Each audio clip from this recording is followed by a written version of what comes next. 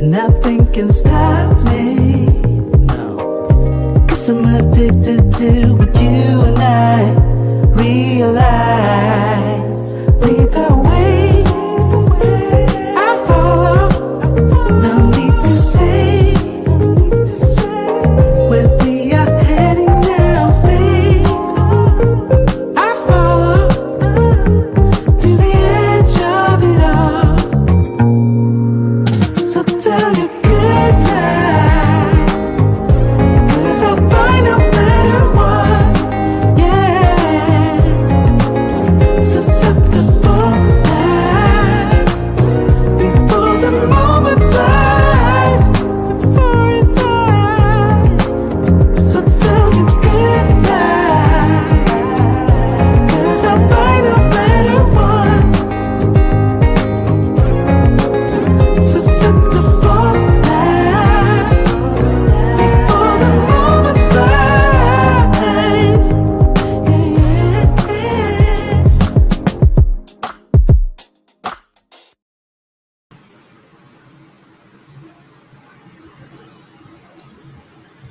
Shout out to you guys that are here with Andre and Andre's Love Crossing Borders. Get my earpiece in right now. There we go.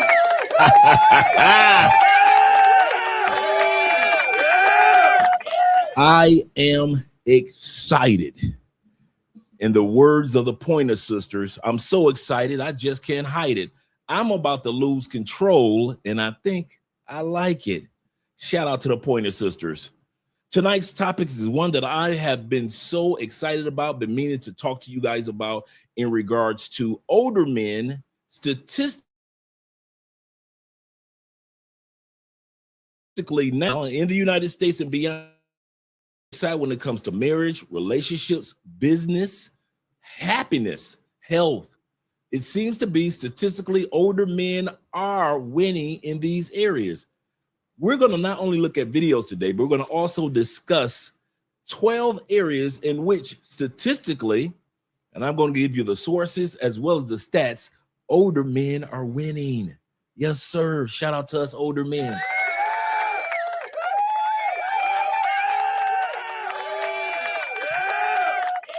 So if you fall in the family of the 40-year-olds, the 50-year-olds, 60-year-olds and beyond, do not fret. No matter what's going on in your life, it looks like even if you have to start a new career, a new marriage, or even move to a new country, older men are winning in record numbers to where older women, younger men, and younger women, well, statistics aren't looking so good for them. But yet we know things are going to turn around for them, just like things have turned and moved forward for us older gentlemen. Now, let's give a disclaimer. I'm not talking about you older pookies. Life is just as bad for you as it ever was. I'm not talking about you older Ray Rays or Nook Nooks. Yes, you'll still be going to jail in your 40s and 50s, as some of you guys are still in jail in your 60s.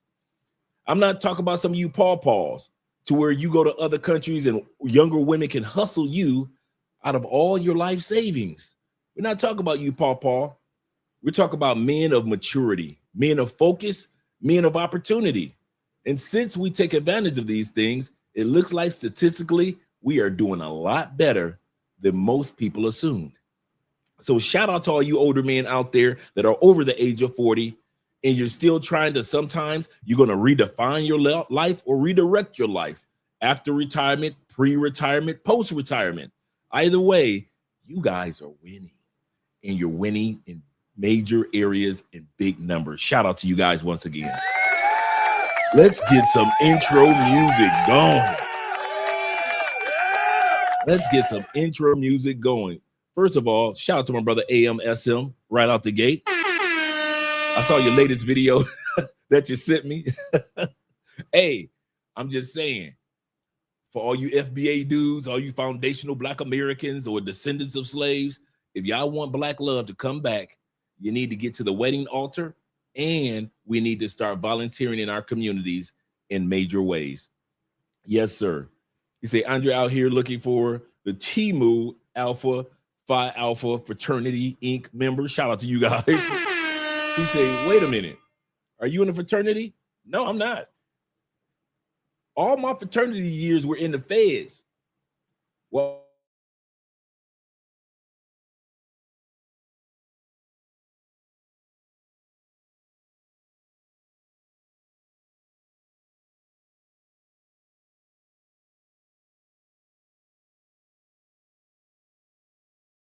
for a second. Okay, I'm back, gentlemen. Looks like I froze for a second. It's okay.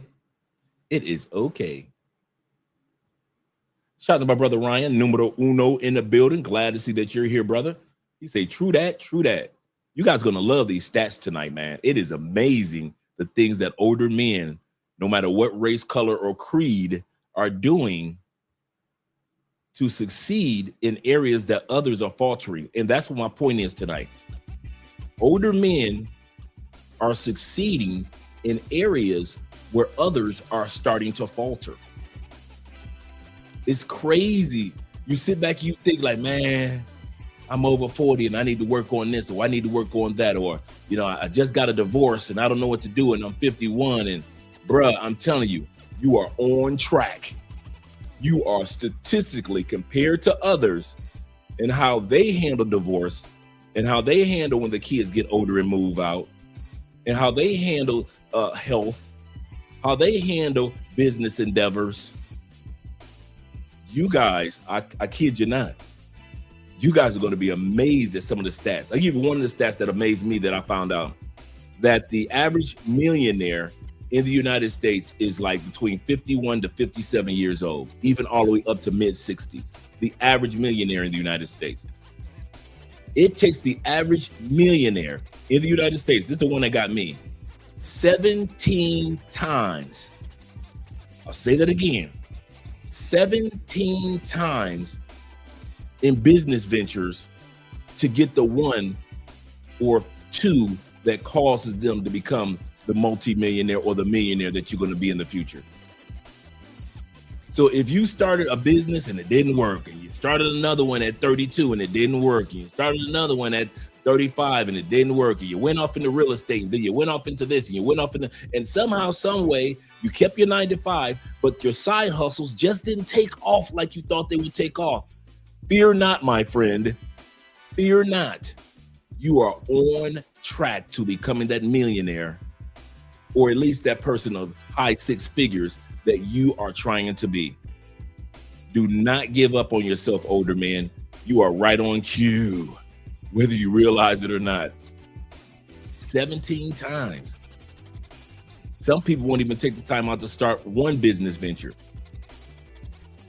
And think about it, 17, some guys like me, they talk about writing books. They have never written one book. Just think about it.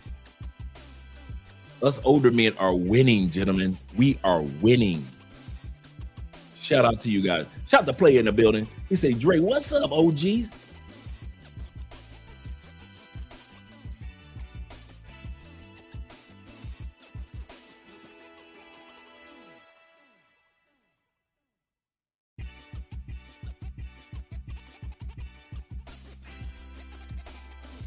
Looks like I froze again. If it freezes one more time, I'm going to just reboot. That'll take me like 2 minutes to do. I'll reboot. Don't go anywhere, gentlemen. Yeah, I'm going to go ahead and reboot right now. So guys, I'm going to disappear for a minute. I'll be back. Okay. It's just me resetting everything. Let me reset.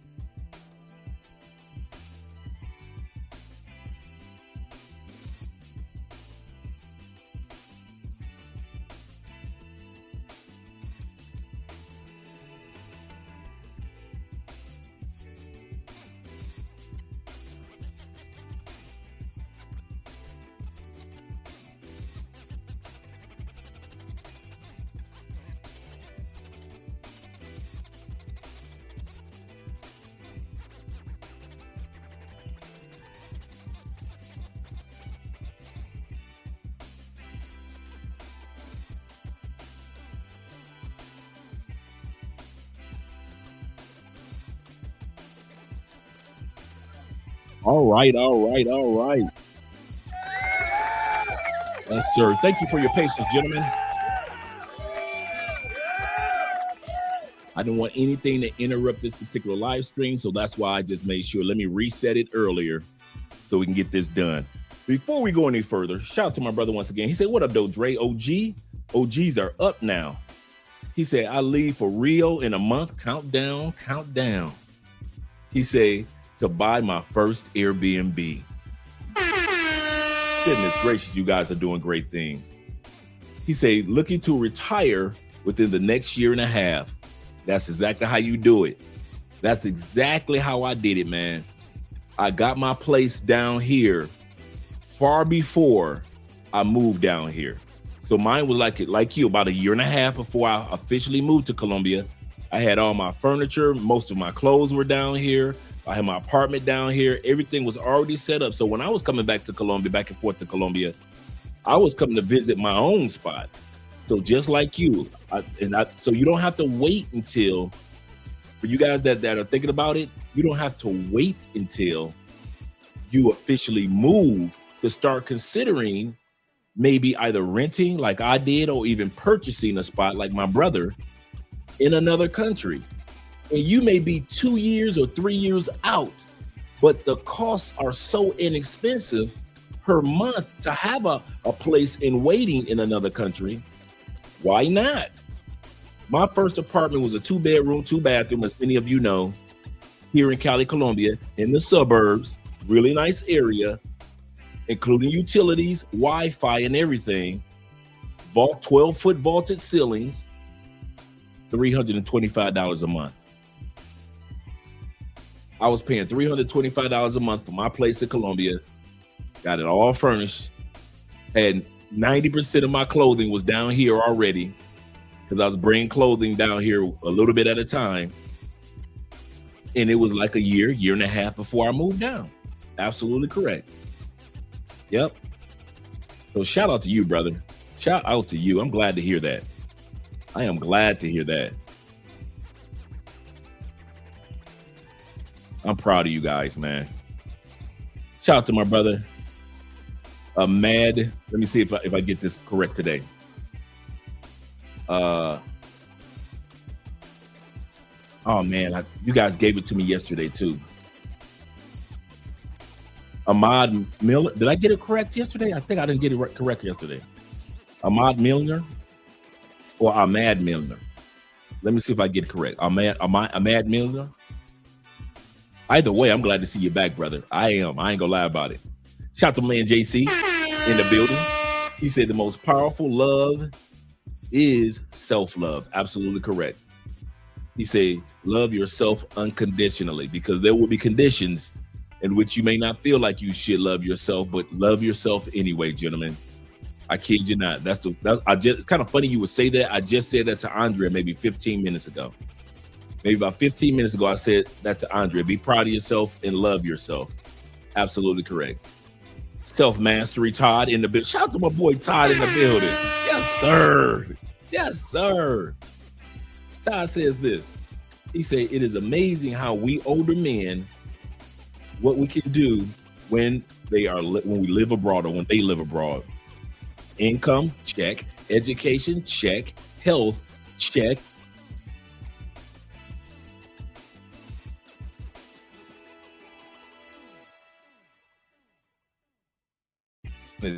Come on, Wi-Fi. And what do I mean by that? I mean that it's never too late for any of us, man. And older men are discovering that. I want to say this again. It's never too late for any of us, and older men are discovering this. Shout out to Tori being in the building. He says this. He said, hello, coach, chat family. According to ChatGPT, a person is generally considered a millionaire when their net worth is $1 million or more. Absolutely correct. We're going to go through some stats today that's going to amaze you guys before we go into the video section. So absolutely. We got 32 in the building. Shout out to all 32 of you gentlemen being here. Let me scroll down. We got David Dice of the Dice family. Good evening to you. Good evening to you, Dave. Glad to see that you're here. Flicky Sticky's in the building as well as Dave. Good evening, gentlemen. Good evening, gentlemen, because we have gentlemen on this panel. Yes, sir. We got gentlemen in the chat. Salute to my brother Double D with my brother Rico in the building. Glad to see that you're here, Reek. Glad to see that you're here. And he says, salute. Yes, sir. Yes, sir. He said, I've changed my name to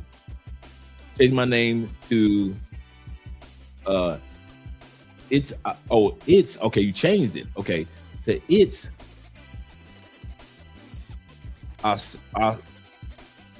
wait a minute. It's Ahmad. So it's Ahmad Milner. So did I get it? It's Ahmad Milner? Or it's Ahmad Milner? I think it's Ahmad. Let me know if I got it right with it's Ahmad Milner. He said, sorry for the name pronunciation from yesterday. You see, I'm still going through it today. He said, I've been watching your channel for 2 weeks and salute. I'm glad you're here, brother. We've been here for about 7 years. This April 9th will be our 7th year on YouTube. 7th year. Countdown, countdown. Oh, okay. So it's Ahmad like Rashad. Okay, cool. I got it. Cool, cool. Yes, sir. Yes, sir. Thank you for letting me know. Shout out to Nick being in the building. I didn't even notice that. Shout out to Nick being in the building as well. Shout out to all you guys that are here. We're going to have fun with this particular topic tonight. Let's get ready to get started. Let's get ready to get started. I'm going to get started with some stats for you, gentlemen, that will amaze you about older men. Let me change the music up for us.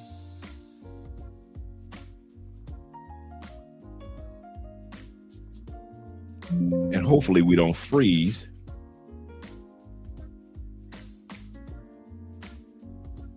Let me make sure I go to the show myself.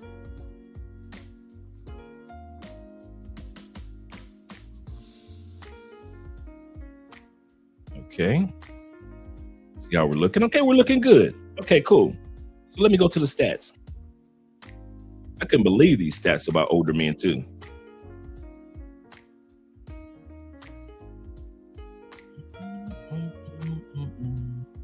Okay, let's go. Okay, stat number 1 about older men. Men over 40 are winning because households over 65 years old make up nearly 70. I didn't know this. Households of older couples or older individuals, including us older men, make up 70% of the U.S. wealth. Not young folks. We think that younger people control the world.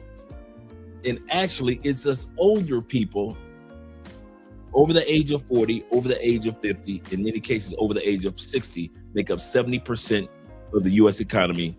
While those under, check it out, those under the age of 35, guess what percentage that they make up of the U.S. economy? 5%. If you are under the age of 35 and you think you balling like that, you still got a long way to go. You guys only make up 5% of what's put into the GDP for the United States, to where we make up 70%. Number 2, income growth. Older men are winning in earning because typically between the age of 54 and 40, between the age of 45 and 54 are the age range where older men start to peak economically. So if you are a dude that's like in your 40s, you like, man, I still need to make some more money. Do not fret, brother. I've been saying this for years.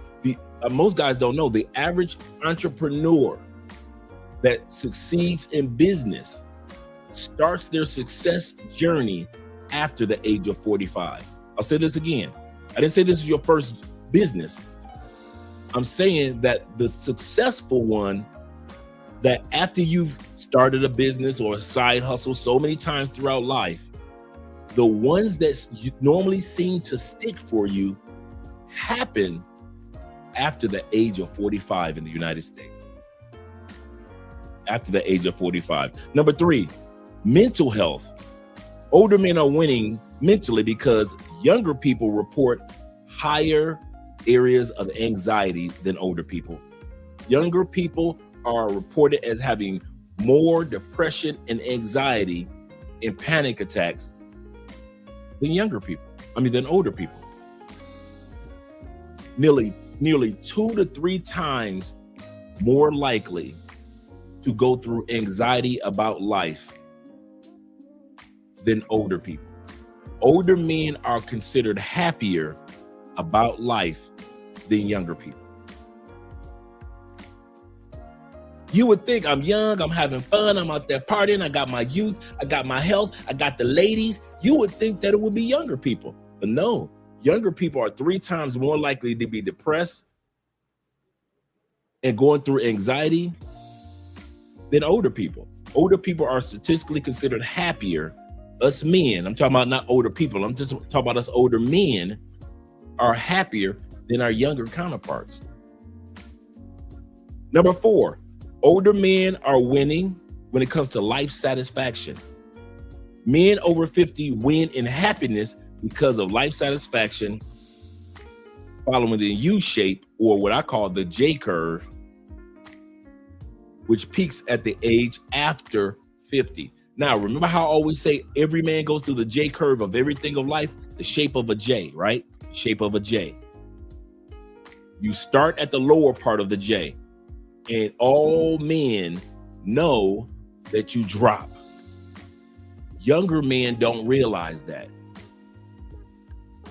Older men realize, for example, if you're in Theo's classes, you start right here, day 1, and you drop. You got to learn Terraform. You've got to learn about what all the AWS services are offered, all the GCP services. You got to understand what GCP stands for, the learning curves of life, whether it be parenting, whether it be driving a car, whether it be a new career. Older men know that when in the J curve of life, you drop. Here's the kicker. You start to ascend towards the top of life statistically for older men after the age of 50. A lot of people don't know that. Why do you think I act so happy, even though I go through things in life like you guys do? But I'm gonna say this. Anybody that knows me can tell you, this is Andre's energy on camera and off camera. Every blue moon, I have a sad day. I got to shed my tears, got to pray to the Lord. But for the most part, this is Andre. This is Andre. Why? I understand I go to the bottom of the J curve. It doesn't stress me out. And then I start making I understand that you make your ascent of life after 50 for men. So this is why men who are older tend to be happier about life than younger people, because younger people don't realize that life has a learning curve. Number 5, financial confidence. Older men are more secure because 70% plus of higher income earners are older men/women. Older men have a financial confidence because many older men realize my financial peak will come usually later on in life. Now, are there those that are younger that become rich? Yes. But you have dudes like Warren Buffett. Yes, Warren Buffett was rich before 50. But Warren Buffett will tell you, I made all my true billions after the age of 68. Just imagine, you're already rich and you think that you've made it in life under the age of 50. Warren Buffett didn't even realize he had just got started with being rich. And after the age of 68, Warren Buffett is now considered in the top richest men in the world in that group. So even when you think that you've made it as an older man, there's still hills to climb. And that's the cool part. Number 6, health. Older men with money are healthier. Why? 49% of older men report excellent health versus 26% of lower income men.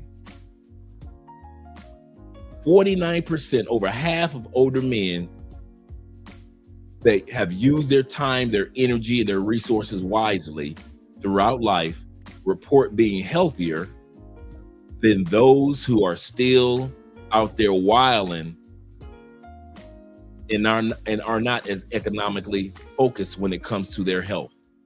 In other words, older men got gym memberships. Older men eat broccoli. Older men got a bunch of vitamins over here. Older men take high blood pressure medication if they have to. Older men go to doctor's exams and have no problem with the copay. You see what I'm saying? Older men have no problem with investing in detox. Older men have no problem with fasting. Older men are 50% who are economically able to pay for all these things that I just mentioned, are 50% healthier than our counterparts who don't have a gym membership, who don't eat broccoli, who don't drink water, who don't get proper sleep, who don't even have younger people around them. Younger people being around you in your network also helps you remain somewhat subconsciously younger. So we're winning in the area of health. Number 7, older men mindset and decisions. Older men are winning in mindset because studies show that younger people have higher stress and uncertainty. Let me paraphrase it. Older men been here before. Older men act like we've been here before. Younger people get stressed out on stuff that older folks say, yeah, I recognize that. Been there, done that. I already know what the outcome's going to be. Don't worry about it, young man. It may take 3 years, it may take 5 years, it may take 10 years. You're going to be all right. Older men know it's going to be all right. If I get one more day, I got one more chance. Older men realize that when it comes to mindset, how you look at life, your attitude dictates your altitude. Older men don't use as many conjunctions. But I know this went on, but I lost this business opportunity. But older men don't use the conjunctions. Older men are like, you know what? I lost out on that business. I lost almost $50,000 on that business. I lost out on that job. That relationship came to an end. My wife divorced me. The kids have grown and they moved on. Older men realize, deep breath, it's going to be all right. I focus on the solutions, not the problems. I'm going to say this again. Older men over the age of 40 have that subconscious habit of focusing on the solution rather than the problem. To where under 40, many times we are still in the mindset of trying to focus on the solution and the problem together, or just focusing on life has so many problems. In other words, older men know how to act like been there, done that. We know how this story ends. Number 8, when it comes to dating and attraction, older men are winning in dating because 63% of couples with older men and men over 40 get up to 3 times more interest from younger women. I'm going to say this again. I said over 40, but over 50. Men that are 50 plus get 3 times the amount of attraction than men under 50. You would think statistically, you're young, you got the body, you out there with the ladies, you socializing, you getting all the sex. You would think statistically, younger women and older women would be attracted to you, younger fly dudes, right? Statistics show otherwise. Statistics show that men over 50 years old get 3 times more of attraction from women than younger dudes. So all you older dudes, as long as you take care of your health, you take care of your body, you still have a sense of humor, you have a positive mindset, you keep yourself in a positive economic position, you are able to travel and so forth, and all the other things that we've talked about already, women will come your way. Women are trying to sell this narrative of the lonely man epidemic. Older men know they ain't talking about us. Older men know that, come on, guys over 50, you know that you can get up tomorrow morning, by the end of the month, you could be married. In just about any country. Can we be real with it? Older men, let's be real. You know that you have put yourself in a position that if you want to marry younger in any parts of the world, you could. If you want to marry a little younger, your own age, you can. If you want to marry older, you can. There's an air of maturity, or in other words, safety, that women see in older men to say yes to you faster than they would say to somebody that's even their own age. I want to end it with this. You can smash the mama, the grandmama, and the daughter as an older man. Us younger men can do it too. Yeah, but not in the numbers that we can. Yeah, you can smash the mamas and grandma. Yeah, but y'all can't do it in the numbers that we can. Number 9, happiness. We're going to get to the video section, but I just want to let you guys know how older men are winning. It's one thing for me to just say it. It's another thing for it to be true.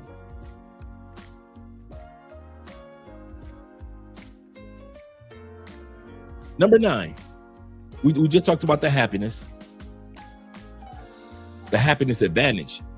Number 9 is older men are happier overall with life. If you ask them, are you happy? Are you happy with life? Men over 50 report higher well-being and less stress than those under 40. I'll say that again. Men over 50 report being happier and with well-being of life and lower stress than men under 40. Older men report being happier with life. Yeah, we got a little bit of pain here and we're working on that there. We got to go to the doctor for this. Oh, we got to make sure we no longer drink that as much. We understand that part, but in the grand scheme of life, even after divorces, you're going to see that in the video today. Even after divorces, men over 50 report eventually having a happier life than men under 40 that go through divorces. You think that we'd be like, oh man, I'm 50, he old, he ain't got nobody. Did I not just tell you that if she divorced you after the age of 50, you do have 3 times as much, 3x, in other words, as much attraction from other women than men that are younger. So even if your older woman does divorce you, it's sad, it hurts, but once you get over it, there are women that are lined up for us older men. Lined up in all these countries. I'm not just talking about the United States. You know me, I'm a globalist. Number 10, we're going to do 12. Number 10, area in which older men are winning. Travel freedom. Older men are winning because adult men over the age of 50 are one of the fastest growing travel groups globally, because we have the time, the energy, and the financial freedom. Not saying that you younger men under 40 and 50 don't have that, but not as much. Let's talk about real quick, number 11, millionaire status. Older men are winning financially because the average millionaire is over 50, with most wealth built decades of building compound interest. Whether it be your 401k, whether it be your crypto, whether it be all your other investments, whether it be side hustles, whether it be a major business, whatever you created an app, whatever it is, older men tend to be the groups over 50 that are the millionaires in most countries. Not saying that it can't happen as a younger person, but statistically, you're going to see that in the video today. Most millionaires in most countries are 50 plus years old, whether they be male or female. And number 12, business success. Older men dominate entrepreneurship because founders over 50 are nearly here's a good one, 2 times more likely to build a successful company than in their 20s and 30s. I'll say that again. Men over 50 are 2 times more likely to get it right in business compared to those that are doing business, shout out to you guys, in your 20s and your 30s. So when people try to sell us the narrative that this is a young man's world and you need youth and it's all about being young, the statistics that I just ringing down for you beg to differ. And I got these from these sources: the Federal Reserve Survey of Consumer Finance. And they gave a breakdown that Americans over 55 years old control 73% of the US wealth. And those are under 40 years old control only 6 to 7% of the US wealth. Those that are under 35 control only 5% of the US wealth. Also, older households, 75% plus, they hold more than 55% of the US wealth. I'm going to say this again.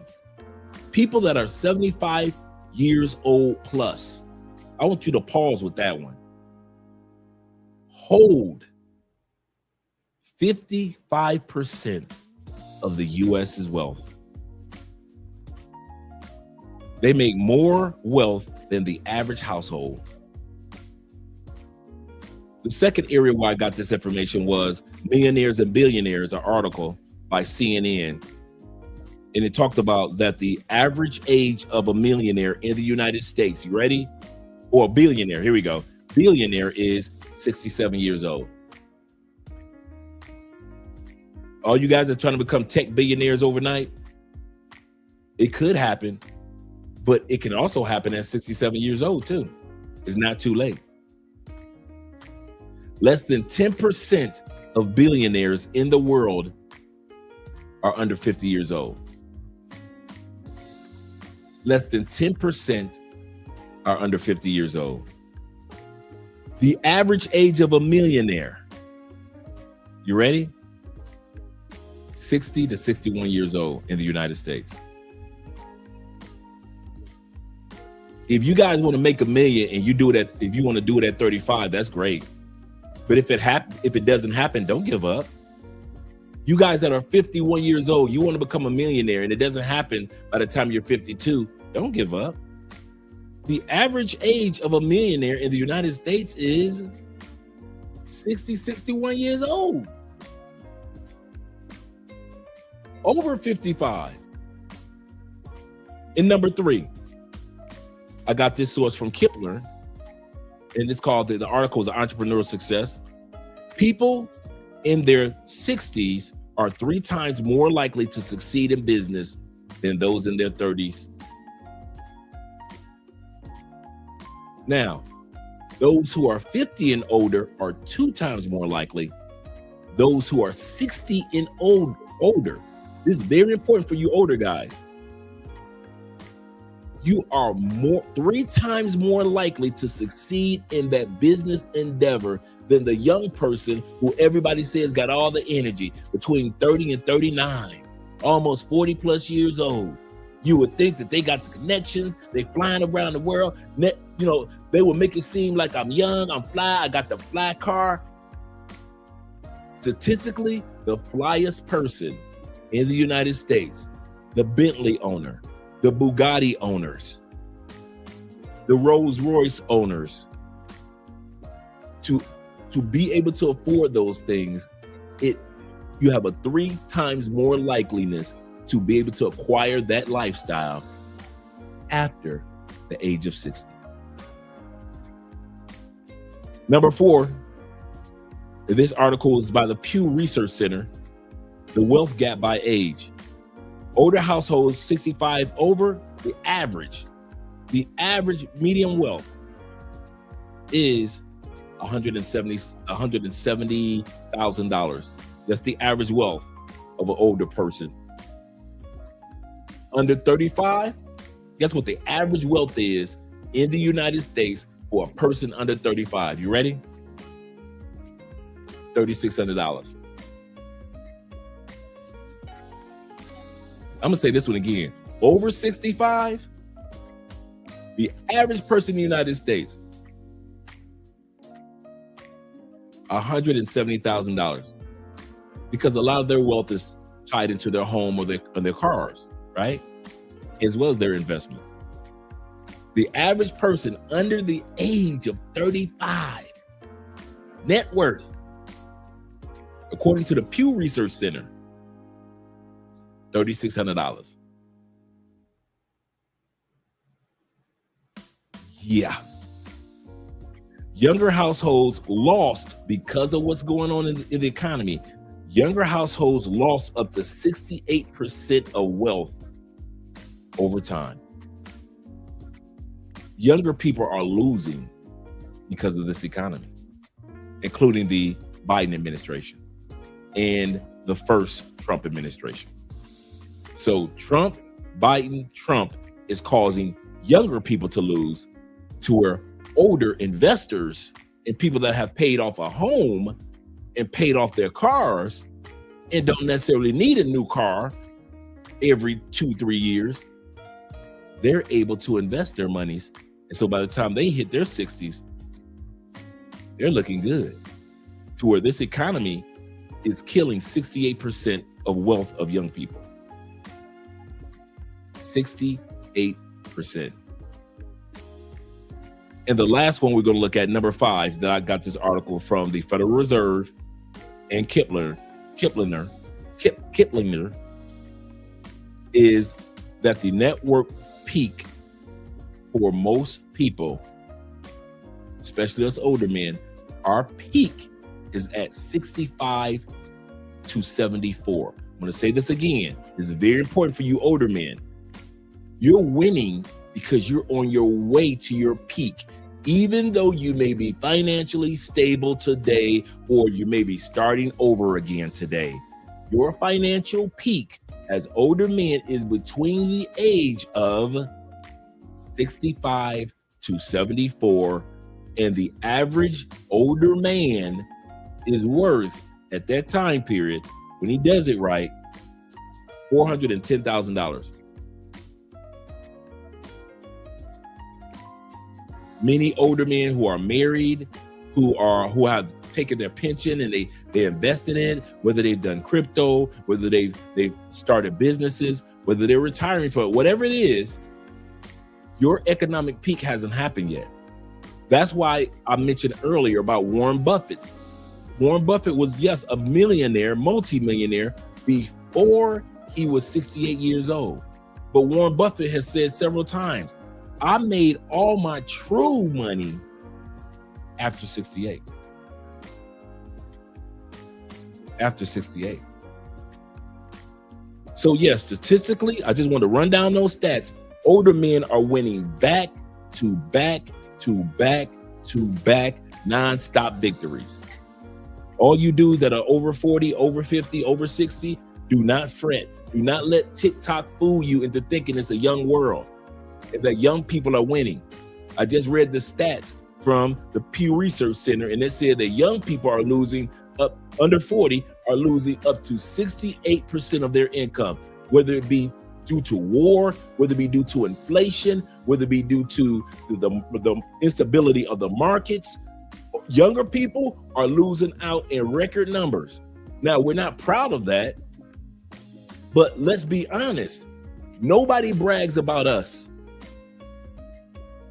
Nobody brags about what us men are over 50 are doing.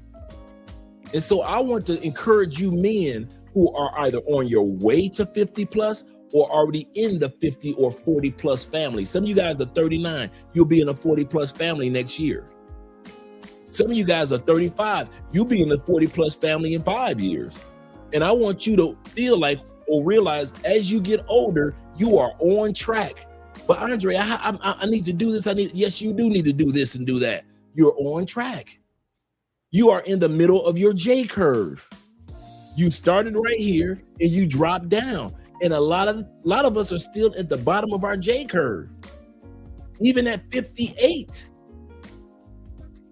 There's nothing wrong to be in the bottom of your J. And some of you guys feel ashamed of being in the bottom of your J at 51, and you feel it. I was married and now we're divorced and back at the bottom of dating game, and I'm learning how this dating game works. Some of you are moving to new countries. You're at the bottom of your J. Some of you are taking Theo's classes and new careers. You're at the bottom of your J. Some of you got new side hustles. You're at the bottom of your J. You got a new job. You're at the bottom of your J. You moved to a new city. You're at the bottom of your J. Some of you are having your first kid. You're at the bottom of your J. Nothing wrong with being at the bottom of a J because you're working your way up. And statistics show you're going to start that upward mobility after 40, 50, and 60 years old. Yes, there are anomalies. Yes, there are times when there are that one, two, or few younger people under 40 that are succeeding in great numbers, and we love it. But over the grand scheme of things, most young people can't compete with men in most of these areas I talked about and that we're going to look at that are over the age of 40 years old. That's why the stat says older men know how to put themselves in situations where they're worth $170,000 as they're in their 60s, late 60s, to where stats show that the average person under the age of 35, younger man under the age of 35, is only worth $3,600 in the United States today.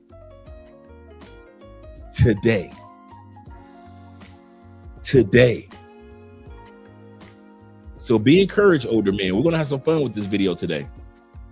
We're going to have some fun for you older men.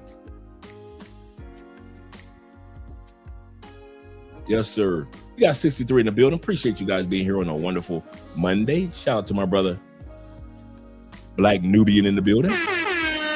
Glad to see you here, brother. Them Canadian boys. I told this guy where I was from.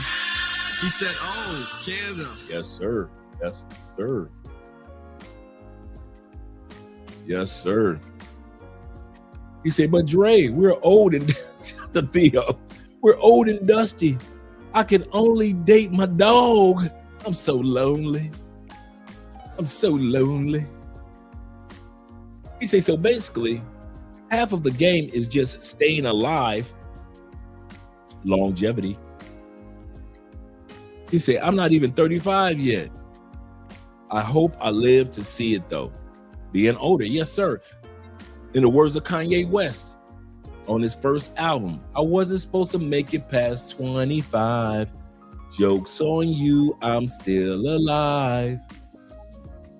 Absolutely. Shout out to T-Mac being in the building. And my brother Crypto Dragon. He said, "Evening, Dre and my brothers." Yes, sir. Glad to see you guys here. Hello, gents. And I'm sorry I'm late to the party. Shout out to Bobby Coltrane of the Coltrane family in the year of our Lord 2026, as well as my brother Montrez. He said, "I will hit 50 years old in 3 years." I'm telling you guys, I love 50s. Love them. Love them. I had good 30s. Good 30s. My 20s, I was in the Fed, so I didn't get a chance to enjoy. I only got a chance to enjoy 3 years in my 20s, which was cool. My teens, I was just an average teenager like everybody else, just trying to figure out who I wanted to be in life. 40s, I was married, family man, blah, blah, blah. It was good. 40s was good. I admit my 40s and late 30s were good. But these dang 50s.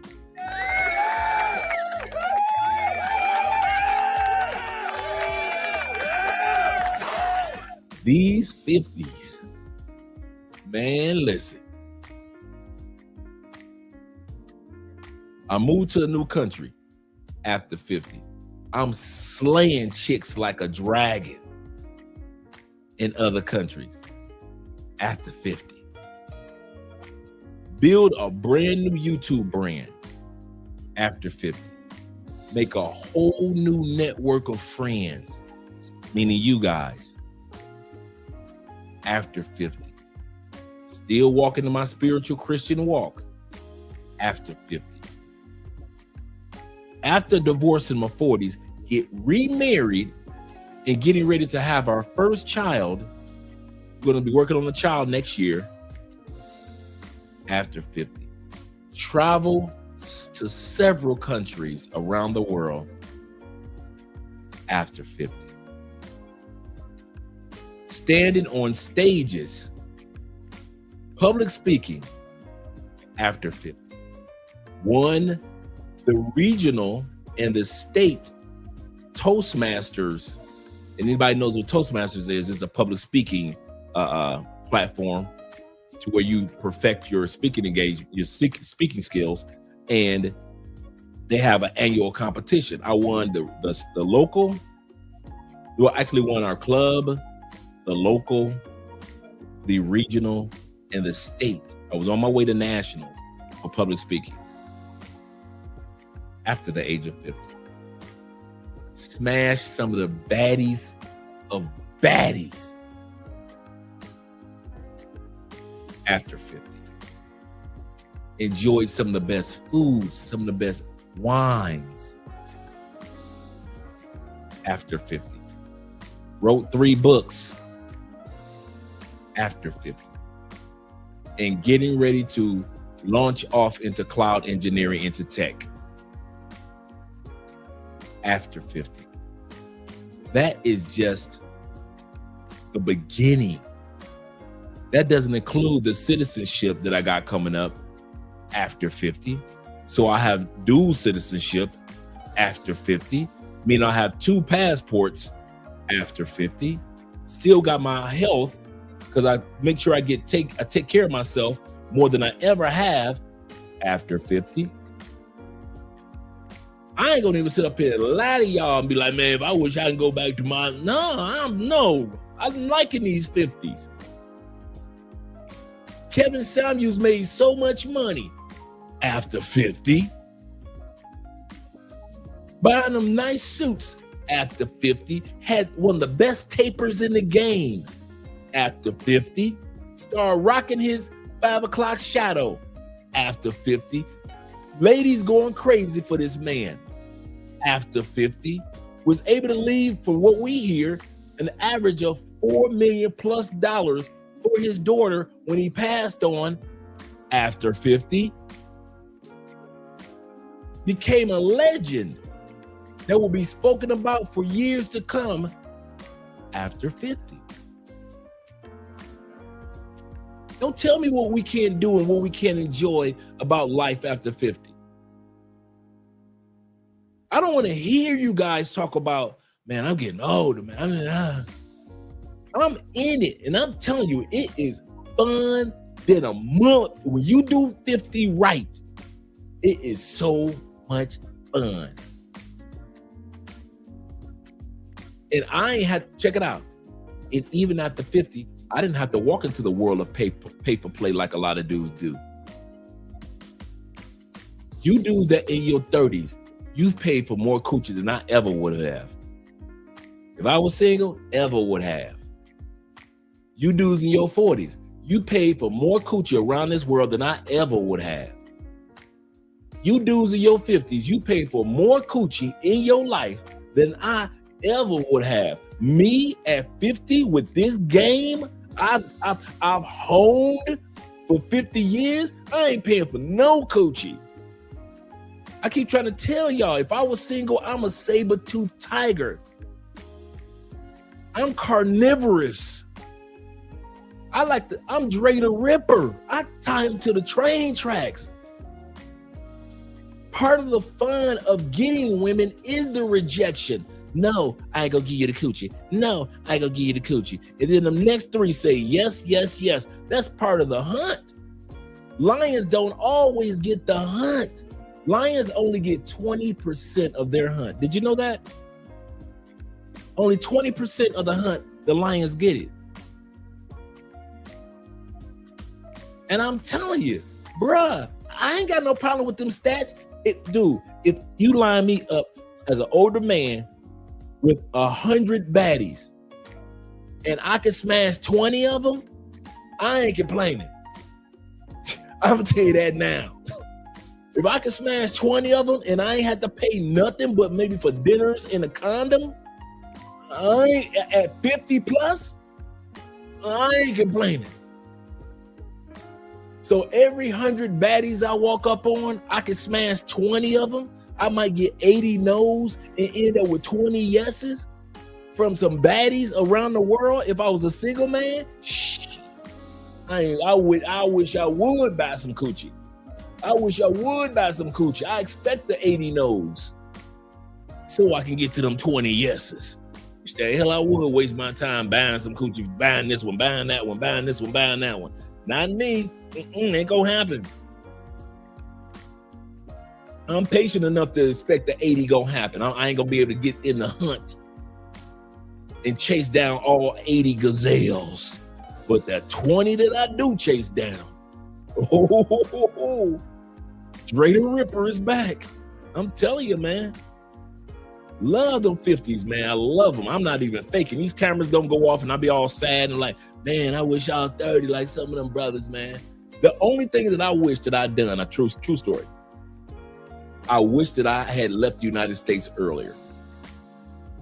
Some of you guys, like, shout out to my brother Zay, shout out to Chopper Pa, shout out to Austin Holloman, shout out to all you guys that left the United States or start traveling at least in your before the age of 35, before the age of 40. That's the only, if you ever wonder if there's one area that I'm like, I got that slight little envy, that's it. It's not money, it's not ladies, it's not none of that. It's time. The one thing that I am envious of you guys, that you guys are using your time wiser when it comes to travel than I did. I wish that if I knew today, remember I told you guys I got out the feds, I had a check for $20,000 waiting for me because my grandfather passed while I was in the feds, and his life insurance policy, I was part of his will, and he left me $20,000. So I got a $20,000 check waiting for me in 1989, crisp and clean, no caffeine, right? If I had known at the age of 33 what I know today about travel, I would have got my ass out the United States. My family probably would have saw me for like 4 days. I'd have got my ass outside the United States so fast. No, actually I couldn't have, because I was still on probation.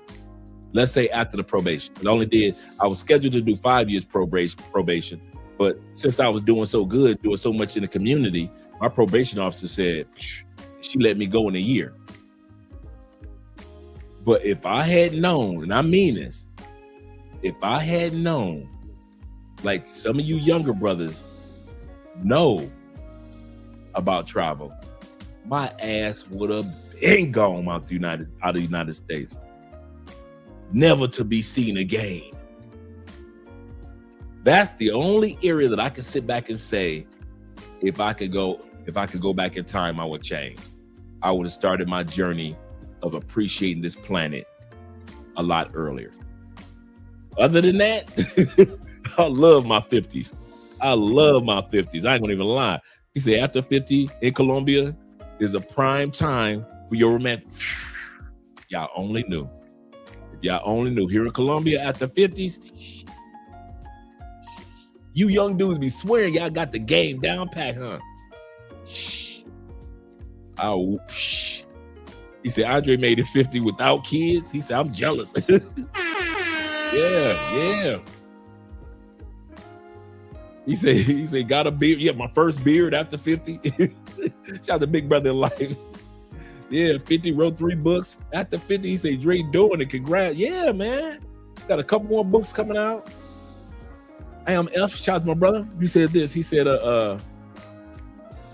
40 years. He said 40 years or more to go. He said, and 40 years more to go. Healthy, wealthy, and let me see if I can get this on bars in the one's 80s. And Let me see if I can pronounce this one. Oh, Calisthenics.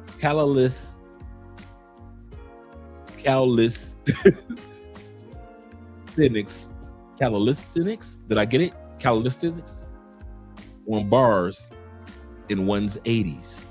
Hope I could pronounce that correctly. I know it has to do so with the calisthenics. Yeah, man. Still on learning mode. New words, new terms, or terms that when you older, you don't have to pretend like you know everything. You can come on camera and be like, I can't pronounce that. And somebody will show you. You always on learning mode. You're always networking. Over 50, met Theos, met the T-Max, met the Wheels, met the Ace Lives, met many of you guys. Over 50. I'm sitting up here celebrating you guys getting married now. You guys getting married in other countries. The Richie Max. Look what travel has done. I did not have to fly to California to meet the Richie Max. I didn't have to fly to Texas to meet the Theos. We all are meeting each other by way of social media almost every night and networking with each other. And so those of us who have got a chance to meet face-to-face, cool. None of this would have happened if it wasn't for our passports and traveling with each other. To sit back and just hang out and laugh with T-Mac and laugh with Will.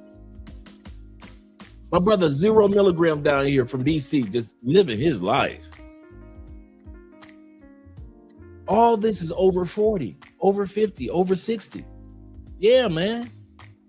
I'm telling you, do not sit back and think that your 40s, that your 40s, 30s is the peak of life. Okay, wait till you hit to your 50s. You're gonna be like, damn, this is good. I'm glad I did take care of my health in my 30s. He said, Andre made it to 50 without, yes, sir. Yes, sir. Baddie alerts, yeah.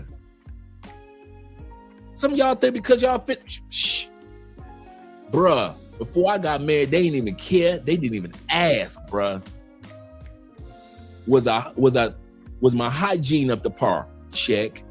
Did I smell good? Check. Did I have a sense of humor? Because women love funny men. Check. Not silly men. I didn't say silly, but a man that has a sense of humor. Check. Was I stable in life? Check.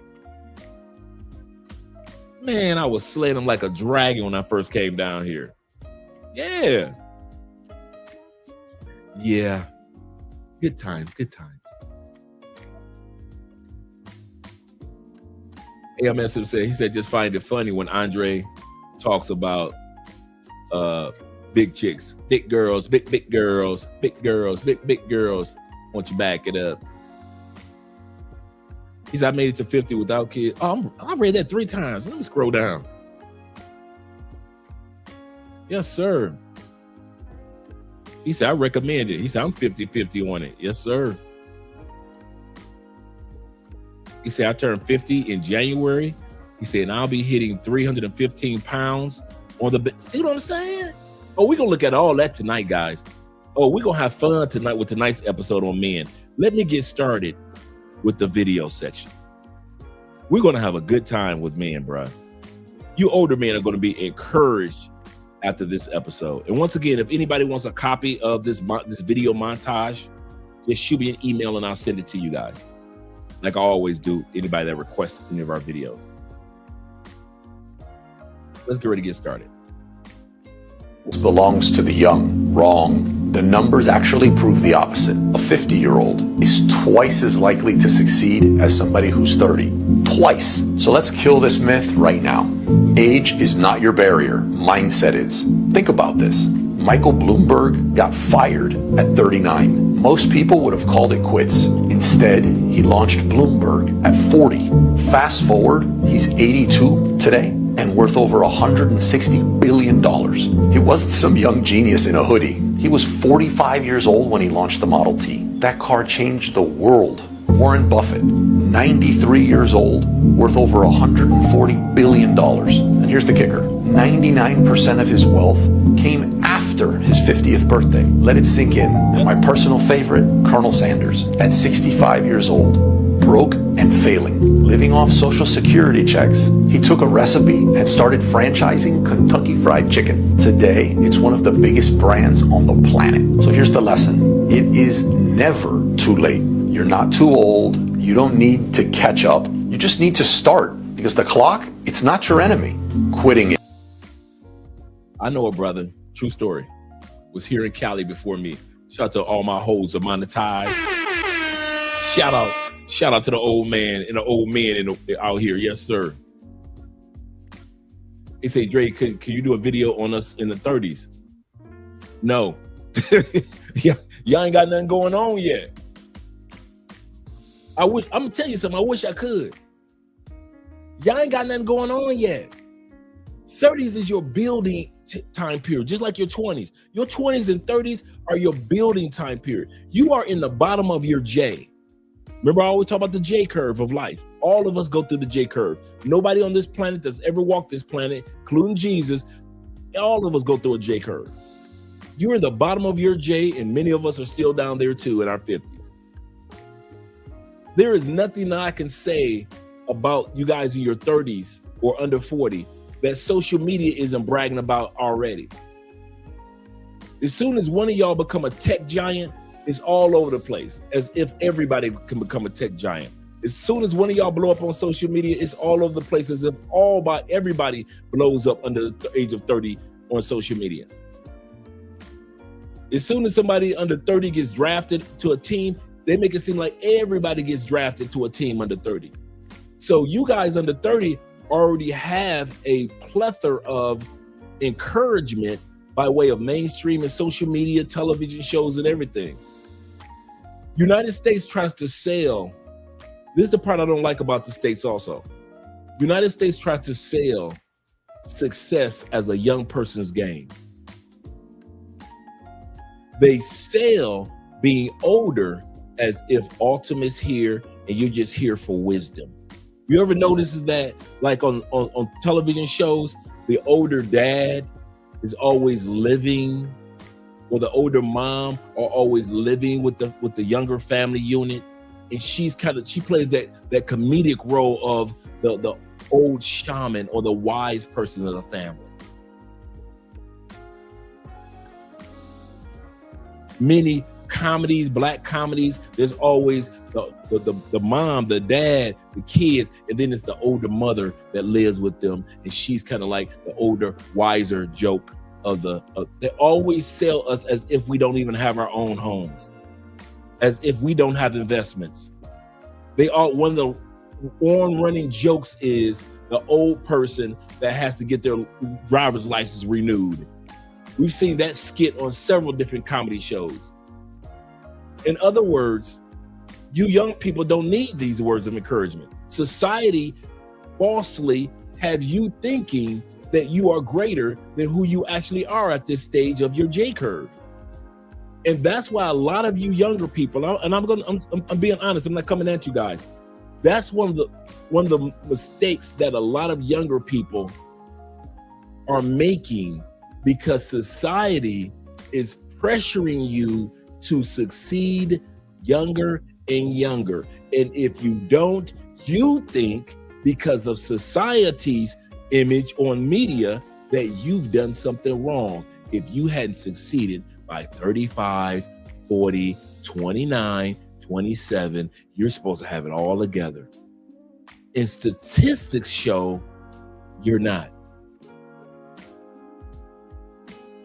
Statistics show that you guys in your 30s, if you have it together, great, but there is still more to come.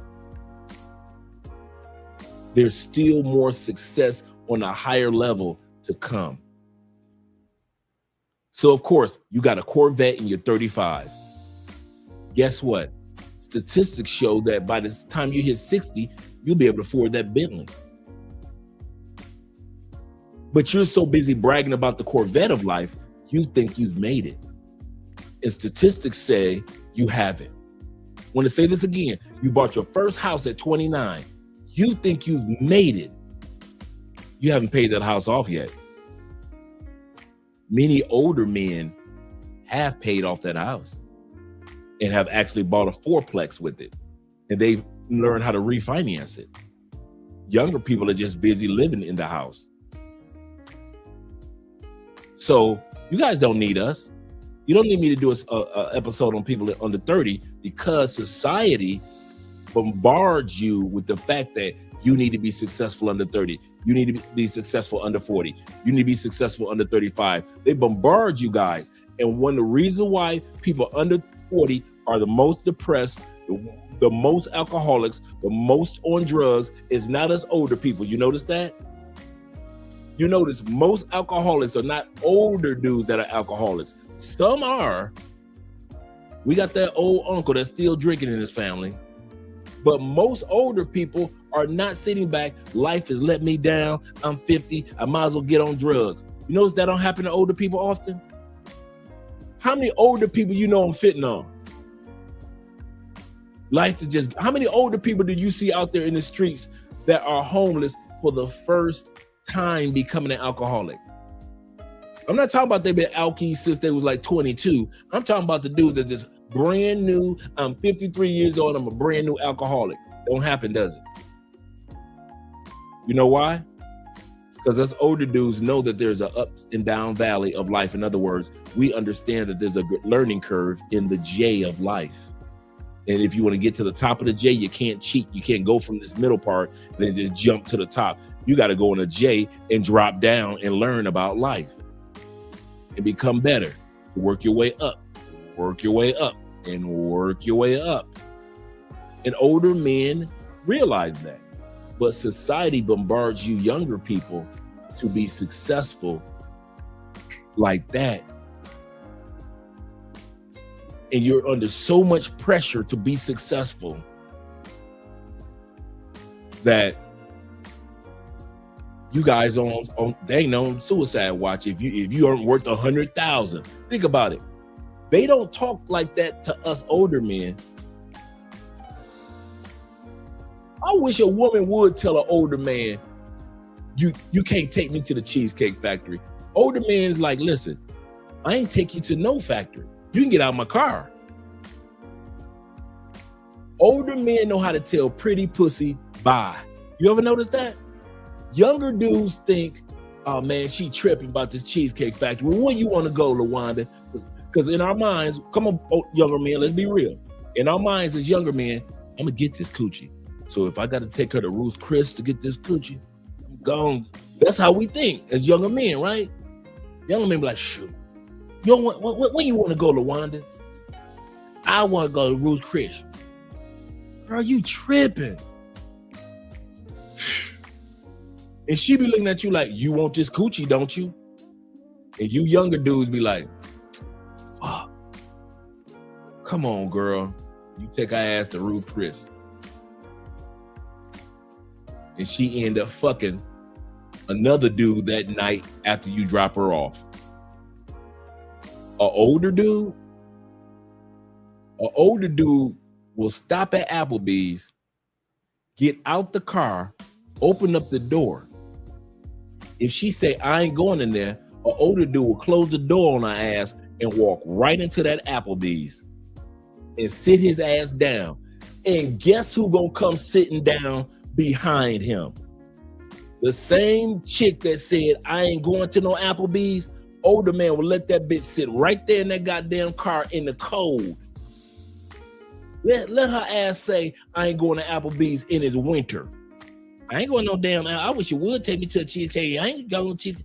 Older man be like, all right, close that damn door on her ass, walk right into that goddamn Cheesecake Factory, sit down, have a seat, and guess who the fuck is walking behind him 2 minutes later? No arguments, no fussing, no cussing, no talk about no fucking Ruth Chris and all that shit. She is sitting up there, sit her ass down in that Cheesecake Factory, enjoying the motherfucking macaroni balls and margaritas with the older dude. It's you young dudes that don't know no better. It's you young dudes. Why you think most of the dudes that you see that get drugged and wake up the next day in Colombia ain't no older dude? Every blue moon you find out it's an older dude over 40 that got drugged. Most of these motherfuckers that you be, am I lying? Most of these dudes that you be, I got scoped in Colombia yesterday. I got scoped in Medellin yesterday. I got drugged and robbed when I was in Parque Lleras yesterday. It be black, white, Asian, Middle Eastern, young motherfuckers under 40.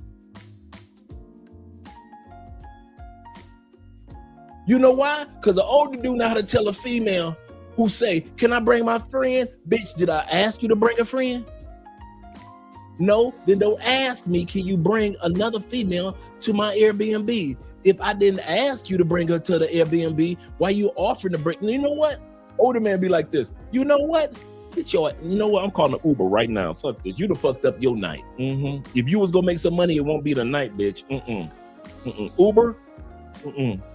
Come get this, bitch. Older men then had enough pussy to be able to walk away from pussy. I'm gonna say that again. Men over 40 and had enough pussy to know how to walk away from pussy. The only time you're gonna break us is like with a wife or a long-term girlfriend. We'd be like, damn, I loved her. Damn, it didn't work out. Wow, it's fucked up. That's how older men get broken. Like long-term relationships will feel the pain. But a bitch that we just met in Parque Lleras, talking about, can I bring a friend? Bitch, did I ask you to bring a friend? No, here's what we're gonna do, bitch. You talking about bringing bitches to my spot? You must think I'm young. Bitch, I will tell your ass no. It is only 3:15 in the morning. I'm gonna let you go and I'm gonna go to a brothel, bitch. We're gonna have 2 Ubers coming this way. One for you to take your ass home and another for me to go to a motherfucking brothel, get some pussy. I'll be back in my Airbnb by 5 o'clock in the morning and I ain't gotta worry about your ass bringing a goddamn friend to my house. I wish I would bring a bitch to my Airbnb. That's why, bullshit you not. It's rare that you see an article.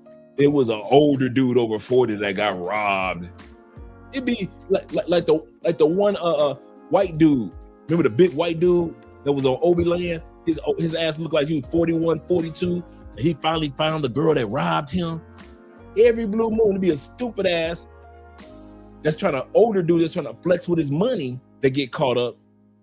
But most of the time, especially over 50, man, I wish the fuck out we would sit back and let a bitch try to convince me to bring her friend over to my shit.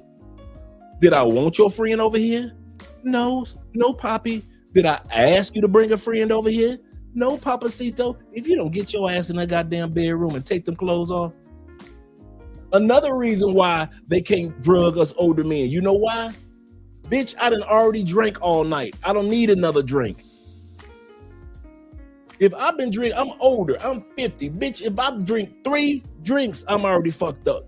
You think I would drink in the club and dance with your ass salsa all night? It is 1:30 in the morning. The only reason you in my Airbnb to fuck.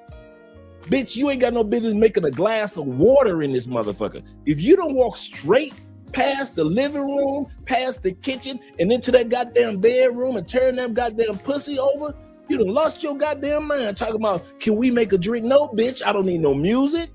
Don't put on no goddamn Nicki Jam. I don't need to hear no goddamn J Balvin, no goddamn Karol G. Bitch, I'm gonna put on some goddamn Luther Vandross, and you gonna take your ass, or some Silk, or some 112, and you gonna take your Colombian ass in there and spread your goddamn legs talking about making a drink. That's why we don't get drugged, bitch. It is 3:15 in the morning. I don't need no goddamn bartender. We just left the bar. You talking about mixing me some drinks? Let's make some drinks and turn some music on, and we can dance and da da da da. Let's listen to Cardi B, bitch. You better Cardi your ass in that bedroom. Shoot that pretty ass Colombian ass up in the air so I can slap it up, flip it, rub it down. Oh no. You better get in that shower, wash your ass. You've been dancing in the goddamn reggaeton club for the last 3 hours. Go wash that. Ain't no closing no bathroom doors, bitch. The only door you can close is that shower door so the water don't get on the floor. Well, ain't no closing doors. I don't let my kids back at the house close no motherfucking doors. You ain't gonna close no doors in my Airbnb, bitch. Go on in there, shower, wash your ass. Face towel right there, wash your ass. All right, dry yourself off, okay? Put on some of your perfume. Bitch, you might as well jump from the bathroom into this bed. You might as well jump. That's how close. You might as well jump from the bathroom into this bed. You ain't no going to. I'm thirsty. Bitch, you better swallow. I got something you can swallow, bitch. You thirsty? I got something. Don't worry. In about good 10 minutes, you ain't gonna be thirsty no more. You ain't gonna be thirsty no more, bitch. You ain't gonna be thirsty no more. In about oh shit. You still thirsty? You still thirsty? I got more. I got more. Shit. I got more. This next one, girl, you hitting it so good. Oh my God. Oh my God. This is gonna be 2 minutes instead of 10 minutes. It's gonna be 2 minutes instead of 10 minutes. Oh. Ooh. You still thirsty? Oh, you ain't thirsty no more? Oh, I'm Papacito now. I'm Papacito. Oh, now I'm Papacito. Here, take these Colombian pesos. Let me call Airbnb. Let me go ahead and text Airbnb. Uber. Uber, come get this bitch. It's called the Come Get This Bitch app. Come get this bitch, Uber. Okay. You take another shower. Bitch, ask me again about making a drink. You better swallow them 2 nuts I just bust in your throat. You better swallow that. Shit. Bitch, you better swallow them 2 nuts I just bust in your throat. Talking about you thirsty. You parched. Bitch, how you gonna get 2 nuts in your throat and you parched? You should be the most non-thirsty motherfucker on the planet right now. Shit. Hell yeah. She over at the house drinking protein shakes. And this is the funny part. Meanwhile, like a Marvel comic book, right? Like a Marvel comic book. Meanwhile, on the other side of Medellin, you got the young motherfucker passed out, drugged like a motherfucker. Him and his 3 boys knocked the fuck out. Them 2 Colombianas was in his Airbnb, or in their Airbnb, 15 minutes. Them bitches turned on Nicky Jam, listening to reggaeton, and motherfucking them bitches in there swirling up elixirs and shit, and they drink motherfucking witches brew and shit. The motherfucker ain't realize this shit. The bitches come out, goddamn drinks are bubbling like acid. The drinks are bubbling like Alka-Seltzer. And the bitch hand you the drink, you young motherfuckers. She done hand your young asses the drink, and you sit up there like, I'm gonna get this pussy. We gonna be fucking tonight, dog. Hey, we gonna be fucking these bitches tonight. Nigga. We Colombia. We're Colombia, motherfuckers. We're Colombia. We're Colombia.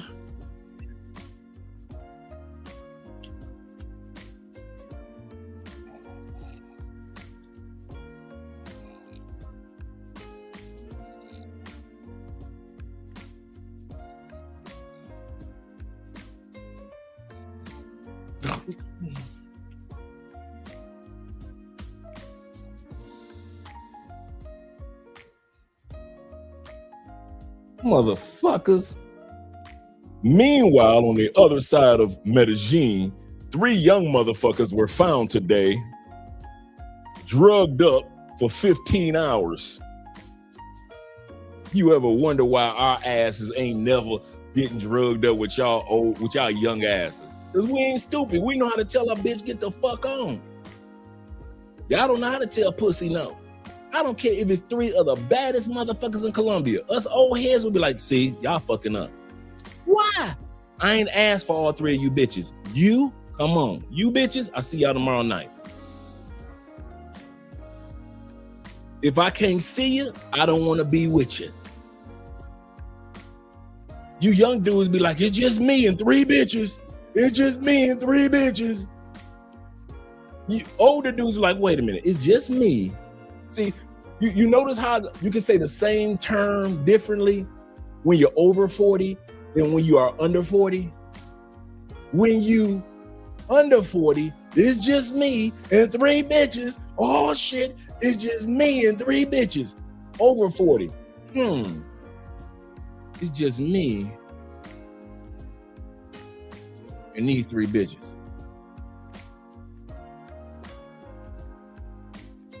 No, 2 of y'all got to go. No. It's just me by myself in this damn Airbnb, and I ain't from Colombia. And it's 3 bitches that I don't know. I don't even know these bitches' last name. My Spanish is fluent like a motherfucker, but my spidey senses are better. I'm gonna say this again.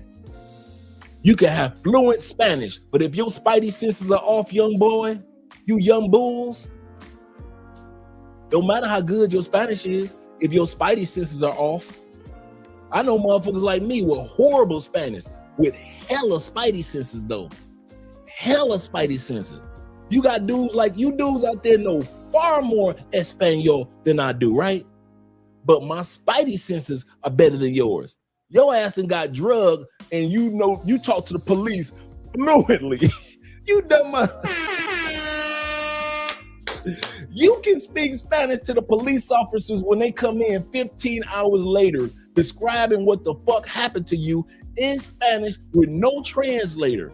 But your motherfucking spidey senses wasn't good enough to keep you from getting drugged in the first place? So who's the fool? The motherfucking old head with limited Spanish with hella spidey senses, or you motherfuckers that's fluent in Spanish and ain't got no motherfucking spidey senses at all? You ain't got no spidey senses? You can't tell when no shit going on. Nothing. You just seeing pussy and just think the pussy is safe because it's a pussy. Boy, oh boy. Y'all better get the big bowl of popcorn out for half of these young ass niggas. The big bowl of popcorn. These niggas, these young niggas dumber than I thought. Shit.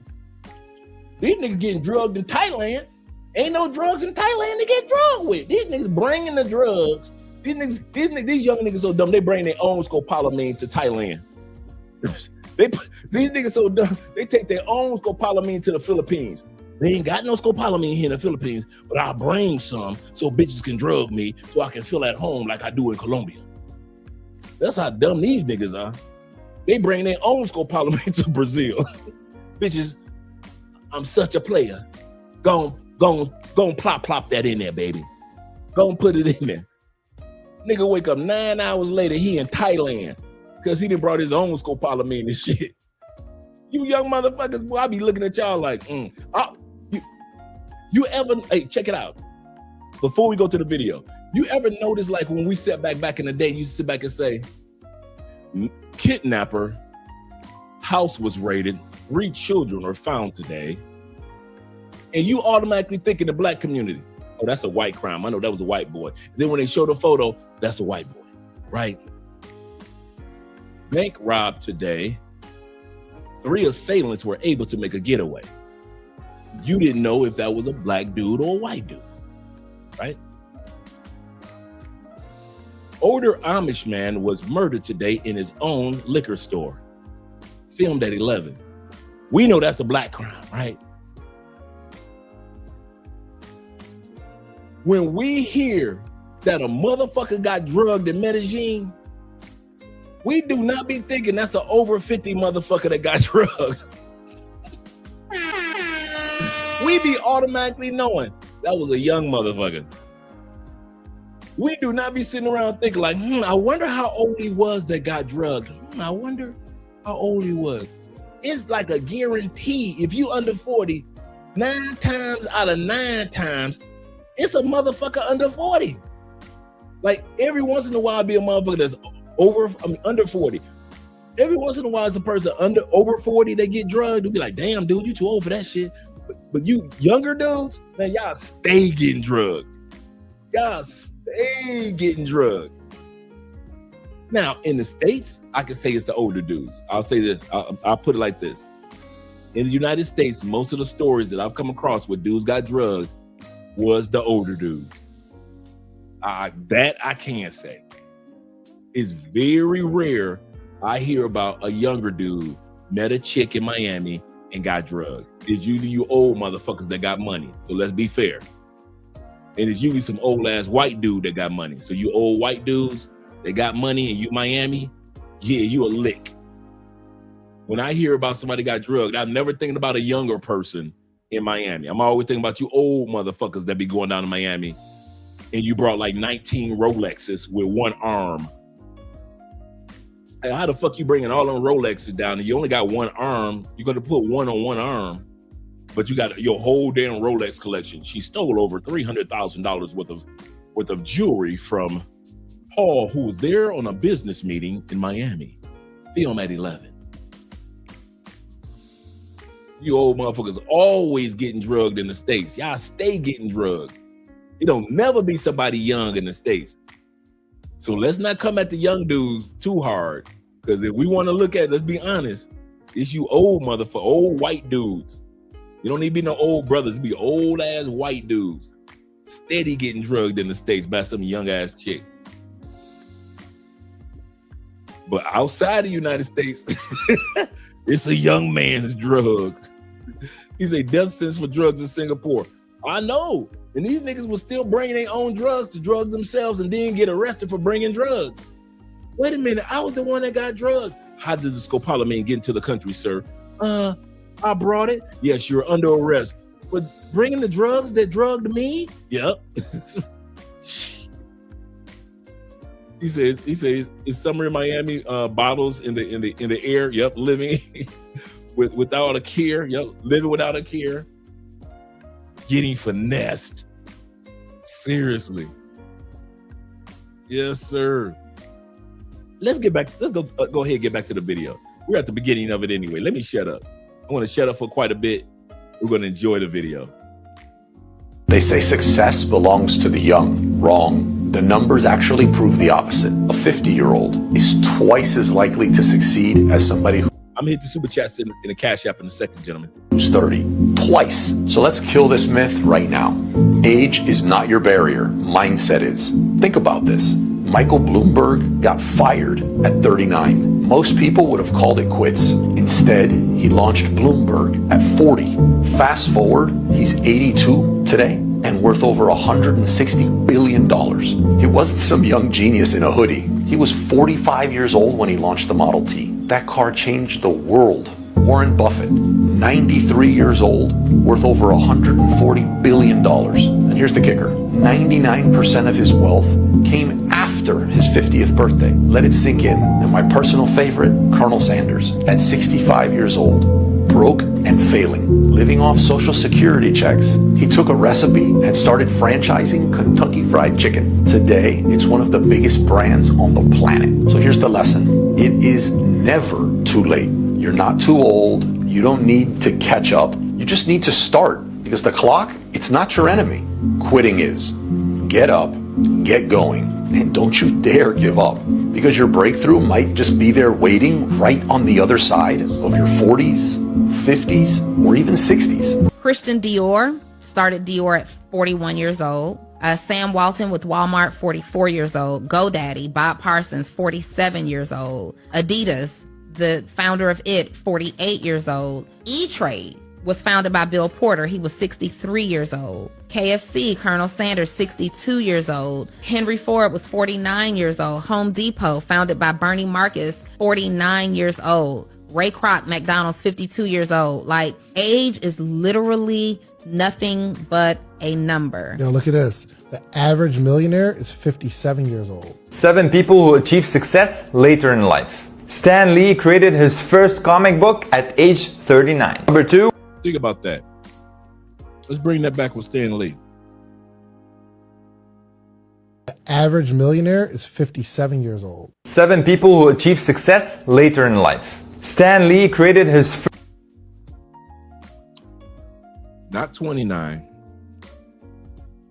not 19. There was no such thing as the Hulk. He hadn't written it yet. He hadn't written Black Panther yet. No Captain America. No Silver Surfer. No storyline for Iron Man. No Avengers.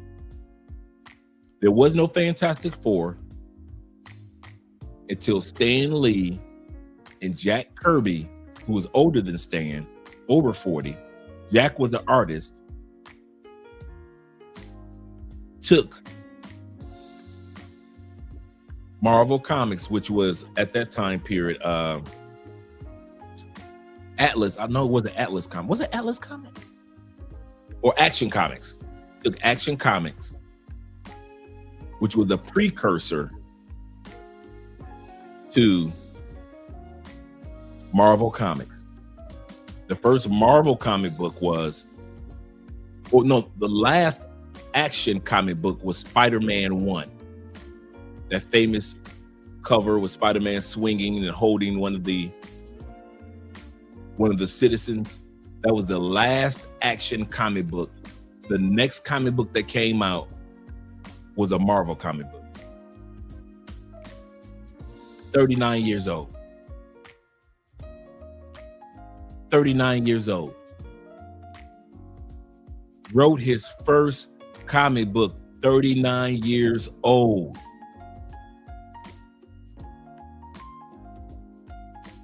That's just amazing. Shout out to Nordine being in the building and all you guys that are watching from Andrea's channel. He said we love crossing borders. He said I'm linking up with my friends with Grand Theft Auto 5 and Grand Theft Auto 6 online. So he says, so I guess that online linking, absolutely correct. You say, but it's done, but it does work. Absolutely correct. You meet some of the best people online. Shout out to my brother Will being in the building, my fellow neighbor over there in Medellin. Say salutations, Andre in chat. Please support the channel by way of Cash App. Appreciate you guys by way of supporting with Cash App. That's scrolling at the bottom of the screen. PayPal is scrolling at the bottom of the screen. And of course, the super chats. Thank you guys for the support. This is why I tell young men, invest now. And by the time you're 50, which is a great age, you really start living your best life. Absolutely correct. Absolutely correct. Great point. Great.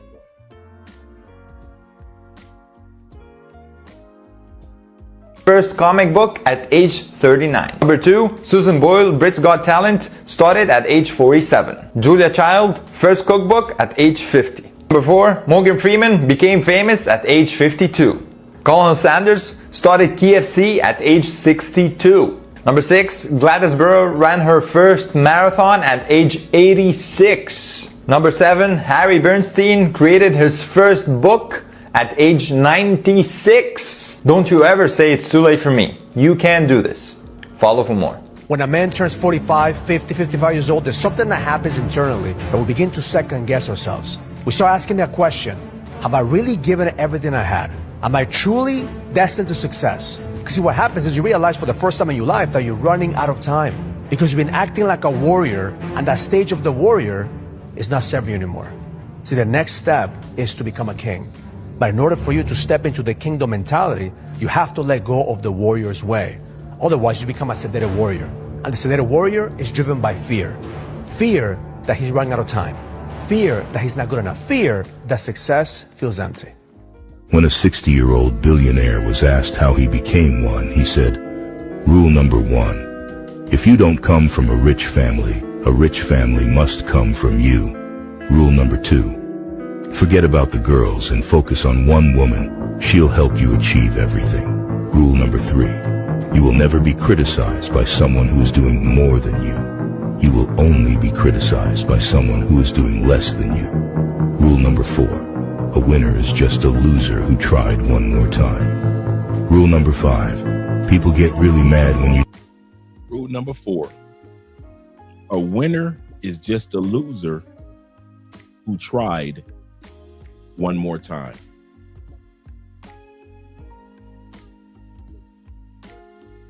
At the Black Manosphere Conclave last year or the year before, El Guapo, shout out to El Guapo, he spoke about being the world's greatest failure. He talked about his issues with going to federal prison, being kicked out the military. He talked about issues when it came to divorces, job issues here, job issues there. Now you see El Guapo, he's traveled some of everywhere. He's happily married. I'm talking about his wife is a sweetheart. Got a chance to meet her at the conclave. Met his son El Guapo, or his son, I forget his nickname that he gives his son. Got a chance to meet his son. Had Andre on the video chat, so we all got a chance to just chop it up. Beautiful home in Bmore.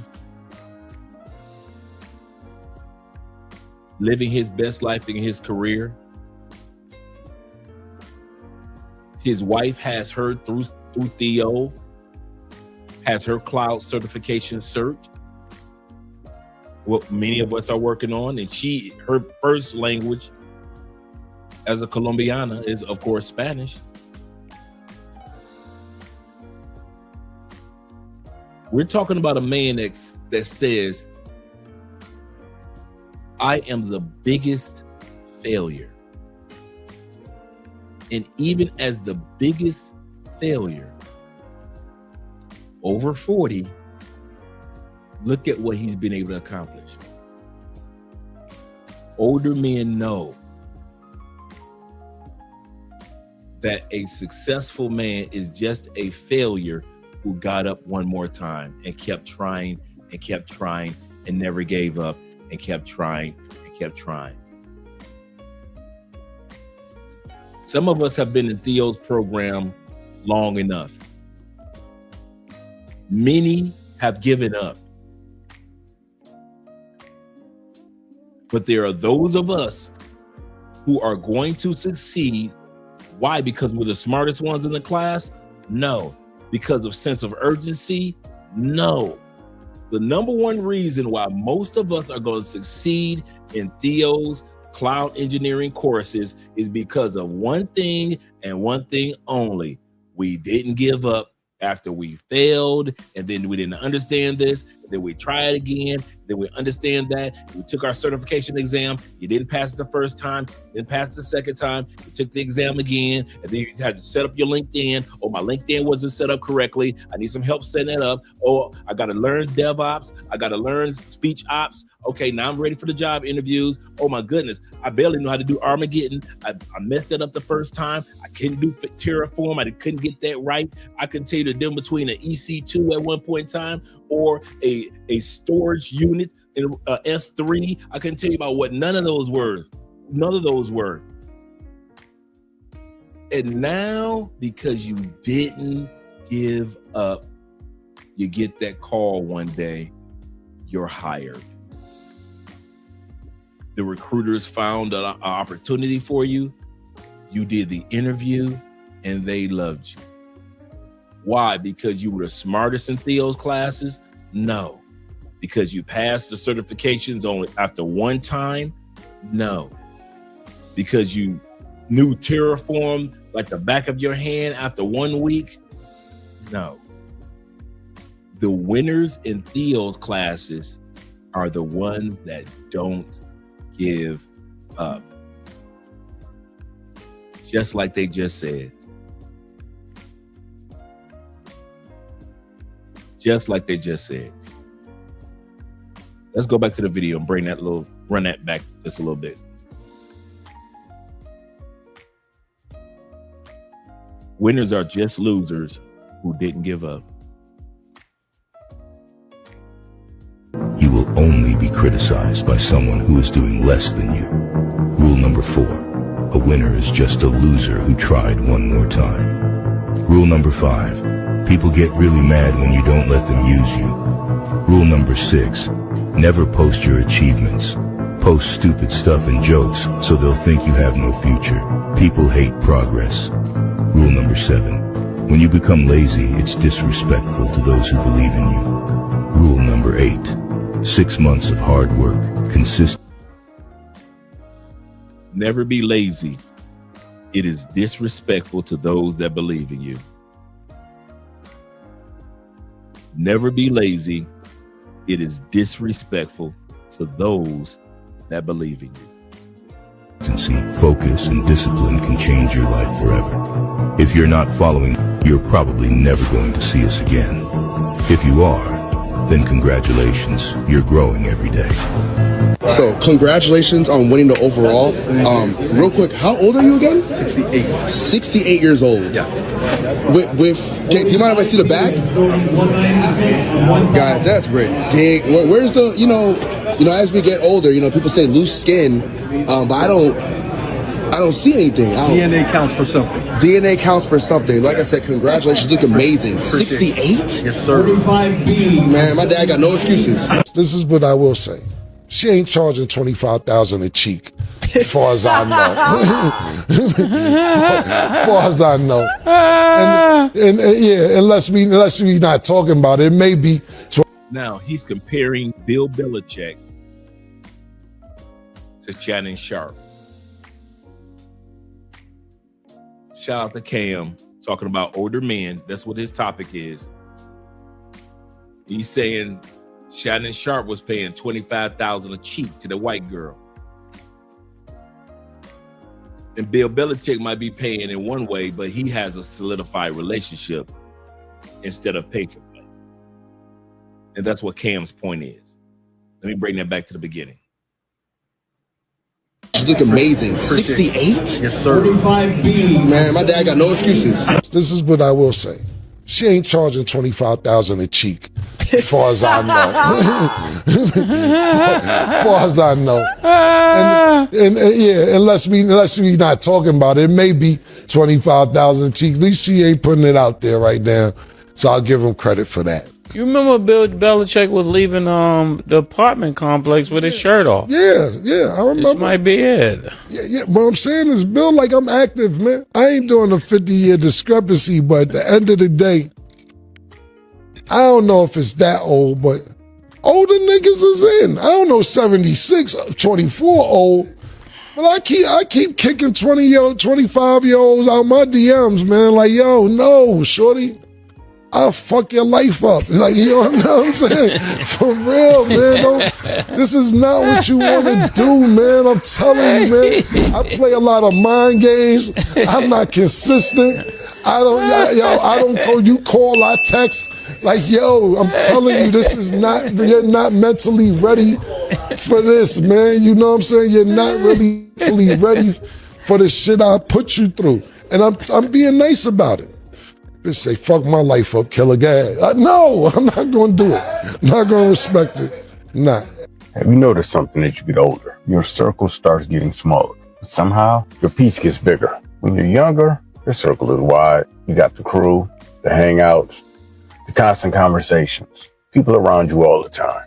It's a party. But as life moves forward, something shifts. You start noticing who actually shows up when things matter. Who celebrates your wins, who supports your growth, and who only shows up when it benefits them. You also start to realize something else, that not every friendship is built for longevity. Some people are meant for a season, a chapter, a phase of your life. And that's okay, because the older you get, the more you understand that energy is limited. You don't have time for unnecessary drama. You don't have patience for fake support. You definitely don't have space for people who don't respect your growth. So when your circle gets smaller, don't panic.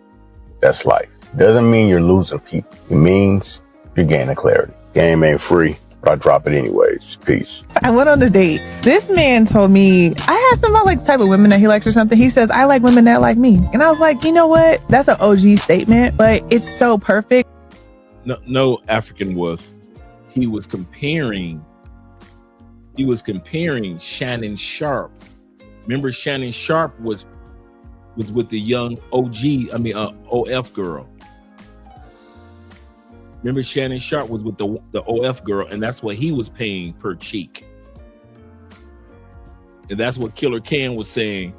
From what we see, Bill Belichick is not paying $25 per cheek. He's living his life with a younger woman, using his older man's money, of course.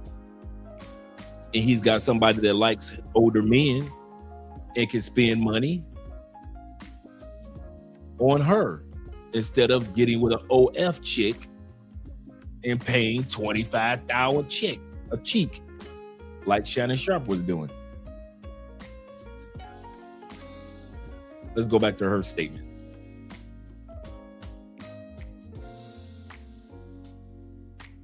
But I drop it anyways. Peace. I went on a date. This man told me, I asked him about like the type of women that he likes or something. He says, I like women that like me. And I was like, you know what? That's an OG statement, but it's so perfect. Older people, they don't have time for the fluff and stuff. Anytime I date an older guy, they're not playing any games, okay? If they have a smidge of like, I don't think she likes me, they'll be done with you. Versus a guy your age or younger, they're like, she's not acting super excited, but I'm still gonna take her on another date. So Yep.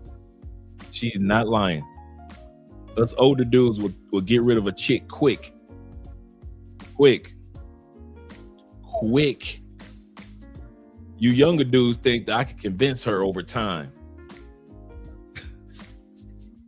older dudes be like, what? That's all we gotta say. What? What'd you say? Oh, that's all right. Don't worry about it. Don't worry about that. That's an older dude line. That line right there, don't worry about it. Younger dudes don't know how to say that. Oh, don't worry about it. Older dudes, oh, don't worry about it. I'm gonna drop you off at the house. We ain't going out to dinner? No, we don't need to go to dinner. You ain't hungry no more. Yes, I am. No, you ain't. Don't worry about it. I don't need to get that. I could get a different purse. Oh, don't worry about it. She could ask a younger dude for the Birkin bag. Older dude, oh, don't worry about it. I tried to get you the nice purse over here that's worth $1,000. You wanted a $40,000 purse. Well, don't worry about it. You don't get no purse now. Don't worry about it. You'll never hear younger dudes say that. Younger dudes, I'm gonna convince her to get this one. What she like to do? She like to go skating. I'm gonna learn how to skate. She like to shoot darts. So I'm gonna learn how to shoot an arrow. I'm gonna do whatever I need to do to get this Gucci. She go to church. I'm going to that church. She Islamic. I'm going to the mosque. Older dude, don't worry about it. No, I'm about to shoot on down to Atlanta for the weekend. You wanna go with me? Well, I got to. Oh, don't worry about it. Before she come up with an excuse on why she can't go to the Atlanta with you, older dude like, I'm about to go to the Essence Festival. You want to roll with me? Well, I got to. Don't worry about it. Don't worry about it. Older dude will go down to the Essence Festival and find something to smash. We use don't worry about it in Thailand, Philippines, parts of Africa, Europe, Central and South America. We'll tell a Colombiana, don't worry about it. To where y'all be like, you younger dudes be like, man, she flaky, dog. Man, I asked her out, man. I asked the Colombiana out, man, and she flaked me. Older dudes be like, don't worry about it. You ain't got to show up. You will send her a text. Don't worry about it. I got another chick coming through at this same restaurant. Don't worry about it. We don't be sitting around no talking about something. The Colombiana flaked me, dog. When everybody's already told you that Colombian men and women and grandmamas and cousins, everybody flake each other. Andrea does it. Her grandmama does it. Everybody flaky here. We tell y'all don't take it personal. But what do you young dudes do under 40? You still take it personal. Where us older dudes be like, She be like, I'm on my way. You been waiting for 40 minutes? Oh, don't worry about it. No, I'm coming. Don't worry about it. Don't come. I won't be here. You done already went through your phone and got a date set up with another chick on the other side of the same restaurant. Don't worry about it. Don't even worry about it. AMSM says this. He said, Andre, a young Tinder asked for my number March 19th. She finally texted me today. I'm going to wait 4 days to respond to her. And that's if he remembered. That's if he remembered. It might be 5 days because he forgot about it. It's supposed to be 4 days. Don't worry about it. Oh, you gonna take this long to text? Don't worry about it. Don't worry about it. You good? You good? Don't worry about it. He said, yep, we do not have time for the BS. We put up with that crap in our 20s and 30s, so now we enjoy our peace. He said, I'm quick to drop a chick. Quick. Hey, young dudes, y'all want to hear something that's going to blow your mind? Y'all ready? This is going to hurt your feelings. Young dudes, you do know half the pussy you get in Medellin, a lot of times because it's old dudes that let it go. Don't worry about it. You know you be fucking don't worry about it chicks. You do know that, right? Some of y'all be thinking, man, I done came up. That's because one of us older dudes told her ass, don't worry about it. But, don't worry about it. I'm on my way. Don't worry about it. Half the chicks that get to drug you is because they don't get a chance to drug us. They never make it into our Airbnb, but they make it into yours. You think you done came up, huh? You do know that same chick tried to get into our Airbnb the night before. But she tried to bring a friend, and then we said, nah. She was like, oh, okay. No, we're like, you know what? Don't worry about it. Don't worry about it. We're about to do this. We're about to play these games. Don't even worry about it. Next night, she and your Airbnb young dude drugging your ass and you waking up 12 hours later. Because you know why?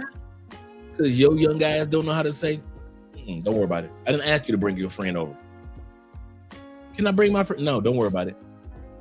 We've been telling y'all for years, Colombian women are possessive and jealous. Latin women in general, but Colombian women, possessive and jealous. For the most part, they do not want a fucking friend around you. They ain't no share bear. Y'all think Colombian women are share bears? Pay for play chicks are share bears. That's business. Everyday Colombianas, for the most part, I'm not talking about them broke bottom feeders that you guys be dating. Because broke bottom feeders, yeah, they all hungry. Girl, let's get over here. It's a foreigner. We can all eat off of him this weekend. Those are beautiful broke bottom feeders. We ain't talking about them. Party girls, yes, you can get them in groups. I'm talking about regular, every day. She got to go to work tomorrow morning, Colombianas. She got to go to school Monday, Colombianas. You ready? They don't share. Ever. There are chicks in Colombia. The closest they will share is being your side chick and wish the fuck you would get another side chick. Tell me I'm lying, T-Mac, all you other guys in Colombia, tell me I'm lying that a woman will know that you married, will be your side chick, but will want girlfriend treatment as a side chick, meaning she wish you would fuck another bitch other than her as a side chick. She wish she would catch your ass coming out of an Airbnb or a hotel room with another bitch other than your wife. She gonna put up with the wifey. She ain't gonna mess up your relationship. She ain't gonna show up to your church. She good. Let your ass be cheating on your side chick in Colombia. You think your wife gonna be pissed? Colombian women are not share bears. don't know where y'all get that bullshit from. That's why they easy to drug you young dudes, because you don't know Colombian women, real Colombian women, aren't share bears. Even side chicks. Even side chicks. Let a side chick find out you got another bitch. You gonna walk into your own house with a black eye from your side bitch. Your wife gonna be like, what happened? I got robbed. You better tell some excuse. Let your side bitch see you with another bitch. It's gonna be a battle royale. Colombian women don't shout. Where y'all get that bullshit from? Oh, she want to bring a friend. As soon as she say that shit, that should be red flag number one. What, a Colombian bitch want to bring a friend? The fuck, these bitches ain't known for sharing. Dudes do and get caught. Side chicks will tell you, you got your wife, you got your girlfriend. And if some dudes can get away with it, they can pull off, maybe by having in another city, another side chick / girlfriend, because she in another city. Side chicks in Colombia want real girlfriend treatment. That's the craziest part. They want flowers, they want cards and candy, just like the wifey. They'll tell you, I can play my position, sir. I will not blow up the spot, sir.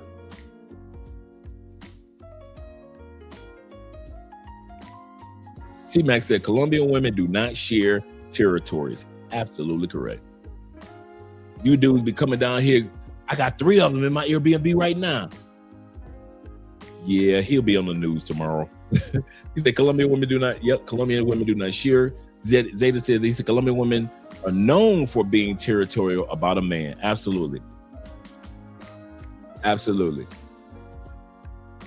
Get another side chick and you will find out quickly. For all you young dudes, so I'll say this again.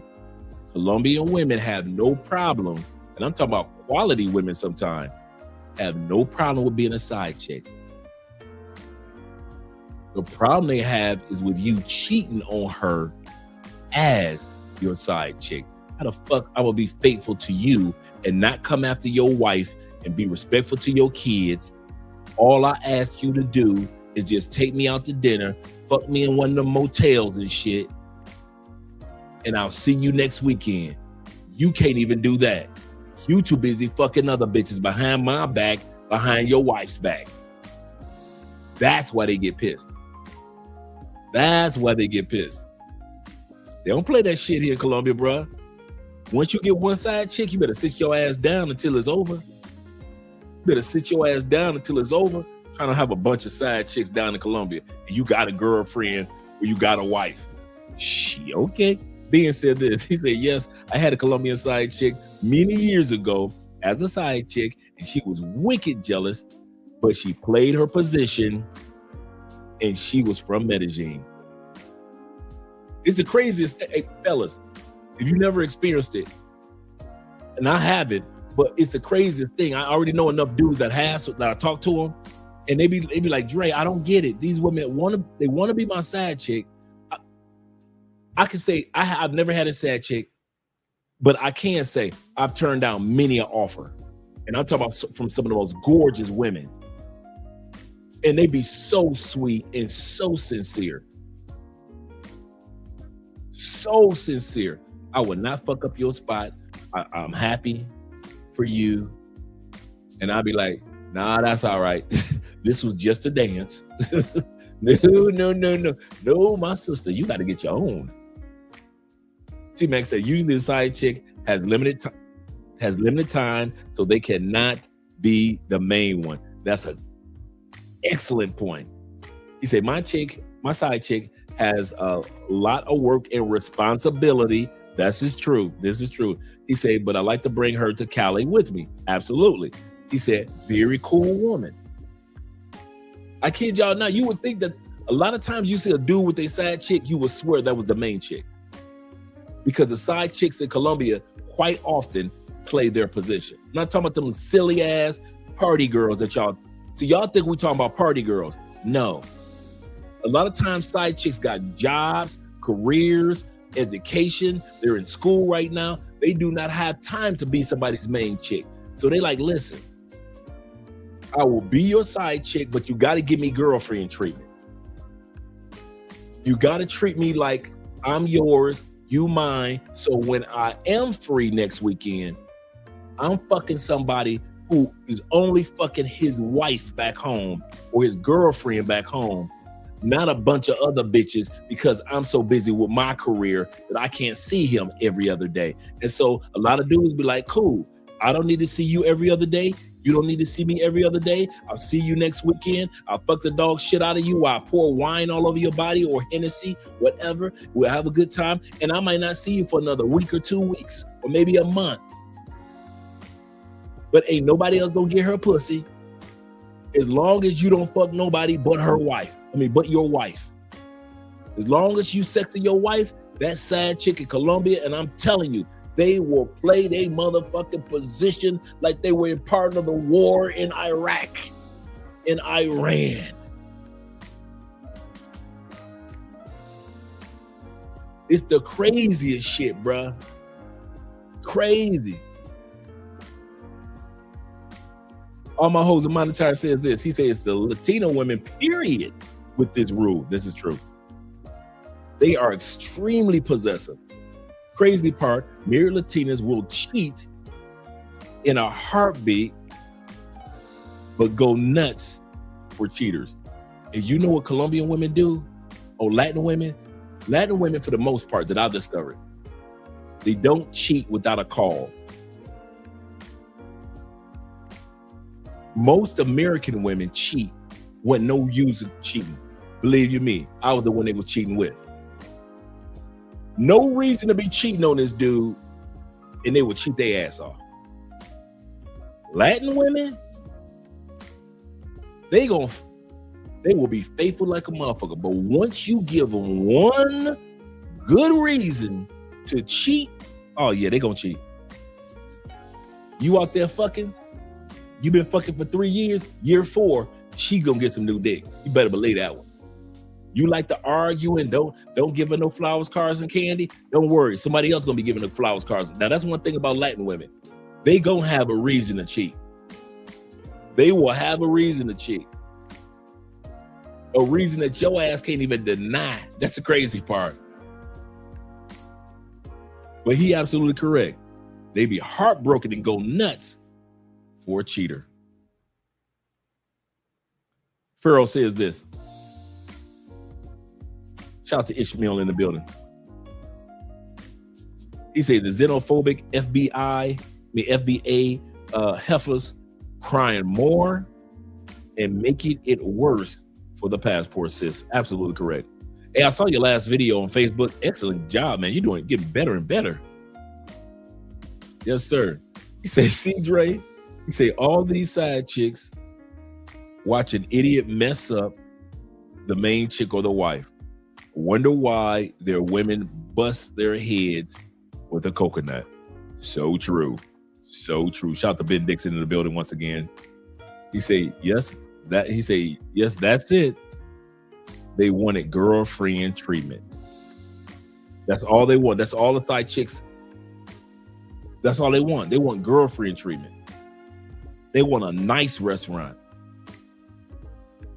They like, listen, I know you can't be with me for Valentine's Day. Well, at least Valentine's weekend, can I get one day? I don't care if Valentine's Day is the 14th. If you can fuck me on the 16th, that's how they are. They happy. They happy. We do not have to go to a club where you go to with your wife. We can go to a club on the other side of the city and have a good time.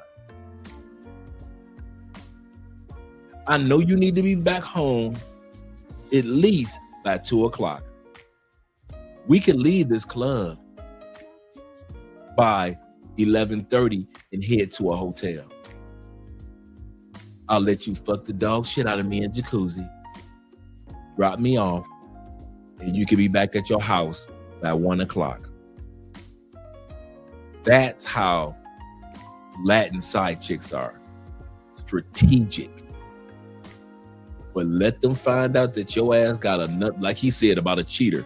Let them find out you got another chick other than her. Yep.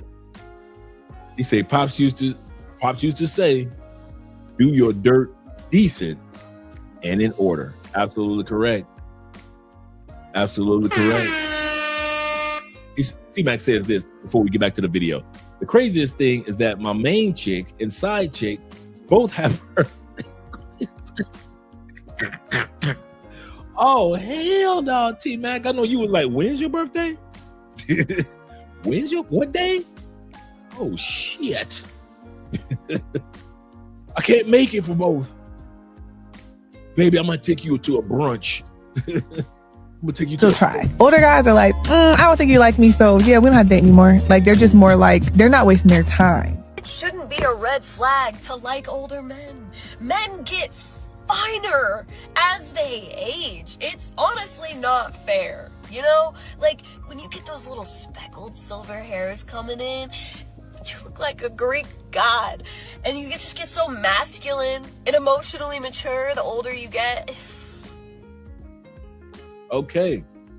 So first thing we're going to look at is it's never too late to start a business. It's never too late to start a business for older men. We already looked at some of the stats that benefits men over 40s. Statistically, men over 50 are 3 times more likely to have a successful business. Now we're talking about brand new entrepreneur. Let's say a brand new business. You've been doing businesses off and on your whole life. You start a brand new one over 50. Do you know that business has 3 times of a chance of succeeding? A new business has a 3 times chance of succeeding for a man over 50 than a man in his 30s. If you gave that man in his 30s the same business. Let's continue on. Average millionaire doesn't get his or her dream to age 45, doesn't become a millionaire at age 54. 5 million millionaires in the United States. They dib and dabble in 17 different concepts, businesses, money-making schemes, doesn't hit it big to the 18th try. Did I not say that? The average millionaire in the United States took 18 tries to become a millionaire. 18 business ventures, 18 different projects, 18 different entrepreneur opportunities. 18. The average. You young dudes think that dudes became millionaires after 3 tries. It doesn't work like that. 5 tries. It doesn't work like that. It never has worked like that. You think that a person just invests in crypto and just sit back and he ain't got to invest in nothing else. He ain't got to invest in 401ks, Roth IRAs. He ain't got to invest in ETFs. He ain't got to invest in creating a service or a product. He ain't got to do nothing of that. He just got to invest in crypto and just sit back. Young people think like that because you've seen 1 or 2 young people be able to do that. He just invest in crypto and NFTs, and that's it. It doesn't work like that. Most millionaires, 18 different venture tries. You might as well get comfortable with it because it ain't gonna change. 3.2% of all millionaires go bankrupt on the road to millionaireship. 30% have a Sears card, 40% have a JCPenney card. You'd be hard pressed to find a millionaire in a suit worth more than $400. You'd be hard pressed to find a millionaire in a suit worth more than $400. Where your Chanel and Hugo Boss broke. The car they drive is at least 5 years old. Facts. That I did know. If you guys want to read an excellent book, by the way, let me pull it up. If you want to know where he's getting these stats from, and there's always an updated version of this book.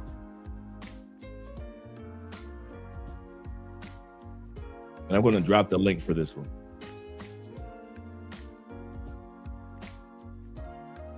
You guys will thank me for this. I've read this book when I was incarcerated, and I read it now. And let me pull it up on screen. This is a must. This book is a must for your collection on your economic journey. I don't care who you are. I don't care if you're over 40. I don't care how much money you made. This book is a must-have just to have it in your library, without a doubt.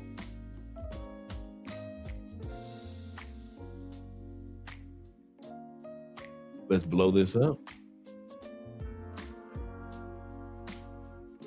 The Millionaire Next Door.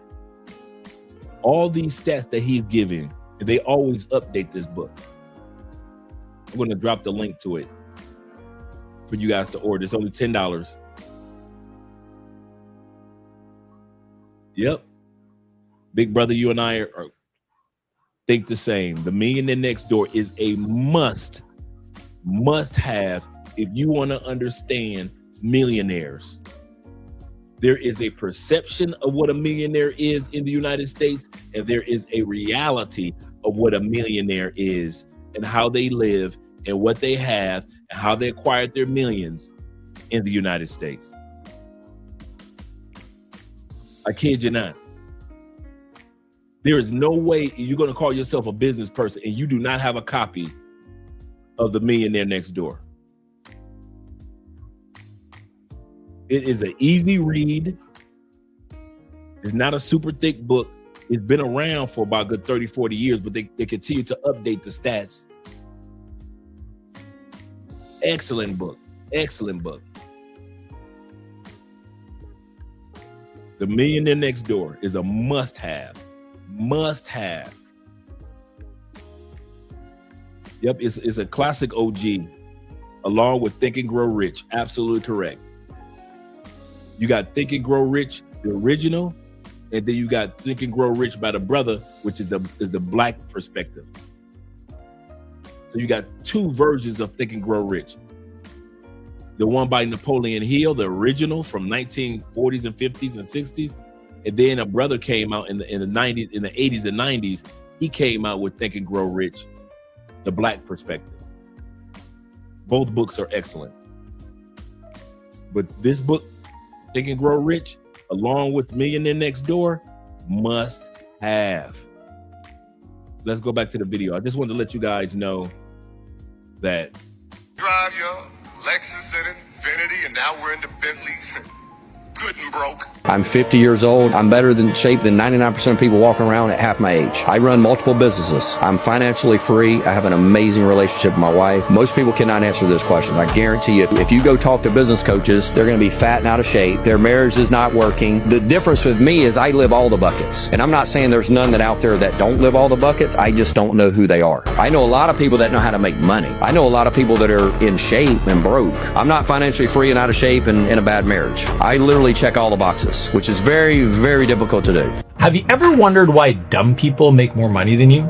Like, how are people with no degrees building multi-million-dollar empires while straight A students are working 9-to-5s? Because it turns out the richest people aren't actually that smart. In fact, the average millionaire only has a 2.9 GPA. That's it, 2.9 GPA for the average millionaire. 45% of all millionaires are between 50 and 70 years old. Shout out to us older folks. The average millionaire woman hits $1 million after the age of 58.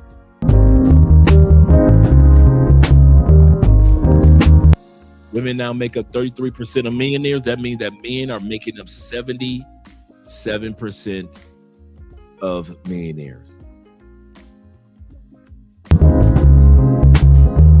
7, but 67%, almost 68% of millionaires.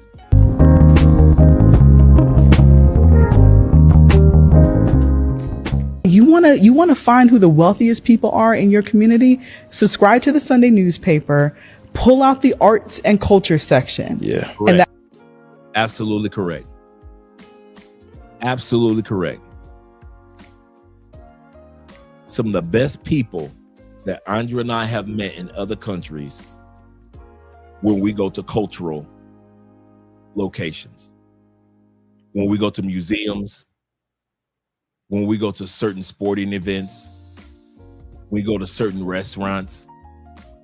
It amazes us the level of people that we meet in other countries when we go to cultural locations. Never lied. She's 100% correct. That's not just a stateside thing. Arts and culture section is going to tell you all the wealthiest people in your community, who their wives are, who their husbands are, the causes that they care about, their first name, their last name, their photo. The arts and culture section. Is all hope lost if you haven't made it by the age of 40? Here are 9 of my favorite success stories that indicate it's not. First up, Anthony Bourdain, restaurant wanderer turned executive chef of a humble brasserie in Manhattan, turned writer at the age of 44. That's right, Kitchen Confidential. A lot of dudes still don't know what the hell a Raw report is, big bruh. It's guys that still do not know what the Raw report is.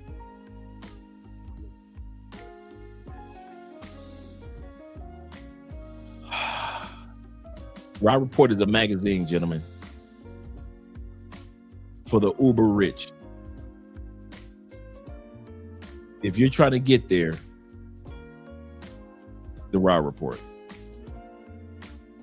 is an excellent monthly publication. Raw Report was one of the things that changed my life. Raw Report kept me out of trouble. I'm gonna tell you why.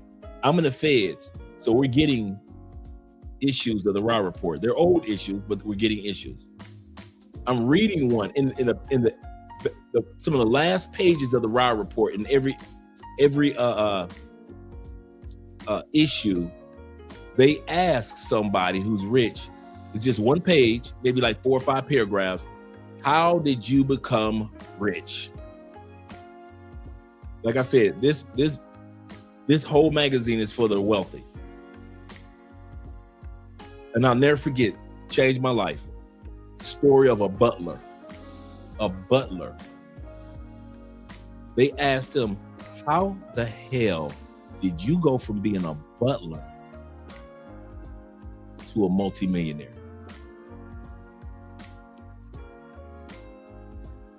This is what changed. In his article, he basically said, I saw what everybody else was doing, and I simply did the opposite.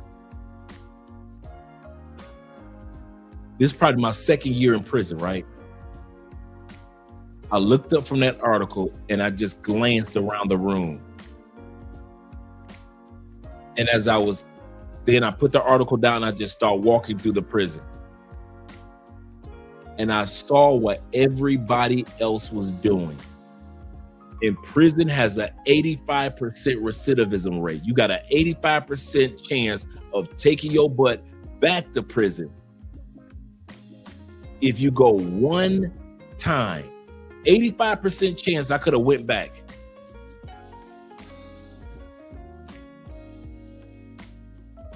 I looked at what everybody else was doing. And to this day, I do the opposite.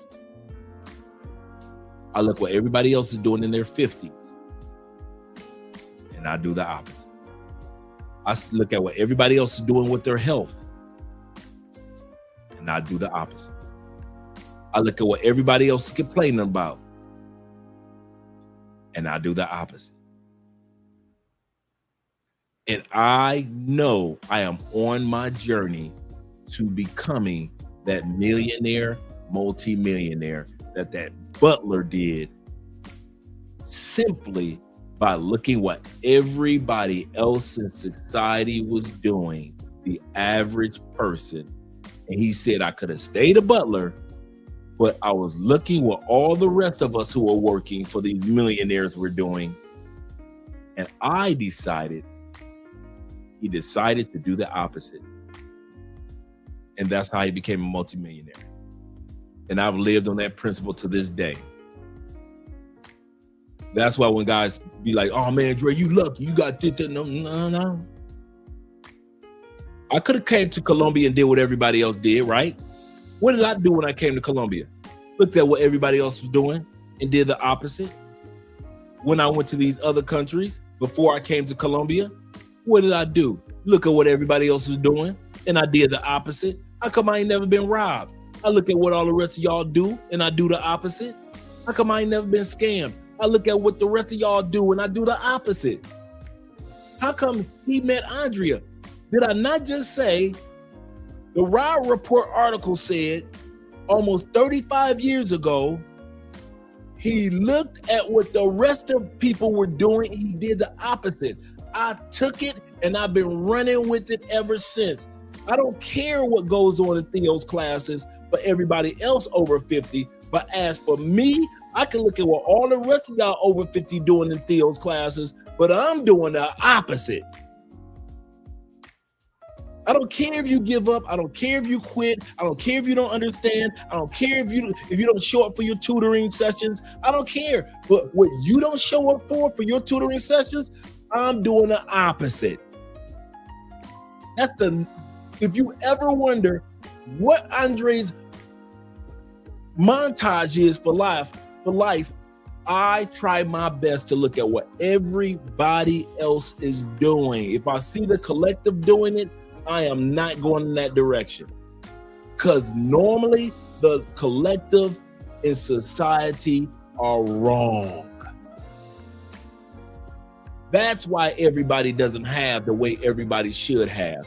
Because most people that we will see if we don't meet them in life are wrong. They treat marriage wrong. They treat relationships wrong. They treat children in the world wrong. That's why we got children running around acting like they done lost their mind. Why? Because we treat them and we raise them, let's admit it, wrong. We no longer read like we used to. Wrong. We take in so much negative information from these cell phones. Wrong. We don't focus on our health and eat healthy foods like we used to in the 60s, 70s, 80s, and beyond. Wrong. I look at what everybody else is doing. Wrong. Y'all wonder how the hell this dude is going on 60 years old in 2 years. I looked at how the rest of y'all was taking care of y'all body, and I did the opposite.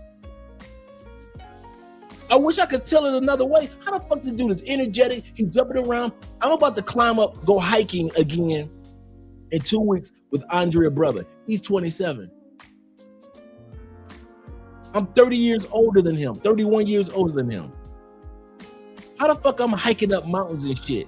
Because I saw how the rest of y'all asses treated your bodies in your 30s and your 40s, and I did the opposite. My number one tool, bullshit you not, I watch what most dudes that got a passport do, and I do the opposite. I bullshit you not. I know y'all think it's something else, something special. He must be doing this, he must be doing that. And then no, the number one, if y'all ever wonder what the number one thing I do, I read that article and I never forgot it. He saw what everybody else was doing and he did the exact opposite.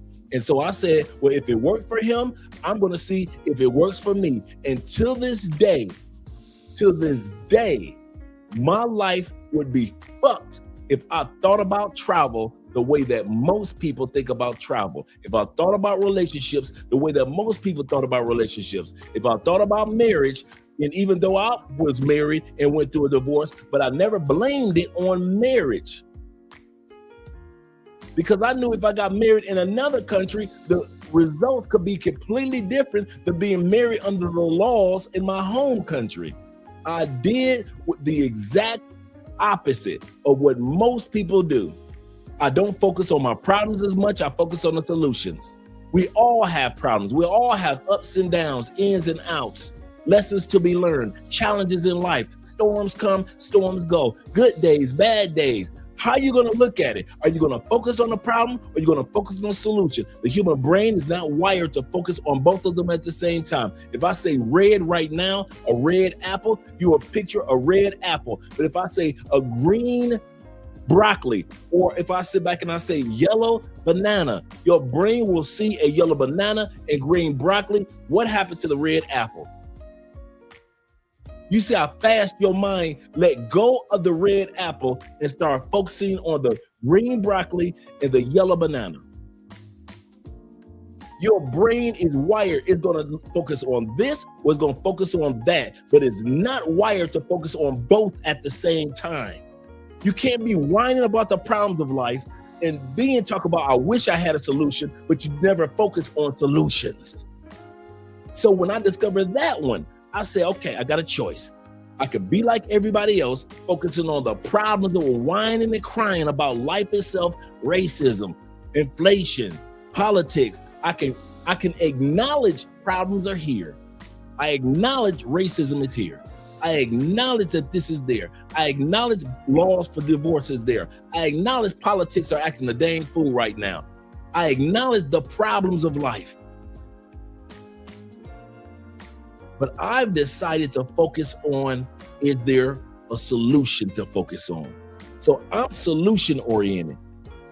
I don't care how many times I got to study for Theo's test. I don't give a damn about how many times I got to take the exam. My job is not to focus on how many times I have to pass the exam. My job is to focus on what's the solution. If I didn't pass it that time, what's the solution to where I can pass it the next time? What's the solution? That's how you do the exact opposite of most people walking the planet.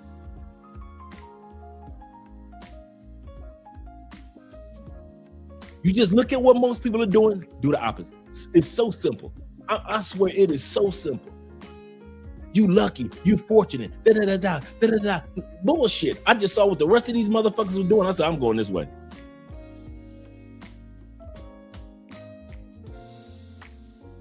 If I had went to DR, I would still have quality women.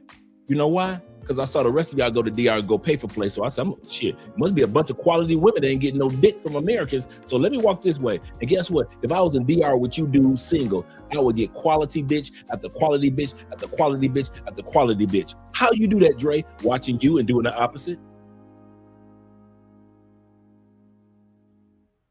I land in Medellin just like you landed in Medellin. How the fuck are my fucking doctors, lawyers, attorneys, and Colombian politicians?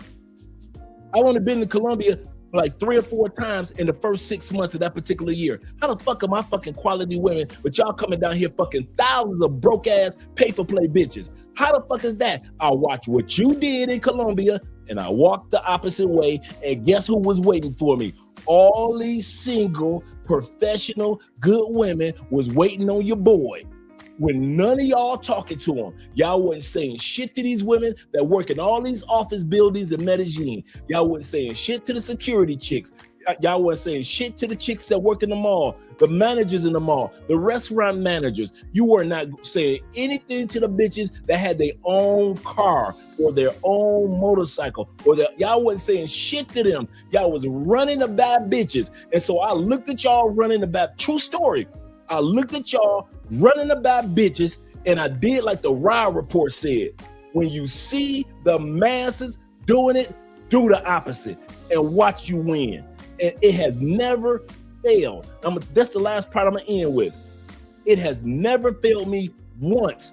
All I gotta do is watch what the fuck y'all do the opposite, and I win again and again and again and again and again and again and again. It is so simple. So simple. Even if you just look at your family, what your family doing? Watch them do the opposite. You get the opposite results. Ain't nobody in my family lived in Florida. 2 generations, both sides, mom's side and dad's side. Atlanta.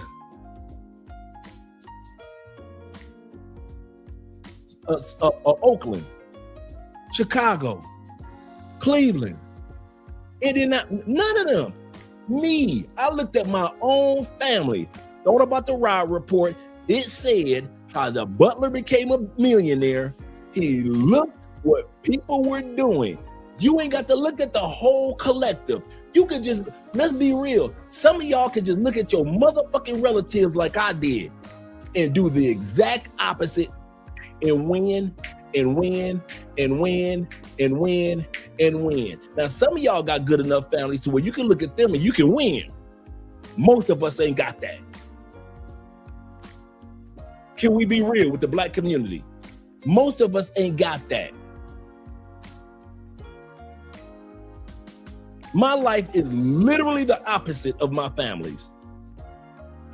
Now, I'm not saying my family is poor, impoverished, or they hood, or they ratchet. I'm not saying any of that. But what I am saying, that the level of life that I'm trying to get to couldn't happen by watching and mimicking my own family. Guess what results I would have? I would still be living my ass in Detroit. My uncle Ghostface Jeffrey was, because we both moved to Florida. So if I'm in Detroit, guess who else is still stuck in raggedy ass Detroit? Jeffrey. So guess what Jeffrey did? Looked at the family. He didn't have to go looking all over the black community. All we had to do was look at our own damn family and said, let's do the opposite. Rob Report say the butler became a millionaire. He looked, he did the opposite, and he succeeded. Jeffrey did it. I did it. Jeffrey's moving here to Columbia. I've moved here to Columbia. A lot of you dudes are doing the exact opposite of your families. You just ain't said nothing. Your families have told you crazy for moving to Thailand, moving to the Philippines. Why you moving to the Philippines? What's in the Philippines? Where's the Philippines? You're moving to China. You're moving out there with them Chinese people. I said the Philippines, Mom. That's what I said. Then ain't that China? Ain't that China thing? Some of y'all have done the exact opposite of your own family. Some of y'all went off into the military, had great careers. Many of y'all family members that was the same age as you are did not go into the military, and they asses ain't done nothing with life and ain't been no damn way. If you ever know what Andre's secret is, secret to success is not just prayer and fasting in the Lord. My true secret was that Rob Report article. That's what kept me out of prison. I watched what everybody who got out of prison was doing, and they kept coming back. They didn't lie about the 85%. While I was in prison those 10 years, I kept seeing motherfuckers leaving and coming back, leaving and coming back, leaving and coming back. And I was like, what can I do to not let that happen? And I came across that little small ass Rob Report. And on the last page, read that story about the butler. And so I spent the last 8 years of my incarceration preparing as if I was getting out tomorrow, even though I had 8 years left. Okay, let me get my degree in this. They're still doing education, so let me get my degree. Okay. What else I need to do? Okay, let me learn how to write resumes. Let me learn how to write resumes. Okay, let me know how to. Okay, they got programs out there for post incarceration. They got programs and grants out there and money out there and housing for people to remember. At this time period, I don't know I got $20,000 waiting on me. Why? It's only year 2. So I don't know that granddad's gonna pass on and leave me $20,000 check. I didn't know about that. So every day when I was incarcerated, bullshit you not, I treated it like if they let you out tomorrow, Dre, what are you gonna do? Well, the first thing I knew to do, based off that Rob Report article, is the opposite of what these other niggas in here doing when they get out. I don't need no bitches in my face because that's what they had in their face when they got out. I don't need no family members talking about welcome home, let's throw a party because that's what they got when they got out. I don't need none of my homeboys in my face talking about, Dre, here's some drinks. Well, we about to live it up because that's what they friends did when they got out. So I watched what all these other niggas did when they got out of jail and all these other white boys did when they got their ass out of jail. And I did the motherfucking opposite. And I did it for 8 years. I had 8 years left. And every single brother, when I walked, I bullshit you not. I walked out of the feds with a big ass goddamn binder of how to survive once you leave prison. I had how to write a resume as a when I got out, every job I applied for, I got. Every job I got a promotion. While the rest of these motherfuckers was in that jail, bullshit you not, was in the half, you know, once you get off the feds, you go to the halfway house. Halfway house, you stay there for 3 to 6 months or a month. It's almost like it's almost just like a house full of ex-cons, and you're living there, and you work, you got a job, you work in the community, and then you go, it gives you enough time to get on your feet. At this time period, I still don't know about the $20,000 check waiting for me. While everybody else in there is dressed in hoodies, overall hoodies and t-shirts, and I dressed every fucking day like I had a job interview. Even though I already had a job. When I finally got a job, when I got off work, I was working in a nursing home. When I got off work, working in that kitchen, I was the young kid that delivered the food from floor to floor. When I got off work, when I got back, cleaned myself up, and I put on button-down shirts. I'm gonna look like the opposite of these motherfuckers. Bullshit you not. Remember I told y'all the story? The one time I was so clean that some attorneys was coming into the halfway house. They walked up on me and just start, well, we're here for this, that, and this. We hope that we're on time. If you need any help with this, that, and this, so forth and so forth. And I'm looking at them like, how can I help you? Well, we're here from so-and-so and so-and-so, and we're here to speak with the staff in regards to, I'm like, I'm not a staffer. I'm an inmate here. Oh, we're sorry. Oh, we're sorry.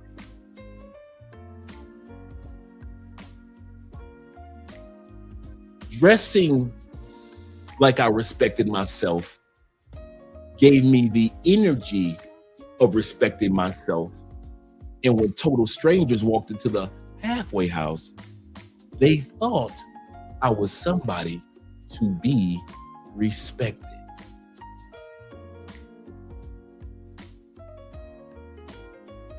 I didn't just start Suits with Kevin Samuels. I started Suits even in my mind with that Rob Report. I would get GQ magazine and I would go to the different styles and fashions that were in. I would read the Wall Street Journal.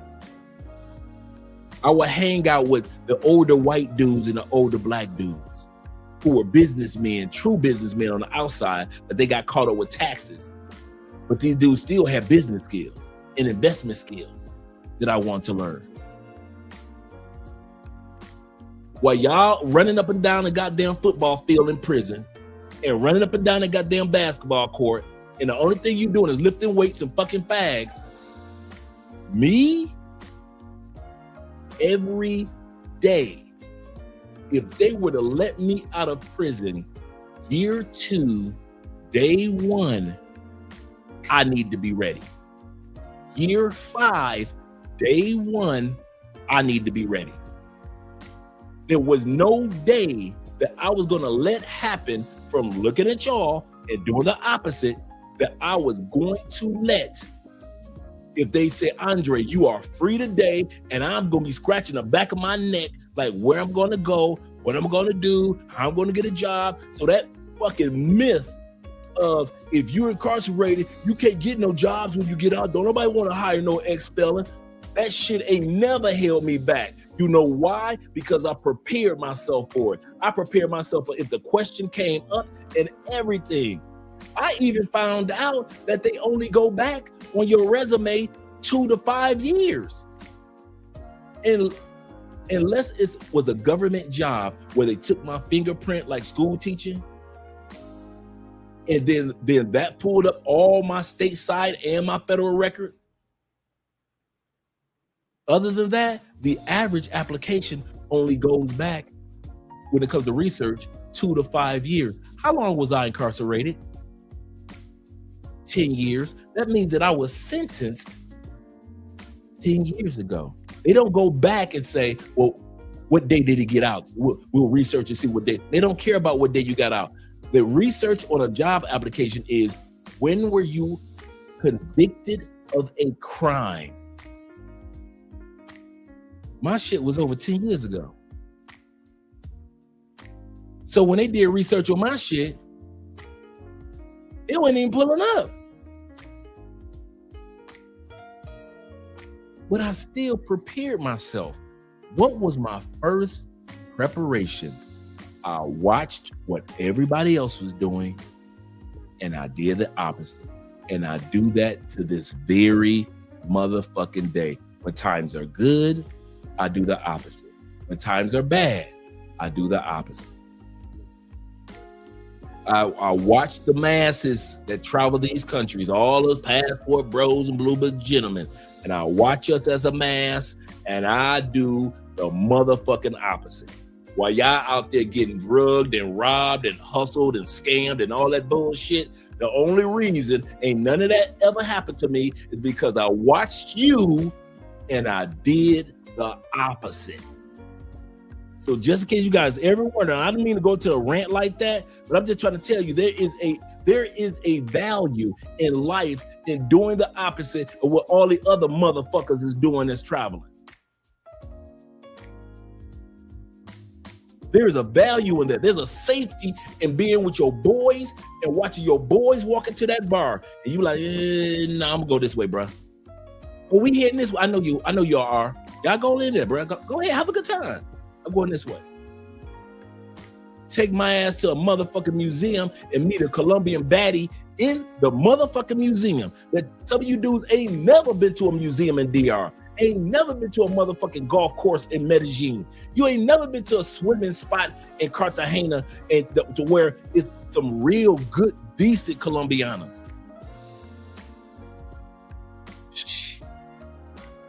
Man, please. That's all I had to do. That Rob, I bullshit you not. That one Rob Report article, the last page. This is the crazy part. They only asked that in the Rob Report, like in the last page. It wasn't like it was a major article, a 4 or 5 page article. It's like 2 to 4 paragraphs. How did you get rich? It's the how did you get rich paragraph before the end of the how did you get rich?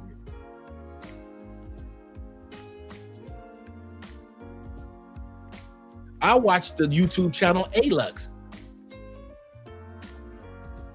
That is a how to get rich channel on YouTube. ALUX. Been around for the longest. They started with the magazine. Started with a blog page. Alux, y'all ain't, what, on YouTube?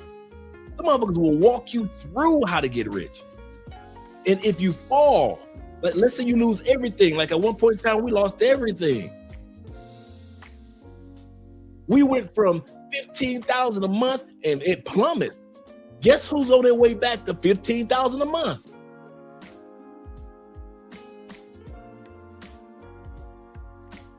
Could you tell any difference in my behavior? Was I bougie when we were making $15,000 a month, or was I the same Dre? Now that we make less than $15,000 a month, am I the same Dre? Guess what I'm going to be on our way back up there, because we're on our way back now. The same Dre. Why? Because I'm a dude that learned, watch what other people do who have money and do the opposite. Watch how bougie and funny style other people are when they got money and do the opposite. And then when you lose money, watch how other people do when they lose one of their business ventures. Dre, do the opposite. You're going to succeed every time. That's all you got to do in life. Watch what the masses are doing. Watch what the masses are doing. The masses will complain loud enough in every genre for you to see what you should be doing. If the masses are bitching about something, do the opposite. Respond, react, carry yourself, think like, pray like the opposite of most people. Most black people complain about racism, right? They ain't gonna do shit about it, are they? They ain't gonna start a business, are they? White man gonna hold you back. They ain't gonna buy a piece of property, are they? White man don't want you in that neighborhood. They ain't gonna get married, why? Everybody get divorced in America. Every time you see a massive group of what black people are doing, do the exact opposite. Anytime you see what the masses of white people are doing, do the exact opposite.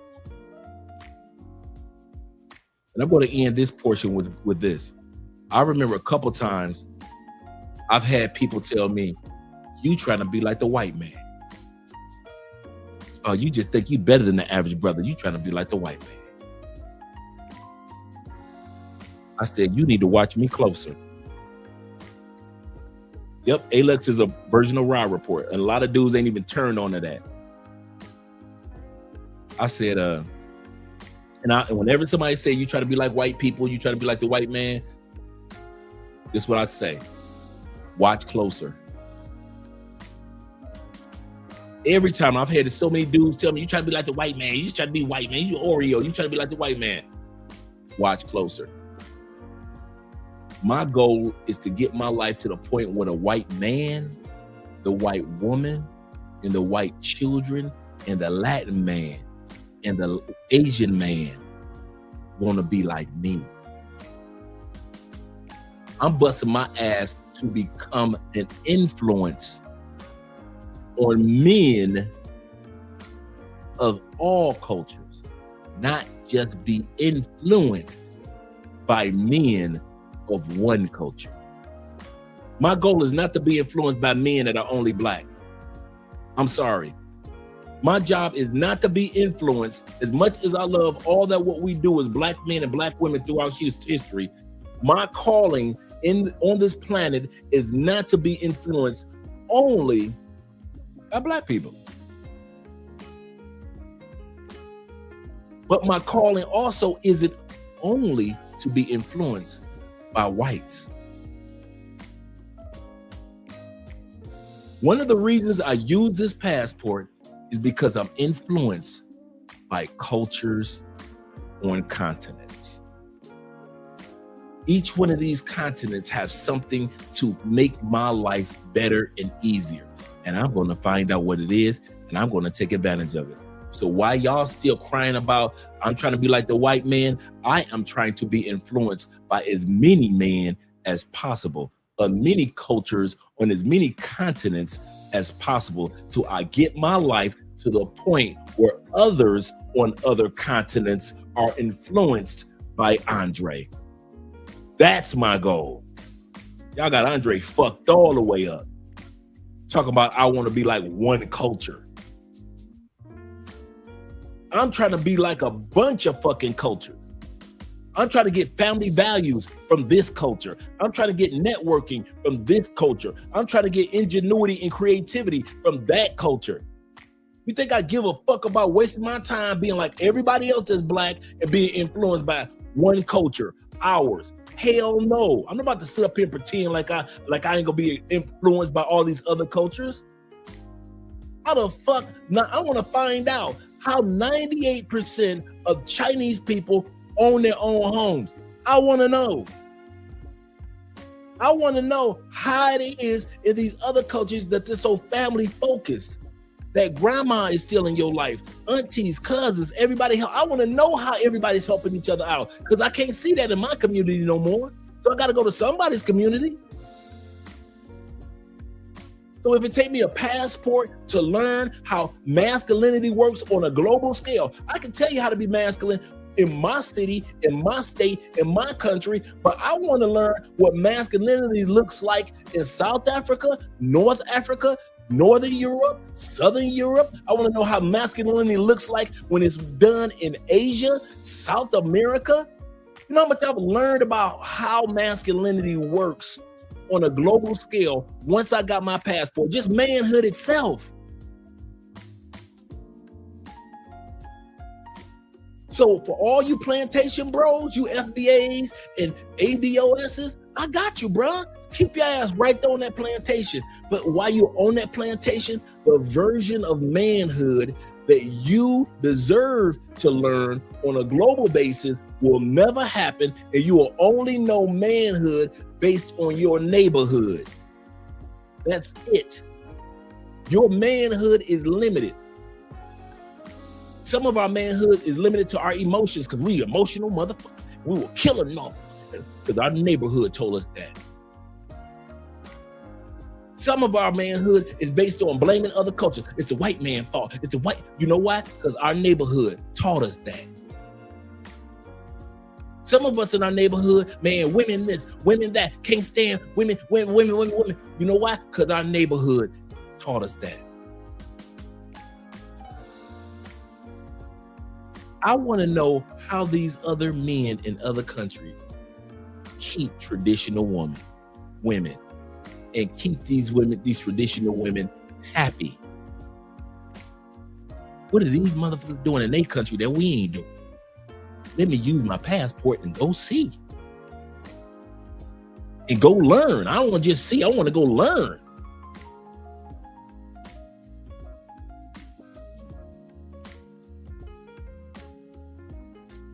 Okay. I'm not black, I'm OJ. Okay. Shout out to all you guys that are here. Let me scroll down to AMSM. Oh, I got this one. He said, Andre, a young tender. I think I got that one.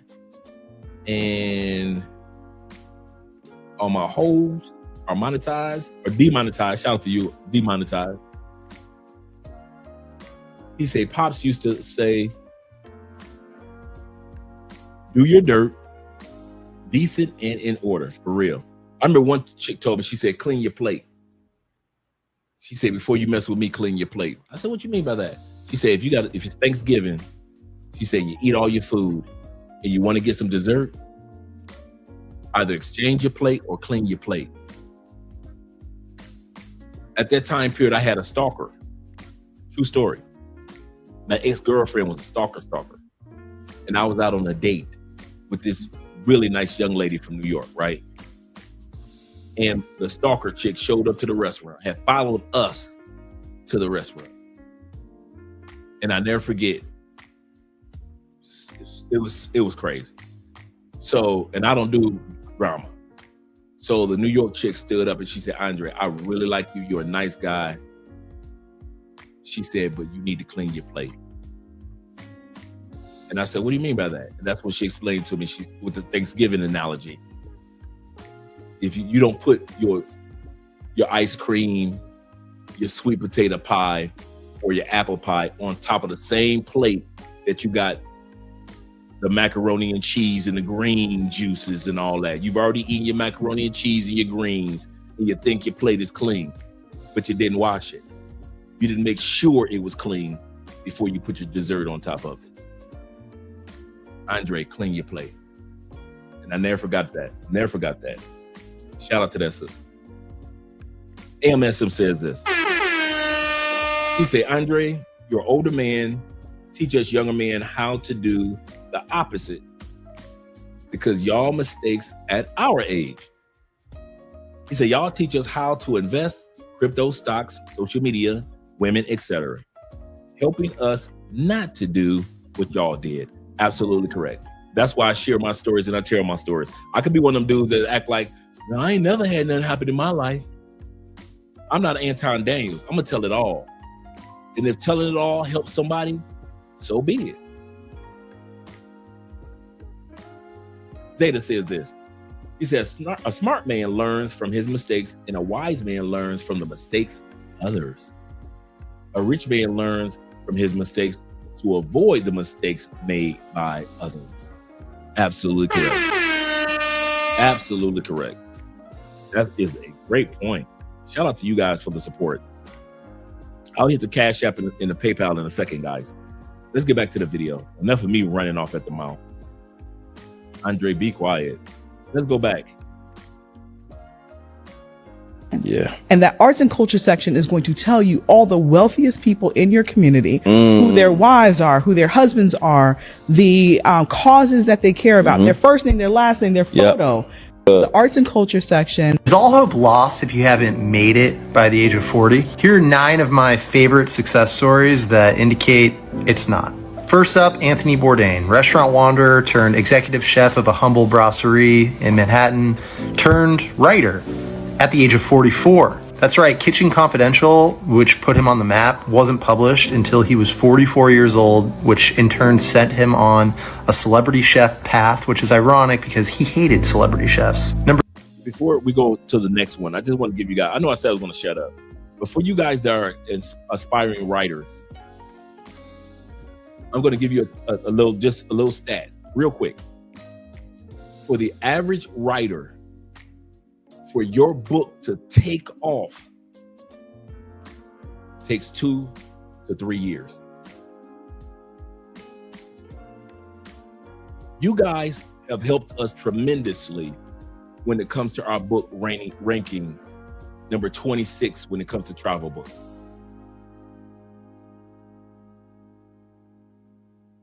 We wrote that book last year. Still have another year to a year and a half to go. Statistically, if you write a book and you publish it today, for it to truly take off with the masses, takes 2 to 3 years. So write the book.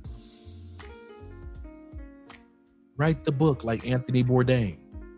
I just want to encourage you guys who are thinking about being authors or have been an author and you don't think your book is taking off. It takes 2 to 3 years. In some cases, it takes 5 years.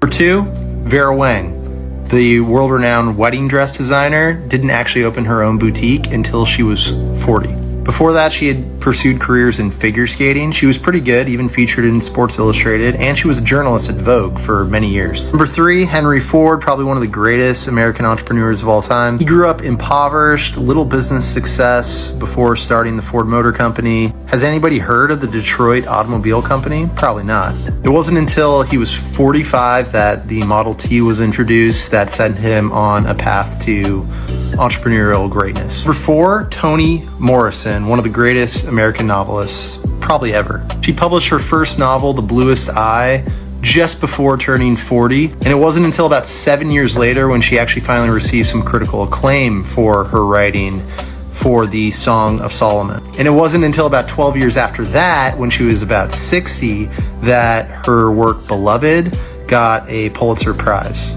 And a few years later, she won the Nobel Prize in Literature. She would often wake up at 4 a.m., single mom, 2 kids, and write.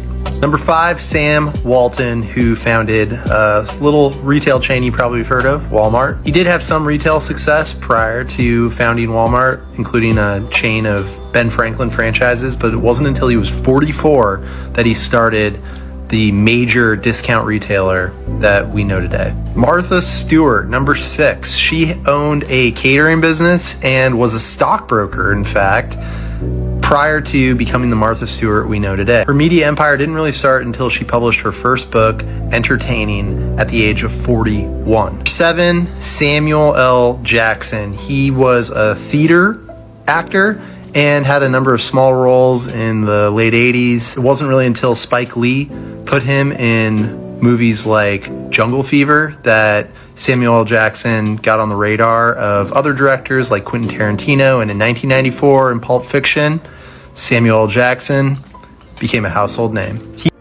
Did you know that I know some of you guys knew this already, that Samuel L. Jackson is in the Guinness Book of World Records. Samuel L. Jackson is in the Guinness Book of World Records for being the number 1 box office draw of all time. He's number 1 in world history for being in more hit multi billion movies than any actor in the history of this planet. From the Star Wars franchise to the Marvel franchise to the movies that he was doing with Spike Lee and all of the other movies that he's done, the B-level movies he's done, equate to more tickets sold that a person has been involved with than any other actor in human history. Nobody has done it like Samuel L. Jackson. The fact that he doesn't have a Lifetime Achievement Oscar by now is crazy. It's crazy. He was 46. Number 8, Regis Philbin. He was Joey Bishop's sidekick for many, many years, and it wasn't until 1988 when he was age 57 that he started the Regis and Kathy Lee show. I didn't know he was 57. I did know that Regis Philbin is in the Guinness Book of World Records. Regis Philbin is in the Guinness, most people know this. Regis Philbin is in the Guinness Book of World Records for being the person that's been on television, on a screen, more than anybody in the history of the invention of television. Nobody has spent more screen hours in front of television, in front of our eyes, than Regis Philbin. Nobody. You would think it was probably maybe Lucille Ball because her show stayed on for years and years. Nobody. Like consistently, day to day, new episodes every day, Regis. Started at the age of 57. That's why I'm talking about, that's why tonight's episode is dedicated to me. Older men are winning.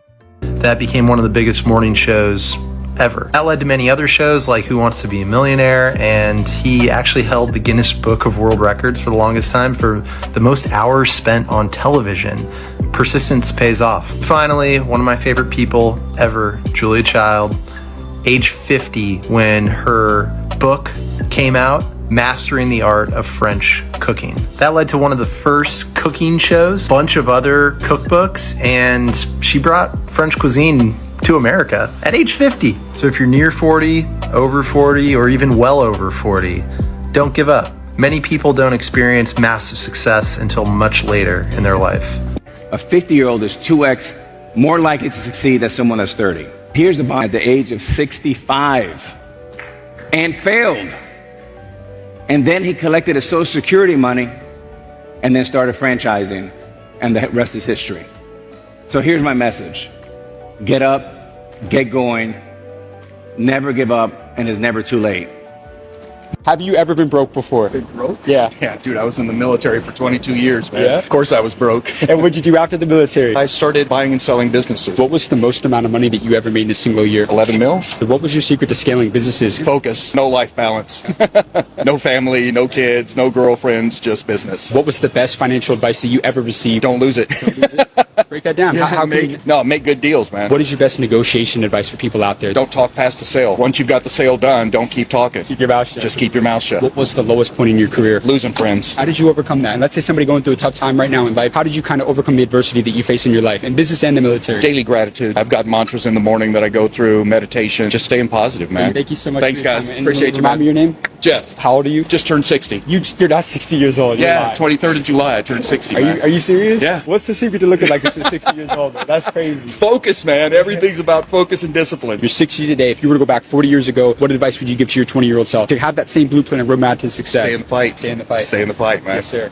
Excuse me, sir. Sir, I see your videos every single day. I had a question for you. How old were you when you made your first $1 million? Tell him. He's well known on social media. 22 years old. Hey, what line of business are you in? What do you do? I'm an economic advisor for one of the big firms. Out here in Abu Dhabi? Yes. What is the most amount of money that you've made in a single year? I can't tell you. Give me an idea. It's a good number. More than 10 million? Within the range. Within the range. Yeah. He's your age and you can ask him these questions. I have a question for you. Wait, so this is your son? Yeah, No, he's my father. delete all of this. No. This is the father, this is the son. That's right. Let's say me and you were to pass away tomorrow, and there's one lesson that you would instill in him to take with him for the rest of his life. What would that be? Commitment, repeating, and don't give up. The future is going to be there. One day it's going to work. Do you believe in God? Big believer. Of course. How important was faith for your success? Well, this is like 80% of it because we in our culture, in our region, depend on God first, with God willing. Then the efforts and the commitment you do, that's what makes it all happen. God is the greatest. Yeah, thank you, sir. At what age were you when you first became a millionaire? I'm not a millionaire. My team, we are millionaires. Is this your car? What do you do for a living to afford this car? I own a small brand called DCG. We're in Brickell. Well, I have a channel. I grew to over 1 million followers where I interview the most successful people in the world. Would you mind if I ask you just a few quick questions for the channel? Share some wisdom.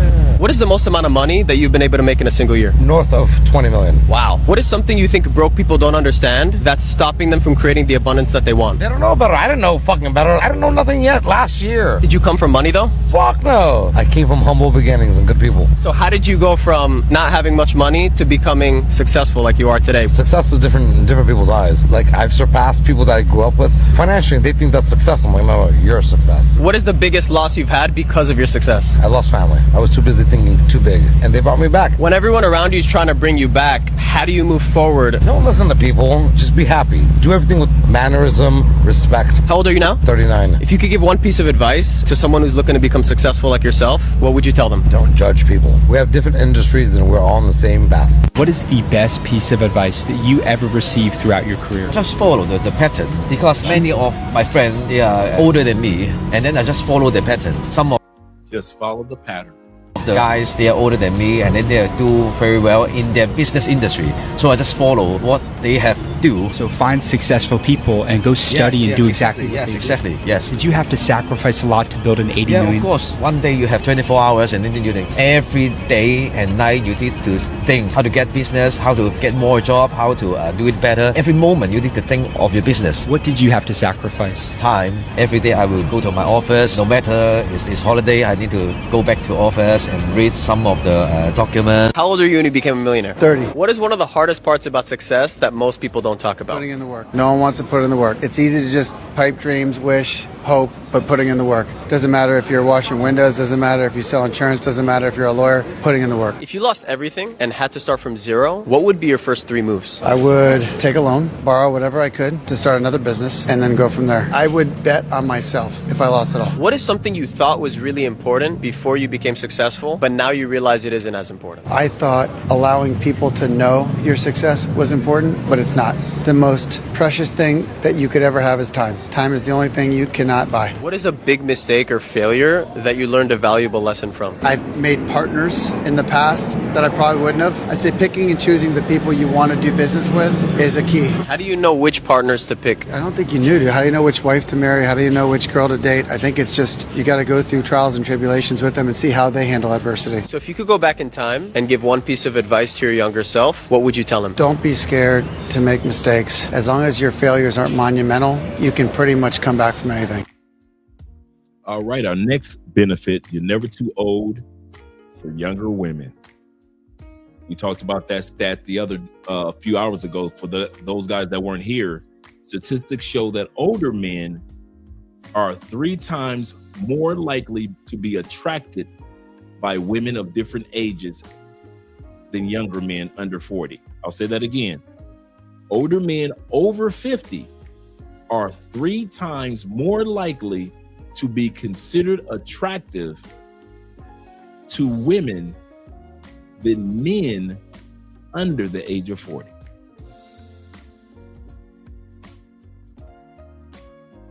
I'm always preaching to y'all about how you need to get an old man that's healthy. Healthy old man got a lot of energy. He got more energy than me. I'll be trying to get him to slow down. That's me and Andrea. Andrea is the old one of the family. I'm the energetic one, Mr. On the go. I act more like the old lady. I be trying to stay at the house. I don't want to come outside. He be trying to force me outside. He got energy like a teenager. He definitely not grouchy. You know, the older men that's sick, they real grouchy. The sick ones with no money, they real grouchy. He not grouchy at all. He always happy. He have more energy than me. Are you ready to take my picture? Absolutely. 3 things that older men need to change in order to be more successful with women in the dating market. Number 1, they need to have healthier, stronger boundaries. Now, boundaries don't have to be rigid in order for them to be healthy. In fact, healthy boundaries are typically strong yet flexible. They're reasonable. So you only have rigid boundaries around deal breakers, things that are non-negotiable. So your must-haves too. Now, when they're your preferences, you can have more flexible boundaries. But the most important thing is that these men cannot be pushovers. It's so important for them to have a backbone. So if you're a man over 50 and you're recently single for whatever reason, make sure that you beef up your boundaries or clarify them so that you know what is important to you, what are your core values, and be more firm about what is most important to you, and be reasonable about the things that are just your preferences. Yes, you can look for what you want, but understand that they might not be the priorities, and so you want to be a little bit more flexible and reasonable with those. Number 2, these men need to take into account that although they may be successful, they may have tons of money, they may have achieved so much in their lives, you still need to look good. You still need to be fit. So even if you're in your 50s, it's important for you to hit the gym and be active and be healthy. Don't use that as an excuse. If you have an injury, find some kind of activity that you're going to be able to do consistently. And number 3 is a lot of men in this age group, they tend to be very cognitive and stuck in their head. They're overly logical, they're overly analytical, pedantic, they're concrete thinkers, and it's just a bit boring, right? If you're going to head out there into the dating world again, you need to shake that off. You need to connect better with your body, with your sensuality and your energy, and you need to make sure that you're more charismatic. Have more of like a visceral presence when you enter a room. And so that's another thing that you can work on, whether that's just being more social, putting yourself out there, getting out of your comfort zone, trying new things. If you're an introvert, it's okay. There's nothing wrong with being an introvert, but you do need to break out of that comfort zone. So the 3 things are, number 1, healthy boundaries. Number 2, be fit, healthy, and active. And number 3, connect with your body and your energy so that you're not boring and stuck in your head. Hope that was helpful. Follow for more. I'm Dr. Taylor Burrows, the vetting specialist. The oldest man I ever dated was in his 80s. It was amazing. He never told nobody because he didn't remember we was dating.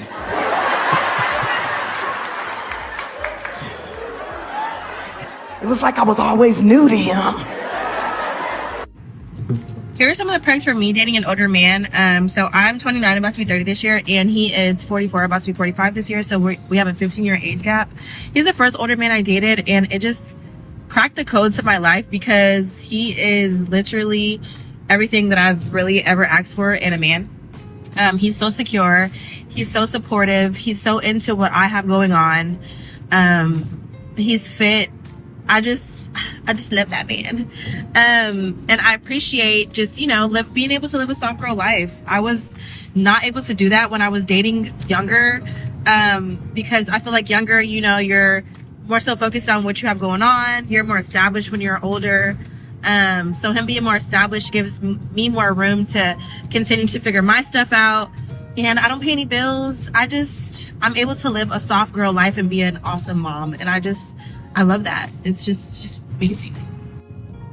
It's been really well known and documented in the Eastern world. American people don't understand this. Western people don't get this, and I don't know why.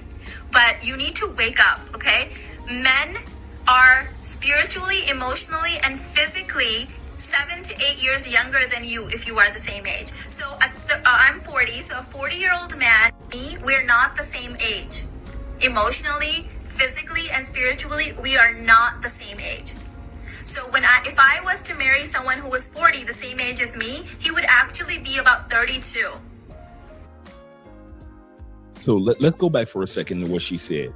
She said it is well documented as part of the culture in the East, not so much in the West,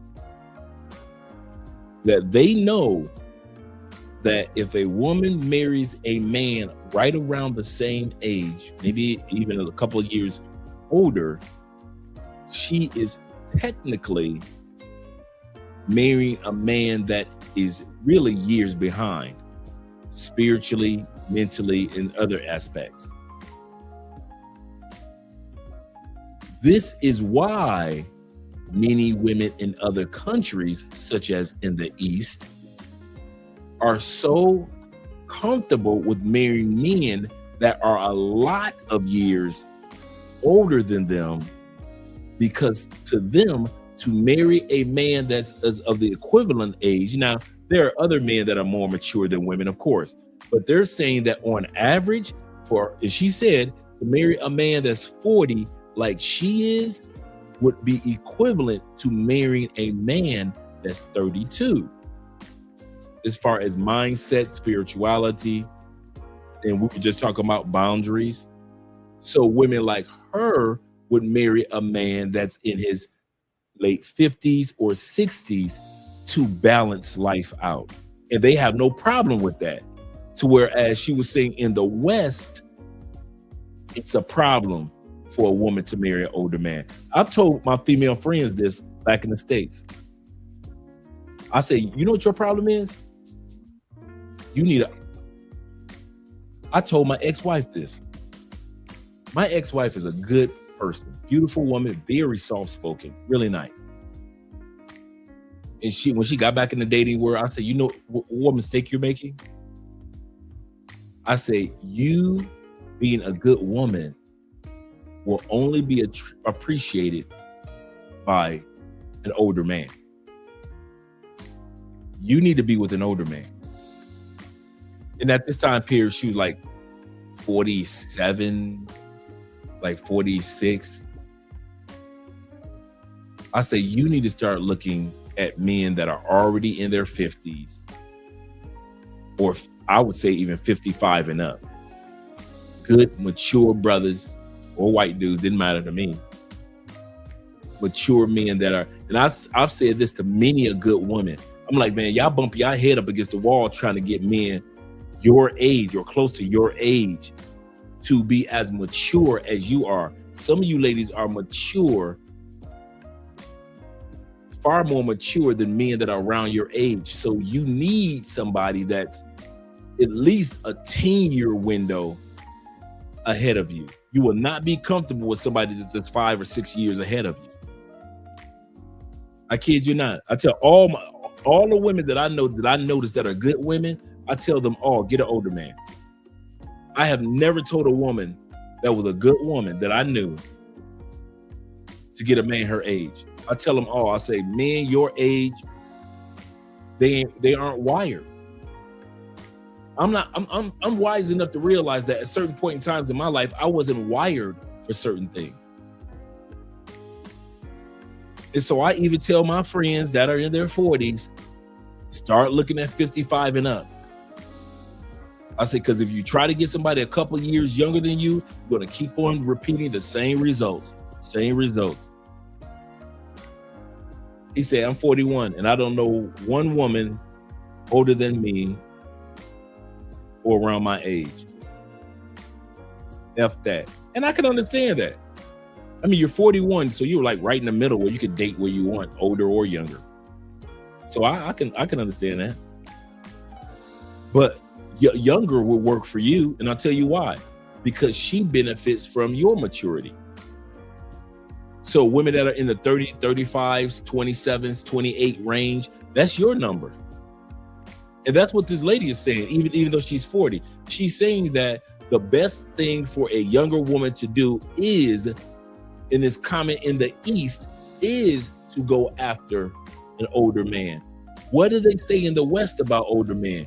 You're a pedophile, you're a pervert, you're a creep. They don't talk like that in the East about a woman with an older man. It's expected. It's expected if you're 41 to be dating somebody that's 30, 32. 27, 29. It's expected. It's not looked upon. It's not frowned upon. It is what it is.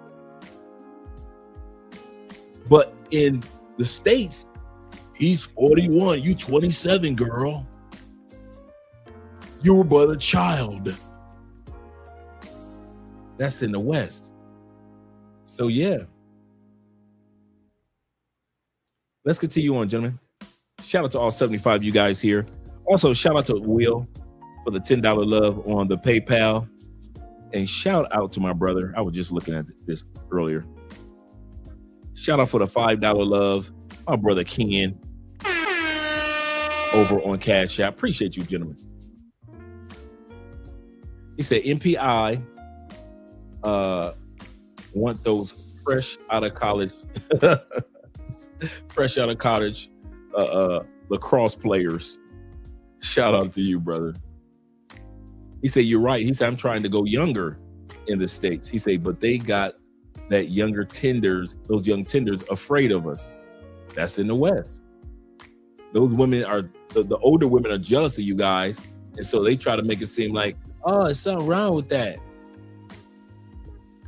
Crazy. Crazy. Let's bring this young lady back again. Just a little bit. I love that. It's just amazing. It's been really well known and documented in the Eastern world. American people don't understand this. Western people don't get this, and I don't know why. But you need to wake up, okay? Men are spiritually, emotionally, and physically 7 to 8 years younger than you if you are the same age. So I'm 40, so a 40-year-old man, me, we're not the same age. Emotionally, physically, and spiritually, we are not the same age. So if I was to marry someone who was 40, the same age as me, he would actually be about 32. And can you already see what the problem would be there? I would be trying to go right and he would be trying to go left because we're not on the same page.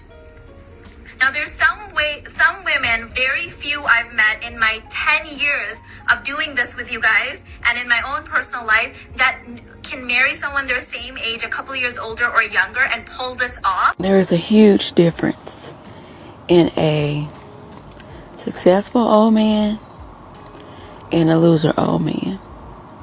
You cannot make the loser old man happy because they have their life regrets that happened before you, and they talk about it all the time.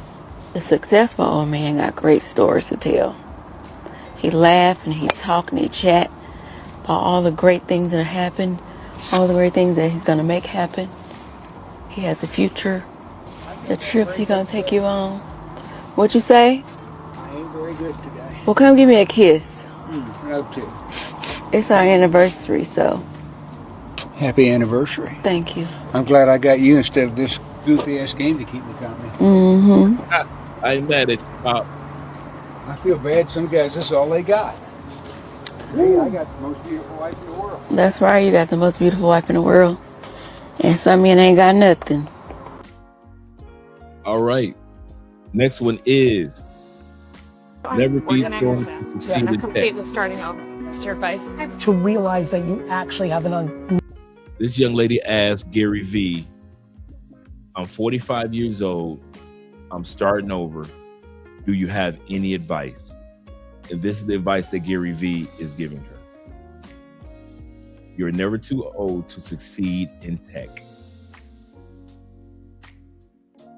I'm organizing with that. Yeah. I'm complete with starting over. 49. It's your advice. to realize that you actually have an unbelievable amount of time to start over. 40 is not even half time for the majority of you. I think 38 to 65 is the obvious, really interesting age group that should really be fucking paying attention to technology and the opportunities for them. All the 20-year-olds are jumping into this game, and meanwhile, all the 40-year-olds and 50-year-olds are more likely to win it because they have context. Cool. Youth and excitement is great. You have experience. Like, that's a real thing. You can be 53 right now and be a fucking loser and dominate from 60 to 80 and enjoy it. You could. Sidney Frank, who created Great News, didn't invent his big thing until his 70s. The reality is that it's weird how young 49 is. We didn't think that when we were 18.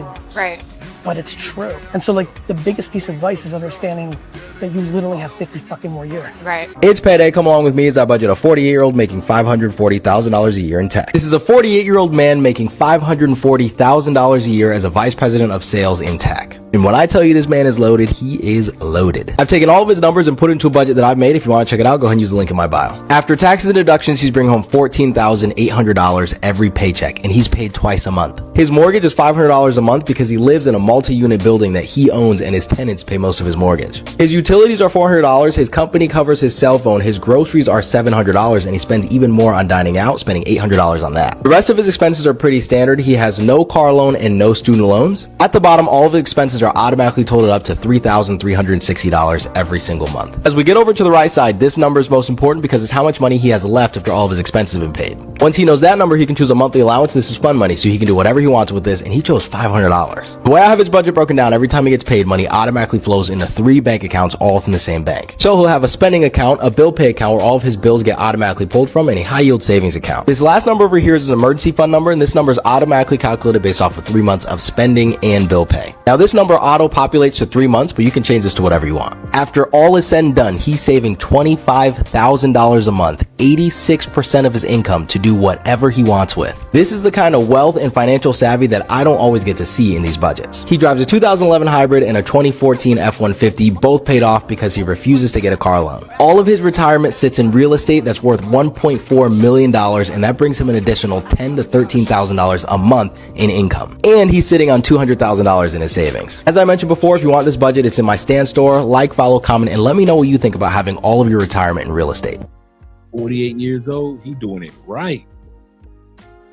Get into tech at any age that you want. Doesn't matter if you're 40 or 50 years old, right? If you're willing to learn a new skill, you can definitely get into tech. So I wouldn't worry about your age at all. I would just focus on learning your new tech skills. So, look at either certifications, look at some YouTube videos online, or you can, if you want, you could go back to school. WGU is always an option. There's many options out there for you to learn how to get into tech. So definitely don't worry about age. Definitely go back and watch my other videos about how to get the most valuable tech skills, and you'll learn a lot very quickly.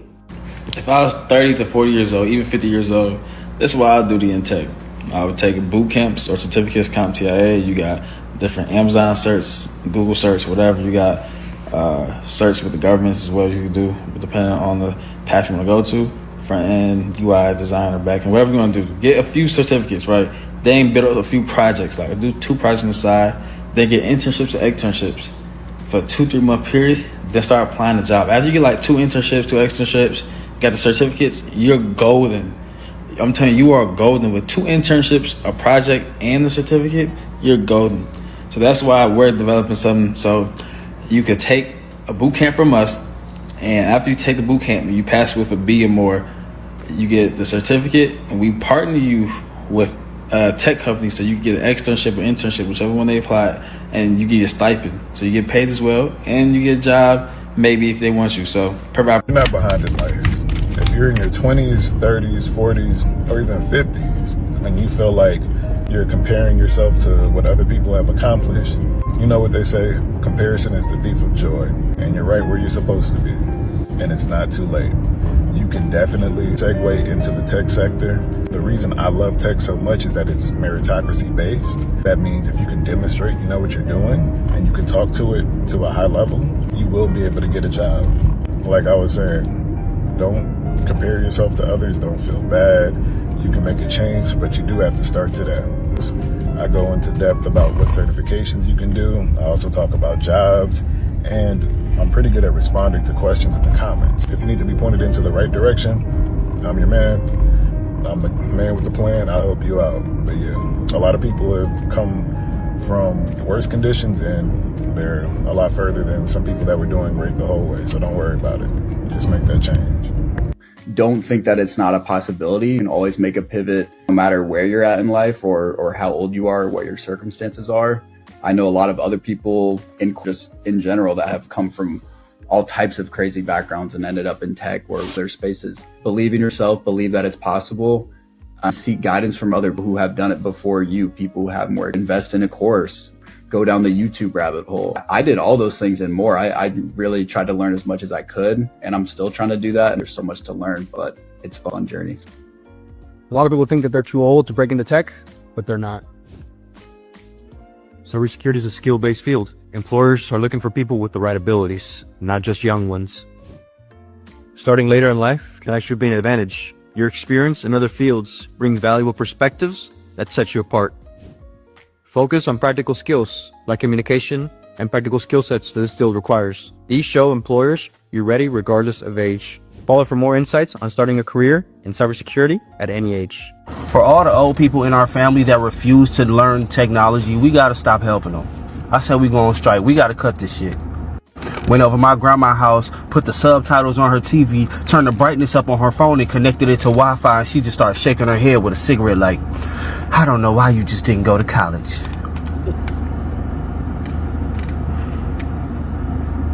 What? Like, Grandma, what are you talking about? You could have been an engineer. You could be coding computers right now. My auntie got in my car and seen my GPS, and she was like, damn, look at that. You just gonna trust that thing? I probably need one of these for my car. I think it's gonna cost an extra $1,000 to get one. I need a new car to get one of these in my car, huh? No, auntie, you have a GPS in your phone. You got one right there on your cell phone. Yeah, but I'm gonna have to call somebody to come over and hook it up for me, and I ain't got that kind of money.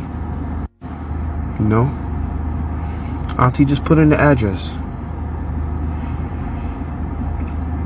Just put in the fucking address. Never too late to learn from life. Life will give you opportunities for wisdom. 5 things no one tells you when you reach the age of 40. I'm Steve, I'm turning 38 this year, and these are the lessons I learned along the way.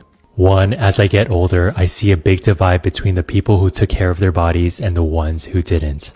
2, people at this age start to regret for not taking their finances seriously. They all tell me they wish they budgeted and invested more in their 20s and 30s. 3, if you want to succeed, the first step is to show up. The second is to do the work. Stop dreaming, start doing. 4, learn to say no. You don't need a new iPhone, you don't need new shoes, and you don't need that upgrade to your car. Pursue things that are more meaningful in life. Love, wealth, health, and happiness. 5, you're never too old to do anything new. These are the best years of your life. Take control of it. Don't just let life happen to you, because remember, you are the one who makes life happen. Listen, I'm 45, and here are 5 things I wish I had known when I was in my 30s. Number 1, don't chase a relationship. Chase your dreams. I spent so much time chasing women and going out and partying. But to be honest, a relationship is a byproduct of you being the best version of yourself, of you chasing your purpose, your passion, building your business, doing the thing you were called to do. When you're living in your highest purpose, the right person will find you. So chase your dream, not a relationship. Number 2, you don't need alcohol to have a good time. I always felt that I'm more charismatic. I'm funnier when I have alcohol. But to be honest, you just end up making a fool of yourself and embarrassing yourself. You're just as funny. You're just as fun without it. Number 3, nothing good happens after 10 p.m., so be in bed before 10 p.m. All of the toxic things in life happen after 10. Toxic food, toxic people. By going to bed early, you cut out all the toxicity out of your life. You just become a better person. Number 4, grind now while you have the time. Go as hard as you can. Build as hard as you can. Go as fast as you can. Because once kids and family get here, your time is severely limited. That is, if you want to be present with them. And number 5, probably the most important, get your first big win before anybody else wakes up. I went through a long period of my life where I was self-sabotaging, and that's really because the day would drain me, and I would come home and I'd be so exhausted. I feel like the day stole something from me. So if you wake up, a workout, reading, meditating, doing something for your business, then you don't feel like the day robbed you. Win before anybody else wakes up, and that will help you avoid all the self-sabotage that happens at night. Comment the word hero and I'll send you my morning checklist so you can become a morning hero too. Let's go, hero. Another day, another W. I turned 41 today, and I feel better in mind, body, and spirit, than I probably did at 21. But there's some stuff that I know to be true today that I really wish I would have understood when I was 21. Number 1, where you start in life has nothing to do with where you can go. Don't matter how poor you were, what trauma you went through, what you look like, none of that shit fucking matters. The only way that will hold you back is if you allow it to hold you back. Like, that is it. And number 2, life is 80% mental. Everything is mindset. You can't be thinking negative all the time, expect positive. You can't be constantly like thinking and living in fear and then expect good shit to happen. You can't always control everything that happens in life, but you can control how you react to it. And just don't let anything mentally beat you down, because as long as you stay in the game mentally, you can accomplish anything. Your voices will hold you back more than anything in life. I've had lots of vices: drugs, alcohol, gambling, and other shit. I knew I wasn't supposed to be doing it for many years and just didn't stop. If you have vices and you don't get control of them, eventually they are going to get control of you. So make sure you control them before that happens. Number 4, always follow your conscience. That little voice inside of us always knows what to do. And the longer that you take to listen to it, just the worse and harder your life is going to be. So when you hear your conscience speak, listen. Commit to being in great shape. Number 5, commit to being in great shape. It helps, obviously physically, but like just mentally, emotionally, it helps in every aspect of your life. So diet, exercise, I highly recommend. I can't stress like what it does to you, mind, body, and soul. Gentlemen, listen to me for a second. Listen to me very well. Baddies aren't coming to wipe your butt when you get sick. In the home health space, this is the true definition what in sickness and in health means. Now, I've been following Amanda for about a good year. About a good year on Facebook and Instagram. She is funny. She is fine. And I mean fine. She's in the medical field. She's been here to Colombia once or twice, to Cartagena. And this portion of the video is how important relationships are from the perspective of what she's seen in the medical field. And spend the rest of your life with be one of the most important decisions that you make in your life. And not only who you choose to marry, how you treat the person that you choose to marry. This is where the seeds that you sow. No, she's not even married. She's not even married. While she's talking, I'll see if I can pull her up on Facebook or Instagram. She a baddie. She a baddie, bruh. Deep dish dimples and everything. Anytime you see her, very little to no makeup. Funny as can be. And I think she's got a son. I believe she has a son, but nobody scooped her up yet, bruh. Are showing up when we get older, we're terminal, we're getting ill, or we're just going through the dying process. What I have not seen is all your homeboys and all the bad bees coming to knock on the door to help you when you're sick. I don't see any of those people coming to help you to the bathroom. I don't see any of those people help give out medications. I don't see any of those people giving you a bath. I see 3 usually dynamics in this space. I see either someone trying to do it alone and they're dying alone, or they're sick alone, or I see 2 people in the household, or whether their kids involved and nobody really cares and you're kind of just sitting in your hospital bed with no help. And then I see the most beautiful thing: have a partner when you get old and you are not as capable as you are now. Be there for you, give you a bath, put lotion on your skin, speak life into you, pray over you, reassure you, give you your medicine, feed you when you can't do it. And people might show up for a little while, but I promise you, from what I see, that dies off. We all will get there. Death is inevitable. Illness is probable. So live and be happy. But be cognizant of what you're doing, because I don't see the baddies knocking down the door to help you. They're not. If you have one person that loves you, don't even think your kids will show up, because the kids don't always show up. If you have one person that really sticks by your side, you have literally won the game of life. Have asked me about my health and how do I stay so motivated and so happy all the time. Well, the reason is I'm doing stuff that I've always done in my life. I'm very comfortable in my space, and I've always worked out. I've always been healthy, and I've always hung out with neat, bright people. Well, I still have neat, bright, young people in my life today. So hanging out with those kind of people who are looking for goals and achievement, and they want to achieve success themselves, it's a wonderful formula for success. I'm 37 years old, and it damn near took me this long to figure something out that changed my life. And I want to share it with you. I used to put all of my energy into the goal, the income goal, the business goal, the body goal. And I would literally stress myself out on how am I going to pull this off?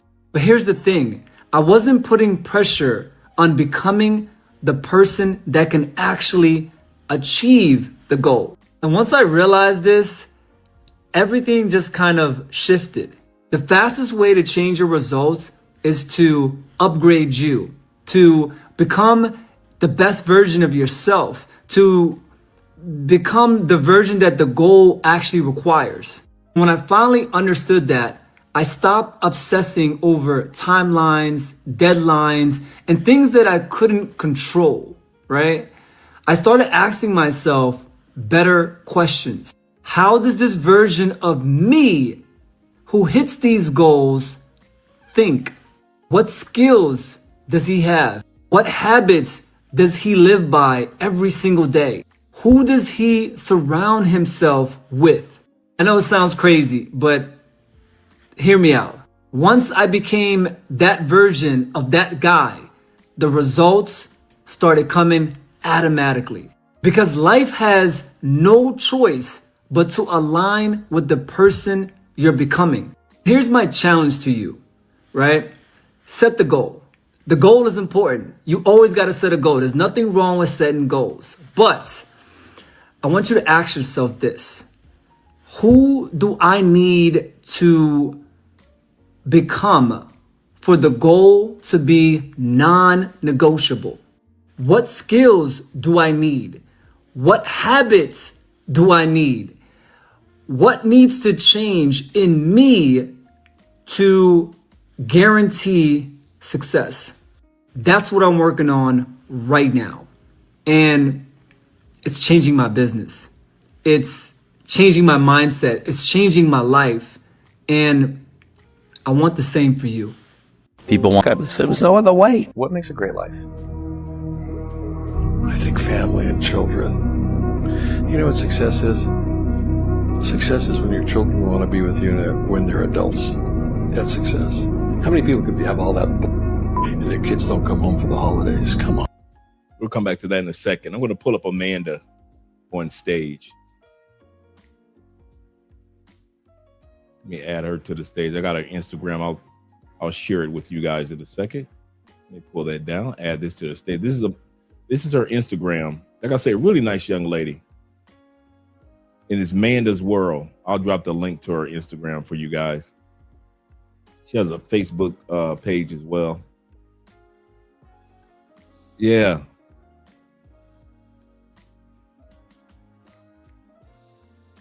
So that's the link to her Instagram that I just dropped. And yeah, she's let me put the follow in there. I follow her on Facebook, so let me go ahead and follow her on Instagram real quick. But yeah, she is nice. She's in the medical field. She's been in the medical field for the longest. This is the video that she was just talking about when it comes to family.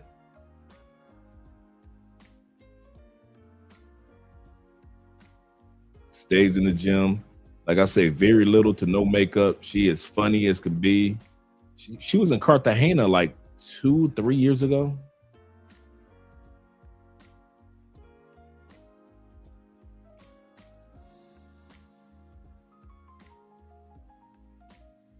Yeah, she ain't got no dude. Like I never see her on Instagram like in a romantic scenario.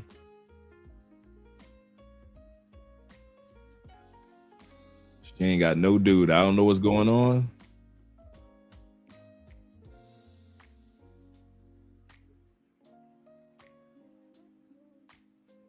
Yeah, she nice.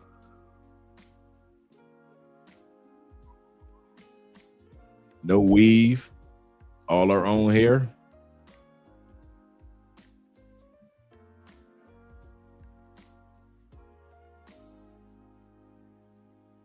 Carolina girl. And how I came onto her was a couple of skits that she had did on somebody else's channel. Like back in the day, she would do the skits.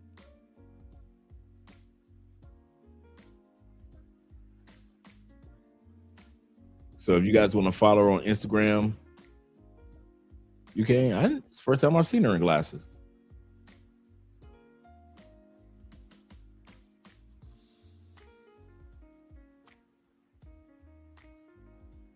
Yep. Yeah, she funny as can be. This her little gossip area. She'll come to the supply room and then act like she just give us some gossip to us about the medical field. So she'll run into the supply room real quick and go in there and just give us some quick gossip about her job.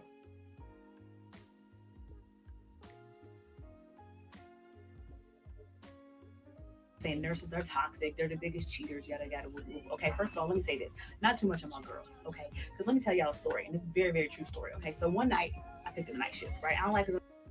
So she's now telling on this one, she's just telling a story about how nursing and cheating, how the rumors of nurses and cheating. But just wanted to share that with you, man. She's a nice person to follow on social media.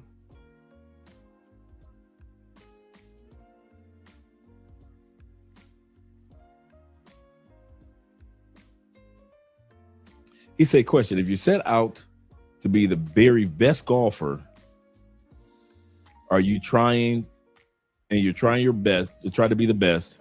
Likewise, remember that you are trying to be the best for yourself. Absolutely correct.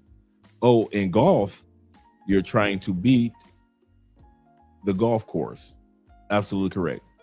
In regards to that golf career. So it's up to you with your goals. Whatever you're trying to do with golf. It's like me playing golf and enjoying golf and being the best golf player I can be. But I know that I'm past the stage and age of being, you know, a golf professional. But that doesn't mean that I'll give up on being a person that plays golf.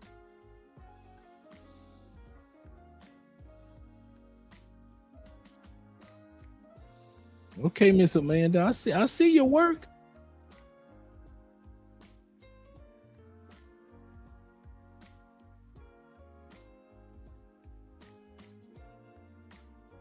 Yep. So shout out to her. Let's get back to the video.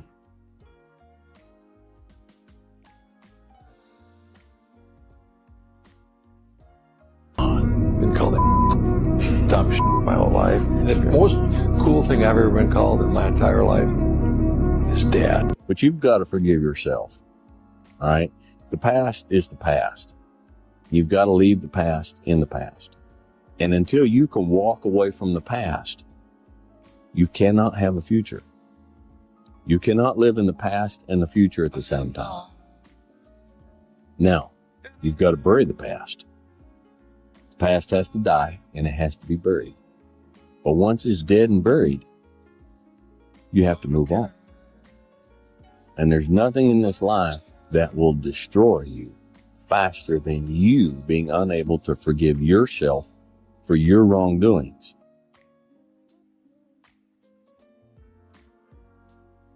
Do you have any advice to men that are getting older and becoming chronically aware of that? Yeah, lift weights, do jiu-jitsu, go for runs, stretch out, eat good, stop drinking. It's pretty straightforward. If you don't use it, you're gonna lose it. Every day that you don't do work, you're going backwards, and it definitely will hurt you, and it'll show up. You can't get away with what you got away with when you were 23. It doesn't work. You have to stay ahead of it.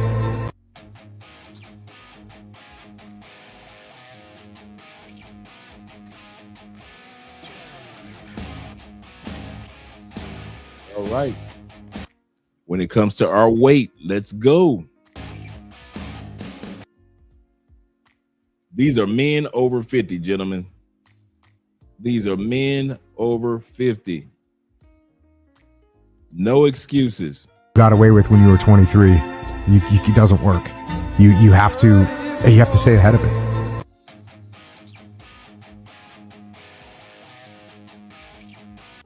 Come on now.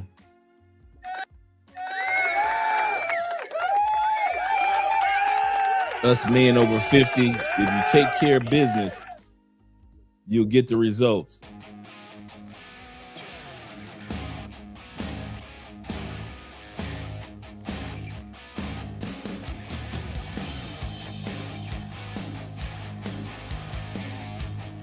My man came out that motherfucker looking like a young Anderson Cooper. looking like a young Anderson Cooper.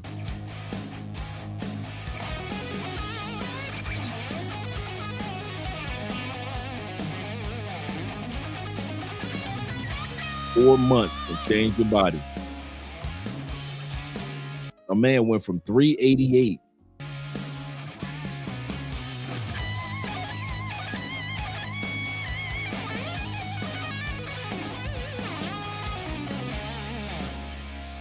Come on now, don't tell me what a man over 40, man over 50 can't do. Don't tell me what a man over 40, a man over 50 can't do.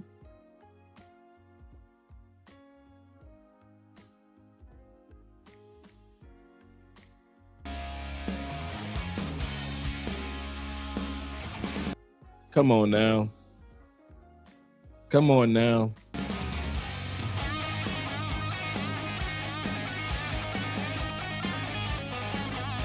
You're going to love this one, the montage of the divorce effect after men got divorced.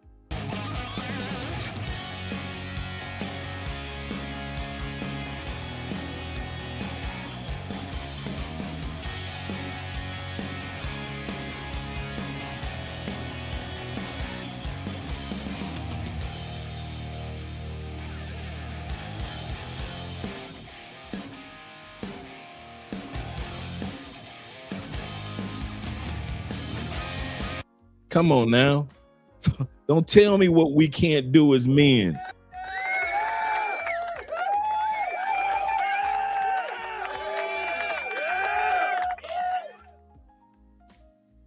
I know what these men aren't doing. They aren't sitting around making excuses. There's always an excuse for something. I knew somebody was going to say something. Oh, they're taking testosterone. Let's say they are. But they ain't sitting around. Let's say they aren't, but they ain't sitting around. That's the point that I'm trying to make. I don't give a damn if they taking Flintstone vitamins. I mean this. I don't give a damn if they taking Flintstone vitamins. Okay. I'm on a fitness journey myself. I saw my uncle go from my size down to, and I at this time period, I'm 230. At that time period, I was 240 with my own uncle, Ghostface Jeffrey. I watched my uncle just put in the work for 9 months. Go from 240, like me, little under, all the way down to 280. 180. Body looking just as gravy as the rest of these dudes. Ain't took no shots, ain't took no pills, probably took Flintstone vitamins. Changed his diet, changed his sleeping habits. We always got a scapegoat for something instead of just getting off our ass and see if we can do it. Like I said, I don't care if these dudes are taking testosterone shots. I don't care if these dudes are taking Flintstone vitamins. The first thing that these dudes did do is get off their tail and do something about it. Most of us, if they put the shots right in front of us, we ain't gonna even take the shot in the ass. If we put the Flintstone vitamins right in front of you, you ain't gonna pop one vitamin.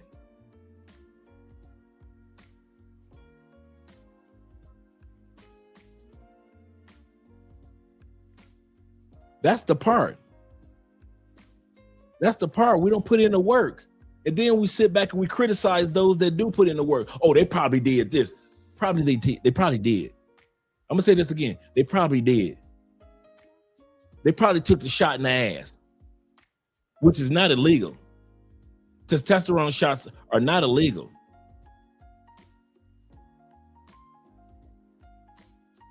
Now what?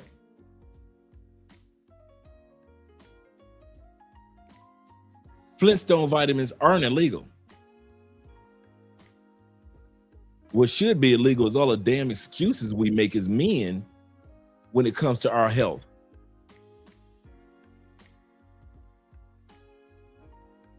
Okay. I'm not black, I'm OJ. Okay. That's what my point is. The getting off the ass part. That's what the montage is about. The montage is not about the results. The montage is about these men got to a point in life that they were tired. Enough is enough.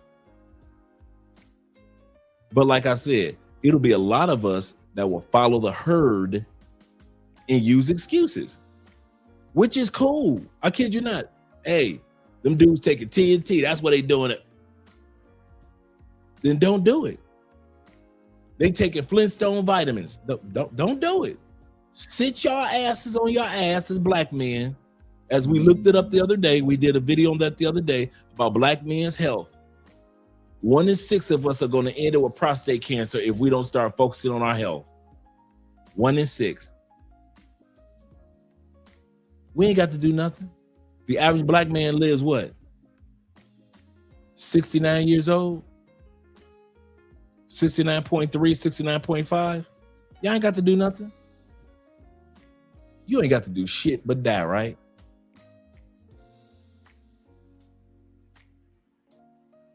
A friend of mine passed on during COVID. Youssef Watif. Some of you guys remember Youssef. He was a big bodybuilder brother, wore glasses, lived in Brazil. He was a YouTuber, Youssef Watif. Really close friend of mine. Really close friend of mine. And he told me one day, he said, Andre, and he over 50. He said, I want to have a healthy death whenever I die. Now, he didn't know that within 2 years, he'd be passing on of COVID complications. He said, but I want to have, when I pass on, people will know that I tried to stay healthy. They will see and they will know I tried to stay healthy. And he was an advocate of men, or TRT. I said TNT. He was an advocate for men's health. No matter what race, color, creed, he believed that older men did not have to die without trying to live long, healthy lives while we're still alive. And he did it. And when he passed on, when it was his time, he was very healthy, in great shape. Many of us have a choice. All of us going to pass on. Are we going to pass on in the last 10 years of our lives? Our bodies were waiting for death to come, couldn't wait until we died because we're wheelchair bound, because we're overweight, or we didn't do this, or we've had so many pacemakers put in our chests because we didn't take care of our diets? Or are we going to be dying of a healthy death? And I kid you not, that's what I want. I want a healthy death. I want a death I was walking somewhere. I want a death I was flying somewhere. I want a death I was climbing somewhere. I do not want a death that I'm in somebody's wheelchair for the last 5 years of my life. I do not want a death in which I was in somebody's hospital bed for the last 2 years of my life. And if I could prevent that and I can have a healthy death, you damn right. I'm popping all type of shots in my ass. The TRT. I'm taking all the Flintstone vitamins I can get my hands on. You damn right. Because I am going to have a healthy death. Well, some of y'all gonna have Alzheimer's and dementia and shit, and you ain't gonna even remember you ain't gonna remember that you even watched this live stream. There'll be those of us who took care of our minds, ate the foods that help the brain, make sure that we got proper sleep, and we're gonna have healthy deaths. When we die, it's gonna be damn near a surprise. Hey, did you hear about Andre? Boy, he died, dog. No. When? Man, Dre died about a month and a half ago, dog. No, you lying. How'd he die? Hey, man, he had a heart attack on the flight. It was his time. He was out there. He was on his way to go help somebody over in so-and-so. And while he was walking, It was his time. Men, we are taking our health for granted too much. Here's the problem with men and our health. Can I say something that's honest? Men, we have a bad habit of centering our health around women. A lot of us get motivated to get our health back on track, to get the ladies, which is cool. Some of us want to get our health back on track because we wise enough to know we're getting older. And the human body in the United States starts its process. They found out this. I came across this article a couple of years ago or last year. The human body starts its process of slowing down, preparing itself for death eventually, at the age of 63, if you don't do anything about it. I'll say that again. The average person in America, if you don't do anything about your health, you got the same diet you had 10 years ago, you're steady putting on unnecessarily weight around your stomach, you're not sleeping good, you still drink like a sailor, you're still doing that, the average American body, even if you die at 90, the process of death starts at 63. For me, that's 5 years from now. If my goal is to have a healthy death, I can't let my body start shutting down at 63. Why you think you got dudes like Arnold Schwarzenegger and all those other guys that's still out there in the gym? You got Ronnie Coleman, can barely walk, but he still does some form of exercise. You gotta continue to get your checkups, your diet, your exercise. And you gotta do it whether you're gonna have the ladies in your life or not. Sometimes you can have a 6-pack under that shirt and no women will ever see it until you go to the gym. Until you go to a beach or something or a swimming pool. But you've had a 6-pack for 2 years. In other words, you got to do these things for you. You got to do it for you. Shoot, I'm trying to be built like Andre 3000. You know, when I get, get a little older, I'm not trying to be a big boy. I'm trying to be Mr. Slim Goody like I used to be.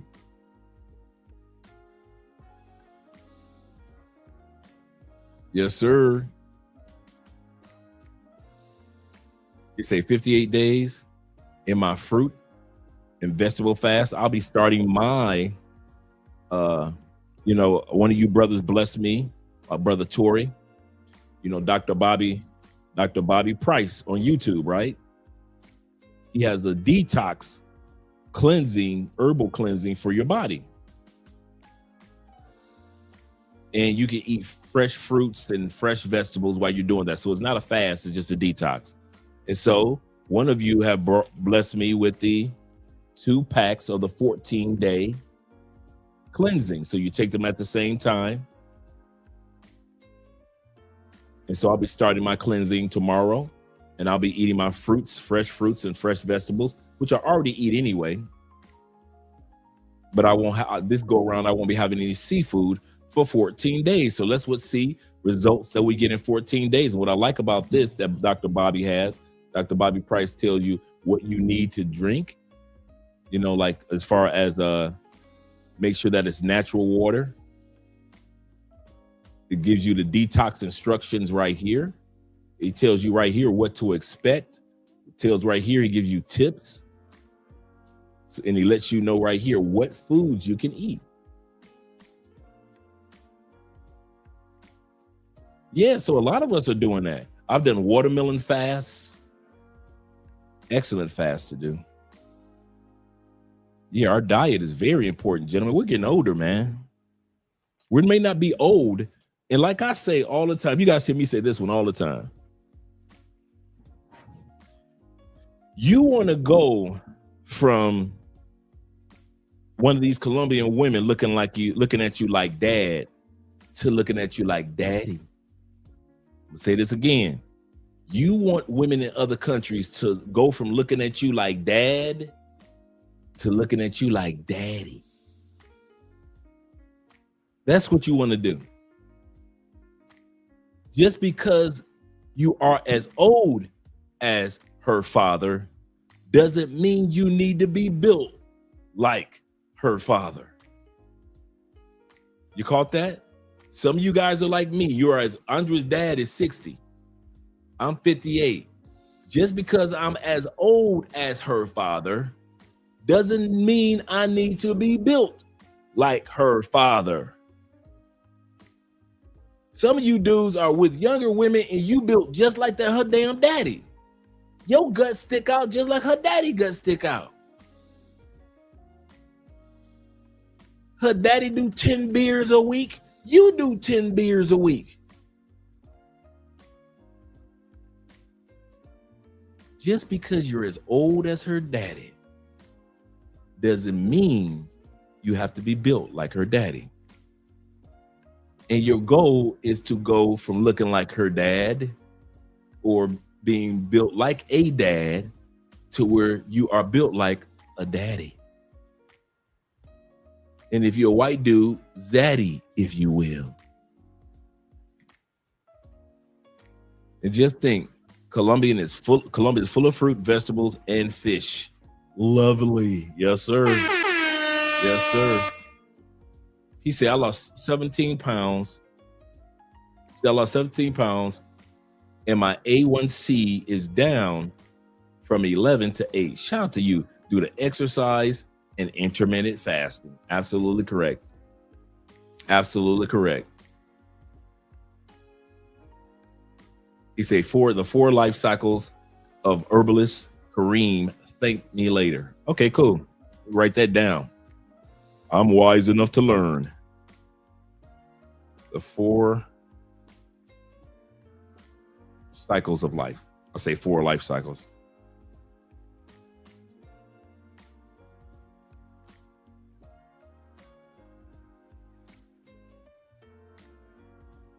Yeah. Sharing is caring. Yeah. Shout out to Tim being in the building. Tim says this. He said, I know a young woman in their early 20s dating apps men in their 50s. She showed me his picture and she said, look at his body. He was fit. Absolutely correct. Give her something that she can look at and lust over, gentlemen. If you're a fit man in your 50s, give the women something to lust over. Yeah, I'm going to be looking this information up in a moment. Let's get ready to head back to the video. We're almost done for tonight. Let's head back to the video.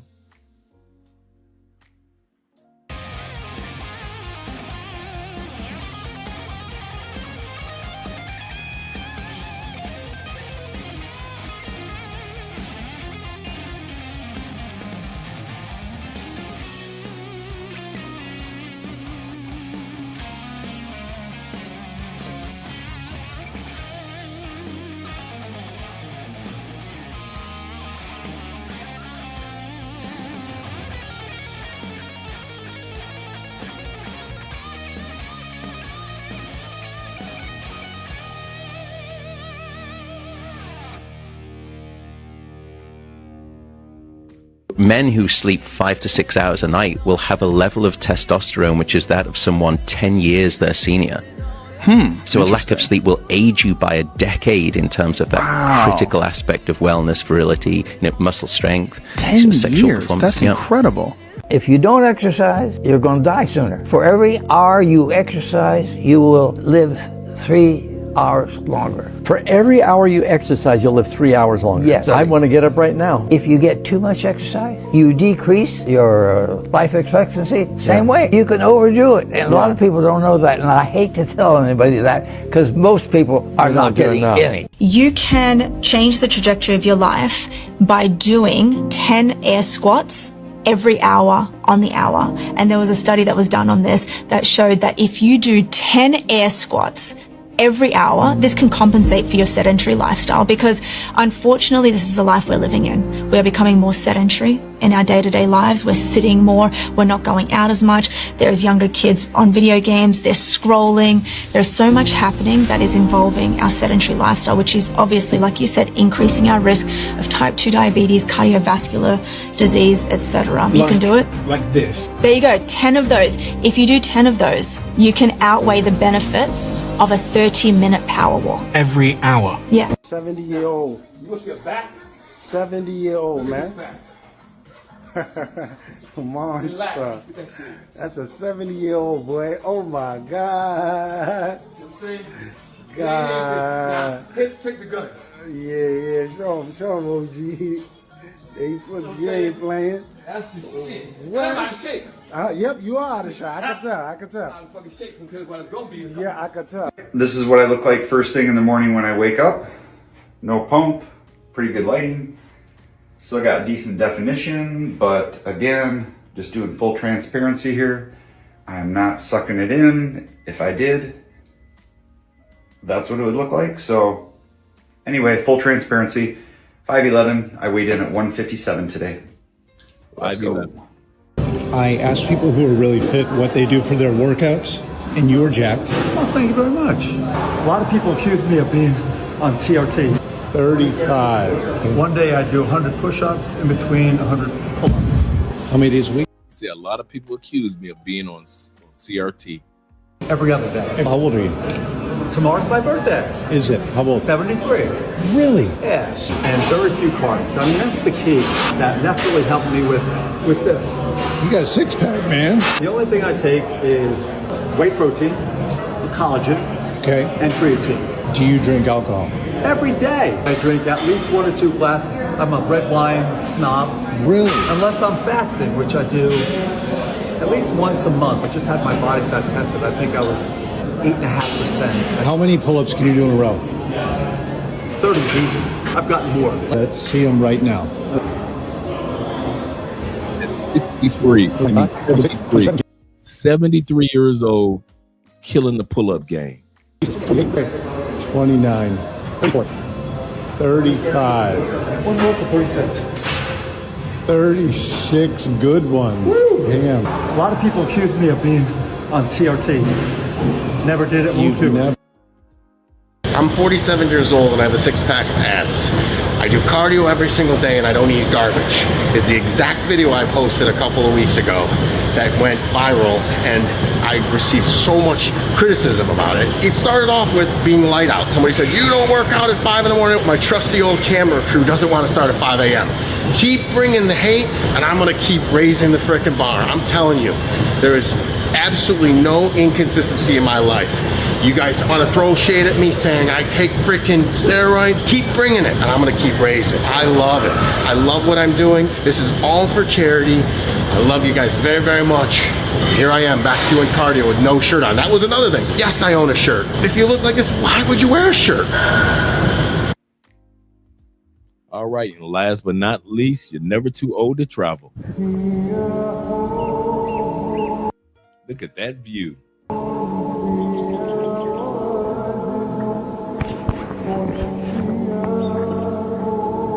Wow.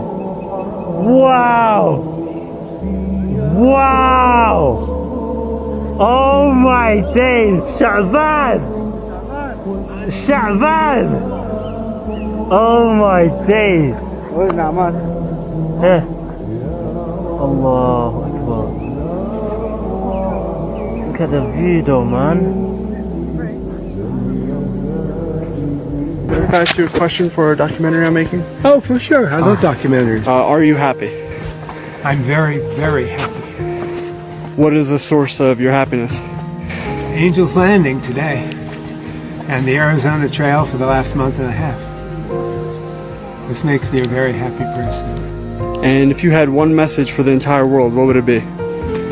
Things are better now than they ever have been. Pause. I know you're probably wondering what's going on right now. Well, let me explain. I have been traveling around the world asking people if they're happy. While I was hiking, I met this old man, and his name is Tinker. Tinker. Theo. So good to meet you. Tinker is my trail name. Okay. My real name is Mike. And what he had to say about happiness shocked me. I'm not insane. Everyone thinks the world is as bad as it's ever been. Oh, we're suffering. Oh, like this. But the reality is, if you went back even 100 years, you'd be begging to come back here. He is not lying. Over the last about 6 months, I've been doing studying of the world and how it was at certain time periods. Y'all ain't trying to go back. I promise. I promise. The world is in better shape as far as technology, infrastructure, advancements than it has ever been. I'm a 38-year-old black man in America. I made it. Nah, but I think one of the greatest gifts I ever gave myself was traveling the world. Because when you leave the country, you start realizing just how small your bubble actually is. See, in America, we grow up thinking the whole world moves like we do. Same problems, same priorities, same pace, but it's not at all. This right here is an older man and his daughter enjoying the waterfalls in Colombia. And I've been under waterfalls. I've enjoyed over 19 different waterfalls in this country. Shout out to this man and his daughter. Oh, really how it is. I've been places where people have way less than we do, but somehow they laugh a little more. They sit a little longer together. They just move through life a little slower than we do. Travel also teaches you something powerful about your identity. In America, sometimes people see your race first, or it's all they see, unfortunately. But in other parts of the world, you're just the American. I mean, in my case, yeah, I'm the black American, but that typically has worked in my favor from my experience and a certain amount of respect that comes with that. But nonetheless, it does change how you see yourself.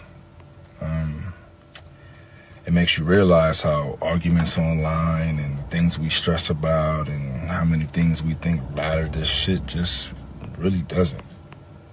It's minuscule to some of the real shit going on out here, right? Travel humbles you, it broadens you. And if you let it, it teaches you that the world is a lot bigger than the narrative you were handed. And once you see that, you can't unsee it. Book the flight, lab. Brother said, book the flight. Yes, sir. Book the flight. Book the flight because older men are winning, whether you want to acknowledge or not, see it or not. One of the benefits of doing this particular episode was not just to be braggadocious about older men, but allow some of you younger brothers to say, hey, I'm on course. I don't have to rush. I'm doing it just like it needs to be done. And when I hit 35 or when I hit 40, I'm on path. I'm following the right trail. And that's why I did this particular episode as well. Not just to celebrate us older brothers, but to let you younger guys know you are doing it the way it should be done. So make sure you guys, like he just said, get your passport. He said, what would you want to come back here after racking up those experiences? I don't know. Some people come back because they have kids back in the States. Some people still want to take care of mom and dad back in the States. Some people want to fall in love back in the States, and they don't realize that they can actually live in other countries and not just visit it, visit other countries. So everybody's different. Yeah, those 36 pull-ups were impressive for a 70-year-old man. I am behind, right? Way better shape. You say fuck around and get a scalpel back then. Scalpel? I didn't get that. Fuck around and get scalpeled back then. I didn't get it. I didn't get that one. Usually I do, but yeah, that was impressive. Well, let me let you gentlemen go. We got some new outros. Hope that you guys enjoy them tonight. And once again, once these cameras and lights go out, man, older guys, celebrate yourselves. You have done an excellent work with the gift of life thus far. Younger guys, celebrate yourselves, because I'm telling you, you're on the right path, enjoying the journey of life. Yes, sir. Oh, get scalped. Okay, I got you, Will. I got you. Here we go. Let's go. Let's go here to the first one. I'm going to give you 3 outros today. 3 outros. Let's go to the first one. Right here. Yeah, let's start there.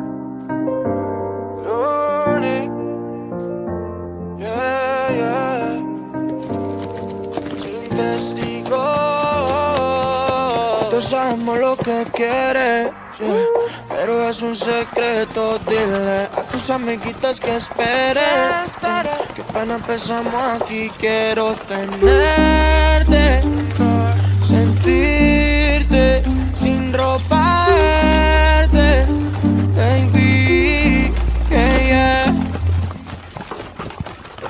Tómatelo pero sin testigos, que entre menos gente sepas mejor, solo dile que somos amigos, pero no que yo te hago el favor. Tómatelo pero sin testigos, que entre menos gente sepas mejor, solo dile que somos amigos, si nos dañamos el parche no va peor.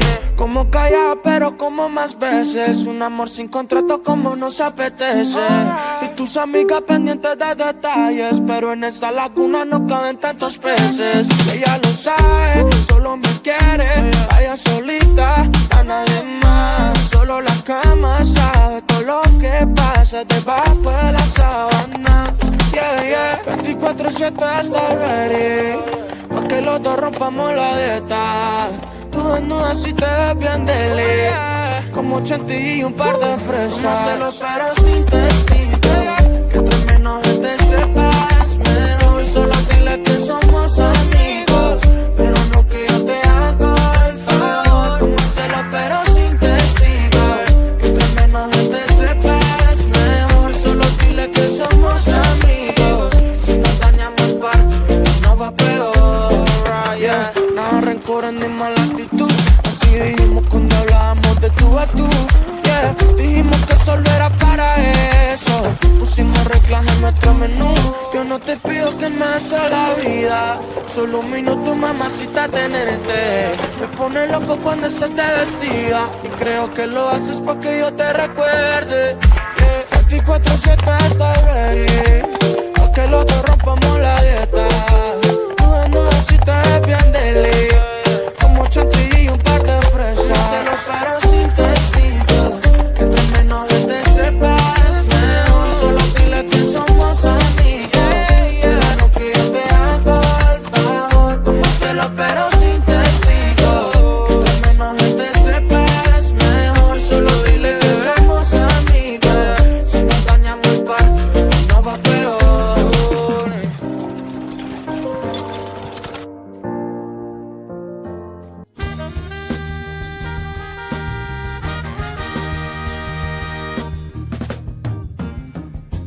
We can do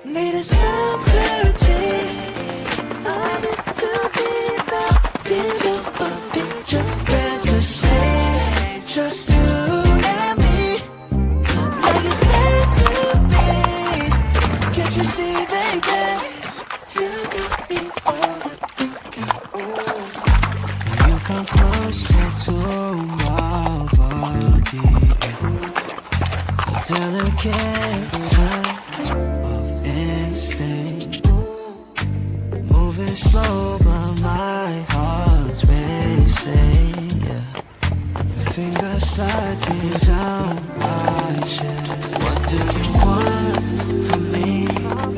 Lately it's been nothing but a mystery. Curiosity has got me wondering if this'll be alright. I want you in my life for more than a night. You got me overthinking. Yeah, are we good? Need some clarity. I'm in too deep now. Can't help but picture fantasies. Just you and me, like it's meant to be. Can't you see, baby? You got me overthinking. Yeah, you got me overthinking. You got me overthinking. You got me overthinking. Yeah, you got me overthinking. Okay. Yeah. Logically, it don't make sense to me. I don't see what you see. From making me wait to call you my lady, making me contemplate, trying to calculate what your signs state. Tell me why hesitate? Why you keeping me at bay? Don't wanna be in the gray. Baby, I really love your curves, but I need my answer straight. Do you want from me? Lately it's been nothing but a mystery. Curiosity has got me wondering if this'll be alright. I want you in my life more than just a night.